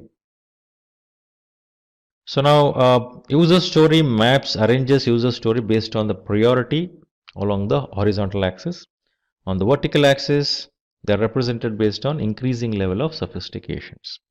So this will help in terms of handling in a regular flow, in a specific flow, not regular flow, specific flow, so that things can be done in order with full clarity. So question number 13, what happens in sprint retrospective? So after the sprint review, so sprint completes, so sprint review happens, the sprint retrospective is done. So during this meeting, the lessons learned, what went well, what mistakes we did, what were the issues, so is there any new way of doing things? So all these are discussed so that these necessary corrections can be considered in the upcoming iterations, the sprints. So data from year is incorporated when planning the new sprint. So the learning what you had, you are going to collect it, what went well, what went wrong, what was supposed to be the best approach and how did we approach it? Is there any other way of doing it? So these are discussed and very essential to do it at the end of completion of each of the sprints review. Question number 14, what is empirical process control in Scrum? So empiricism refers to work based on facts, experiences, evidences, observations and experimentation. So empirical process control is established and followed in Scrum, ensuring project progress and project interpretation is based on facts of observation. So actual facts and figure is very important. Any decisions what we make, any progression what we make should be always based on ground facts and actual pictures. We should not deviate from it. So these rely on transparency, observation and adoption. Obviously when you are working on the data on ground reality, so you are working on the actual one. It is transparent. It is on the observed data. The mindset of the team and the shift required in the thought process and culture are very essential to accomplish the agility required by organization. So mindset of the team is very essential. And adoption of process, compliance to the process, the culture, the behavior obviously plays a very important role when you do something within the organization. So that needs to be done as per the need, which should complement to the business objectives. Very important. And that should be based on facts, not on some thoughts or assumptions or ideas. So next question is, what are some drawbacks of using Scrum? So Scrum requires individuals who have experience without whom the project will have a risk of failure. So one does not have a capability, difficult. Scrum requires team to be collaborative and committed. So people collaborating, individuals collaborating itself is a big challenge in many organizations. So bringing this into the place is very important when you want to adopt Scrum. So Scrum requires teams to be collaborative and committed to ensure the required results. They should work together and also they should collaborate with customers, stakeholders. The less experienced Scrum Master can cause the failure of the project. So be careful. Scrum Master is the one who is facilitator. We should understand this. Who enable the Scrum teams, who ensure Scrum teams goes the way we need them to work. If Scrum Master doesn't understand this dynamics, does not have the clarity on this, obviously the he or she cannot enable to team to become that. If tasks are not well defined, the project can have any inaccuracies. Scrum works better for smaller projects and would be difficult to scale to large complex projects. That's where we were discussing on a few questions before this. Scrum of Scrum we were discussing about when it becomes a complex project, which those needs to be handled together, which will become complex. So next question is, what are the skills of a Scrum Master? So a strong understanding of Scrum and Agile concept. Scrum Master should have fine-tuned organizational skills. So when Scrum Master is working with a self-organizing team with various different capabilities, so unless the organization skills, interpersonal skills, if Scrum Master does not have, working with them will become difficult. So Scrum Master should be familiar with technology that the team uses. Basic understanding of that, how it works, the dynamics associated with that. And Scrum Master should have an ability to coach and teach the team to follow Scrum and its methodologies. And very clear about the terminologies, artifacts, and all the events what happens. So Scrum Master should have an ability to handle conflicts and resolve them quickly. So conflict is a scenario which would happen for various different reasons. However, when conflict occurs, the Scrum Master should not shy away from it. Own it to resolve in the interest of the project, whatever is being done. It is very important. Scrum Master has to be a servant leader. So it is not like I'm a specific manager or leader of certain kind and I'm doing this with certain way. No, I'm actually facilitating, I'm guiding, I'm showing certain direction to the organization so to the team. When I say organization, I'm speaking about Scrum team, so that they are enabled to take up the specific project and accomplish the results accordingly. Question number 17.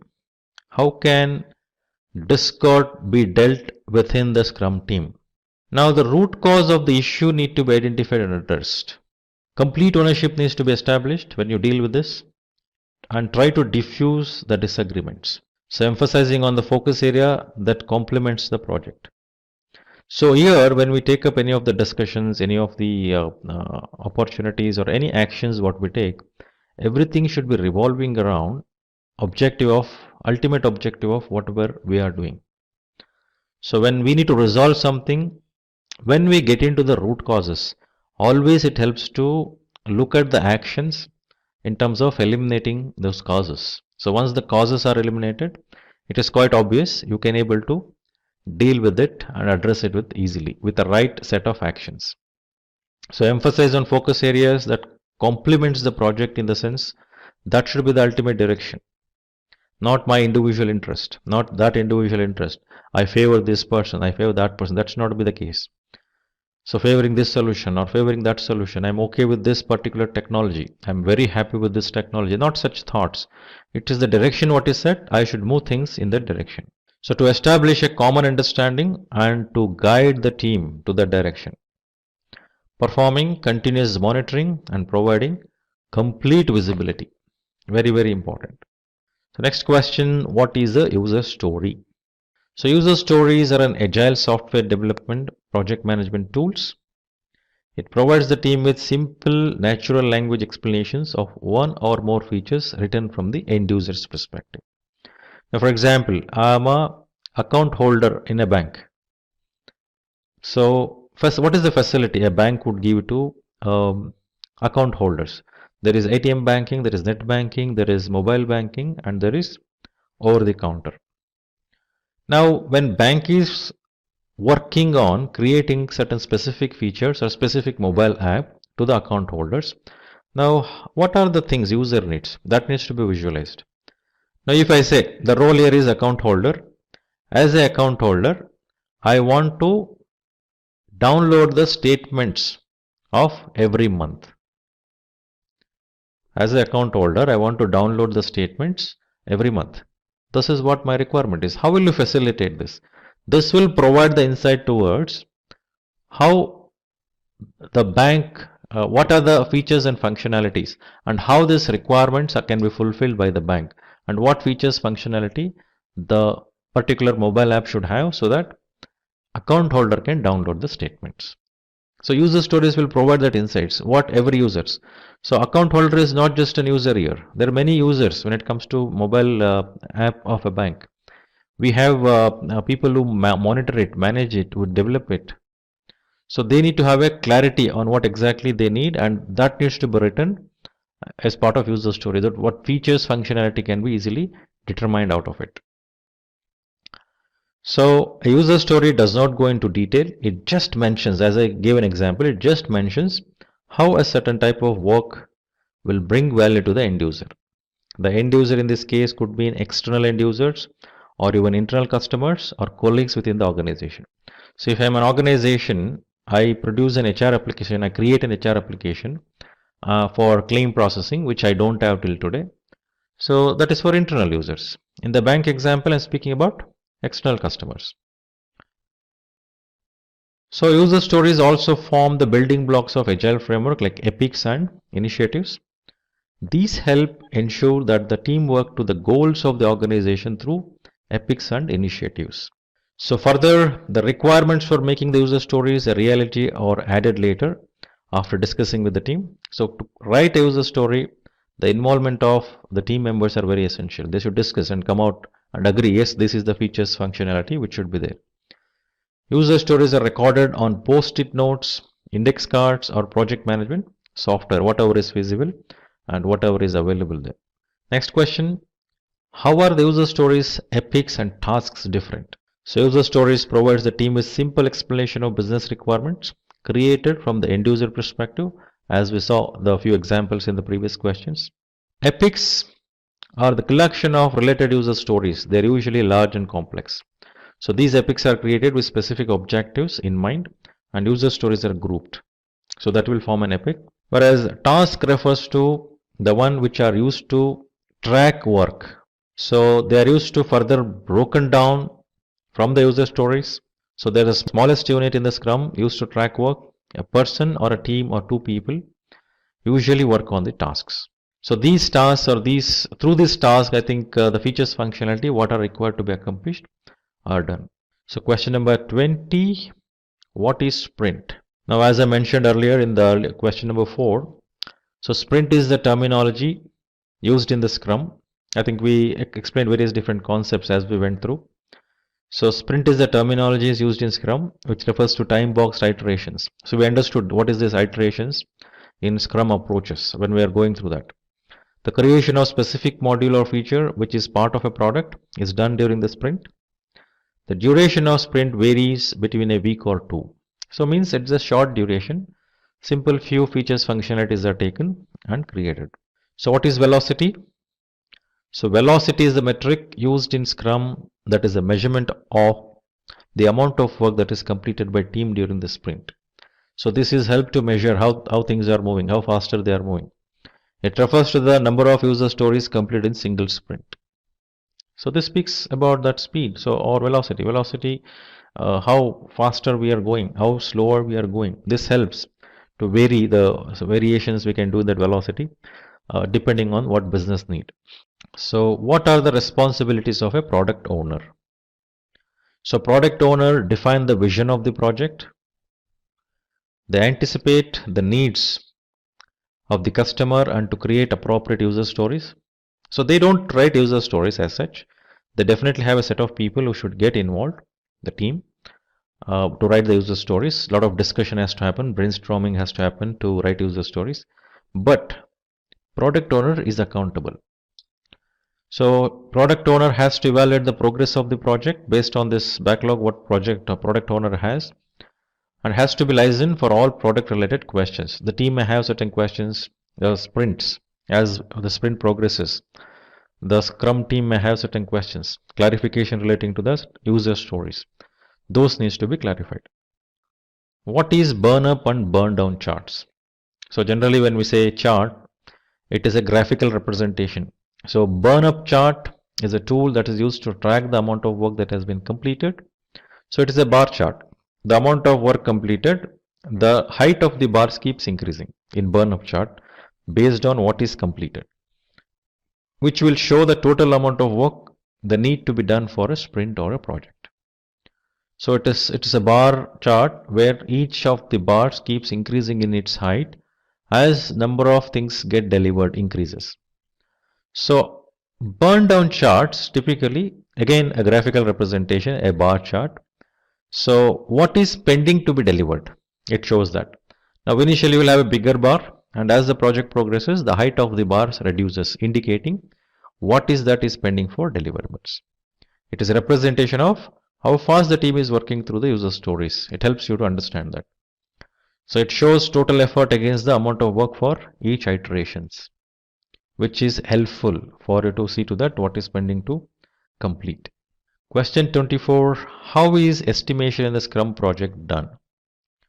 So the estimation of user stories is done based on its difficulty, a particular scale in which is used to assess the difficulty of user stories. So you have to analyze how difficult or easy is that. Some of the scales which are used like numeric sizing 1 to 10, t-shirt sizing like S, ML, XL, Fibonacci series or dog breeds based on their value. So many such approaches are taken.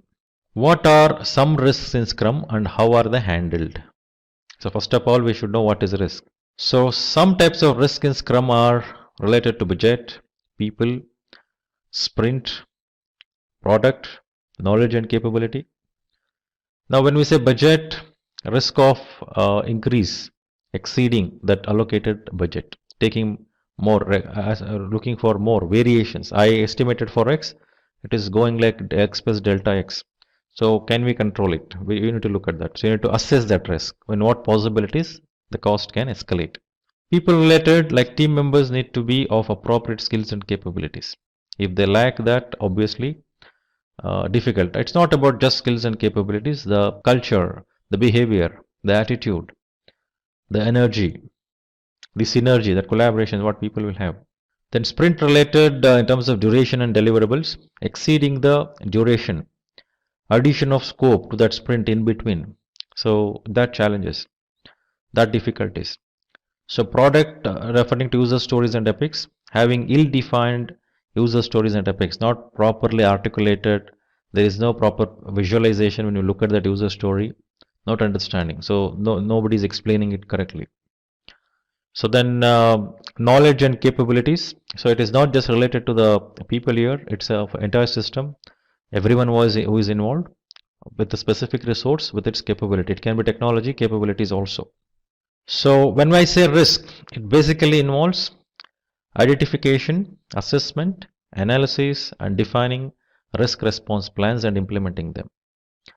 Now, when I say assess, assessing the risks should be qualitative as well as quantitative. So depending on the impact and probability of a risk. If it is a high impact risk, obviously we are required to do both qualitative and quantitative. If a simple one with a very less impact, so you can take the call accordingly to what extent you may require to analyze and have the response plans for it. So once you have implemented and defined and implemented the response plans, quite obvious you should keep monitoring it and manage the risks. Now risk impacts and probabilities may vary as the project progresses. So we may require to keep assessing the identified risk and keep identifying the new risks as we progress in the project. So these are done on a continual basis right from starting of the project till completion. The reason I told, it is essential to understand that the impact of the risk is based on the proximity of actual occurrence of the risk. Now for example, if you start working on something, nothing is delivered at the moment. Now if specific risk of people not available or customer is not involved, initial stage, very initial stage. So risk impact is accordingly. Project would delay in entirety, or requirements not very clear, it is delaying, something of that sort of impact you will have. Now as the project progresses, almost like 50% of the project complete, now there is some challenges or risk associated with issues are occurring related to customers involvement. Now you are mid of project, so again you will have a different kind of impact. 50% is delivered. Now you need to progress, because active involvement of stakeholders including customer is very important when you are becoming agile. So when that is not happening, as an example I am taking the involvement of customers, the collaboration part of it, if that is not happening, now here the impact level is not equal to the impact level when this happens in the starting of the project. Same type of risk what we are assessing. So that is the reason each of the risks you should keep assessing. The identified one, keep assessing as the project progresses, and check on is there any new risk is introduced as the project is progressing. So next question, what are some popular tools used in Scrum? So these are the list. So you can think of GitHub, Zoho, Trello, Jira Software, Yodix, version 1. So now what I am saying is, these are the tools, technology tools. So when we say tools, we cannot just limit our thought to technology tools. So what exactly this tool does? What are the techniques used? That we need to be very clear. Right? The metrics, what is measured, and methodology of measuring it. And what processes are used, what steps are used. So what needs to be used? So unless we are clear relating to specific type of project, usage of these tools may not make any sense. You cannot even implement or customize this for the requirement what you are trying to accomplish. So you be clear about it when you are selecting the tool. So 27, how does Scrum Master track sprint progress? So we have various different events which happens in Scrum, like daily Scrum meetings, Scrum retrospective, Scrum planning, Scrum review, and checking on the defects which are escaped, density of the defects, burn down, sprint burn down, velocity. So checking all of this provides the better insight to Scrum Master so that tracking the progress of the sprint will become easier. So, and how to deal with the scope creep. Now, before we understand the dealing with scope creep, we need to understand what is scope creep. So, the term scope creep refers to the change which is uncontrolled and added without checking the impact on the constraints like scope, time, cost. Now, what happens is you will be doing certain or delivering certain features. Now, you are forced or you are influenced or without your knowledge, some additional things are put in place. So, which may impact later. It may add value, it may not add value later, doesn't matter, but it may lead in terms of impact to your cost, time, and schedules, which is unexplained.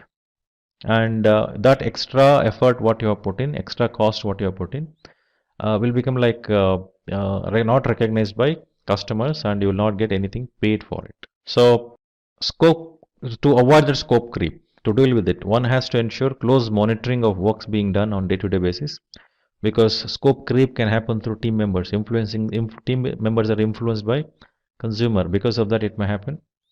So, understanding, communicating the vision to the team for ensuring the alignment. So, the team is very sensitive about that changes what is happening. Then capturing, reviewing the project requirements regularly against what is delivered.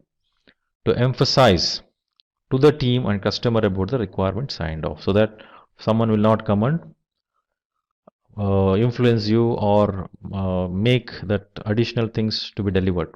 They need not push you, right? Ensuring any change introduced to go through change control, so no changes without any proper approval by the authorities, so that only those what is required to be implemented is implemented, and that is done formally through the formal change request. So avoiding gold plating. So it is a bit different thought process when we say gold plating. So we were doing the projects are trying to add certain things into the scope to please the customer, as an example, doing something additional, providing some additional features and functionality for which we are not paid. So scope creep is not a terminology used for it, but gold plating is the term used. But however, since it is an additional scoping, so we're just added here. So don't say that when the moment scope creep we says that is not gold plating. Gold plating is a different direction. So just to explain you, along with scope creep, what else would happen to where the additional deliverables would come in, which is gold plating. So question 29, what is MVP and MMP, which means minimum viable product and minimal marketing product. So now minimum viable product is a concept of lean startup which stresses upon the impact of learning while performing product development. So this allows one to test and understand the idea by getting exposed to the initial version of the product for target customers and users.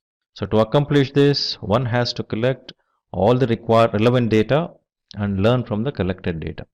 So the thought behind MVP is to produce the product, to provide access to the users, and to observe how the product is used, perceived and understood. This will also provide more insight towards what the customers or users' needs are. So when it comes to minimal marketable product, this refers to the description of the product, which will have a minimal number of features that addresses the requirements of the users. The MMP would help also the organization reduce the time to market, because you have the clarity what is that we may require to provide. Now question number 30, what does DOD means? Definition of done, right? So DOD refers to the collection of deliverables, which includes written codes, comments on coding, unit tests, integration testing, design documents, release notes, etc. This would add variable and demonstratable values to the project development. So DOD is very helpful to Scrum while identifying the deliverables to achieve the objectives of project for the stated reason above. So defining the steps required to deliver the iterations, the usage of appropriate tool like burn down to make the process more effective, ensuring on-time feedback throughout the project lifecycle, ensuring the walkthrough of the product backlog items are done and understood correctly.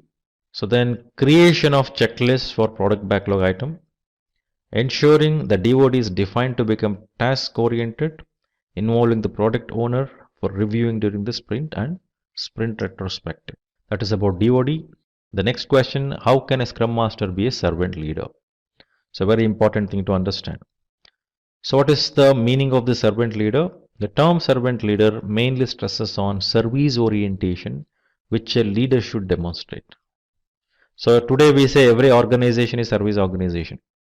Even an organization who is producing car, if there is no service orientation, they cannot sell. So more stresses on being service orientation. The Scrum Master needs to be facilitator, a guide, a mentor, etc. This helps the team have increased involvement and empowerment. So now question number 32, how can one coordinate between multiple teams? So one of the most common approaches for this is Scrum of Scrums meeting. So where members representing each Scrum team discusses the progress, performance, issues, risk, etc. together. This is complex structure, what you're speaking about. The frequency of these meetings must be predefined, well articulated, well defined. Generally, Scrum Master would represent the particular Scrum team. On behalf of that Scrum team, they would go and represent in the meeting. Besides having a Chief Scrum Master, whose responsible is coordination and collaboration among all Scrums, who facilitates these meetings. Thank you for completing the Scrum Full Course by Simplilearn. You have gained invaluable skills that are high in demand in 2024. As companies increasingly adopt agile practices, your expertise in Scrum will make you a top candidate for leadership goals with competitive salaries to match. Continue to apply what you have learned and you will find yourself well prepared to guide teams to success in any project. Best wishes for your future in Scrum. Thank you for watching. Hi there, if you like this video, subscribe to the Simplilearn YouTube channel and click here to watch similar videos. To nerd up and get certified, click here.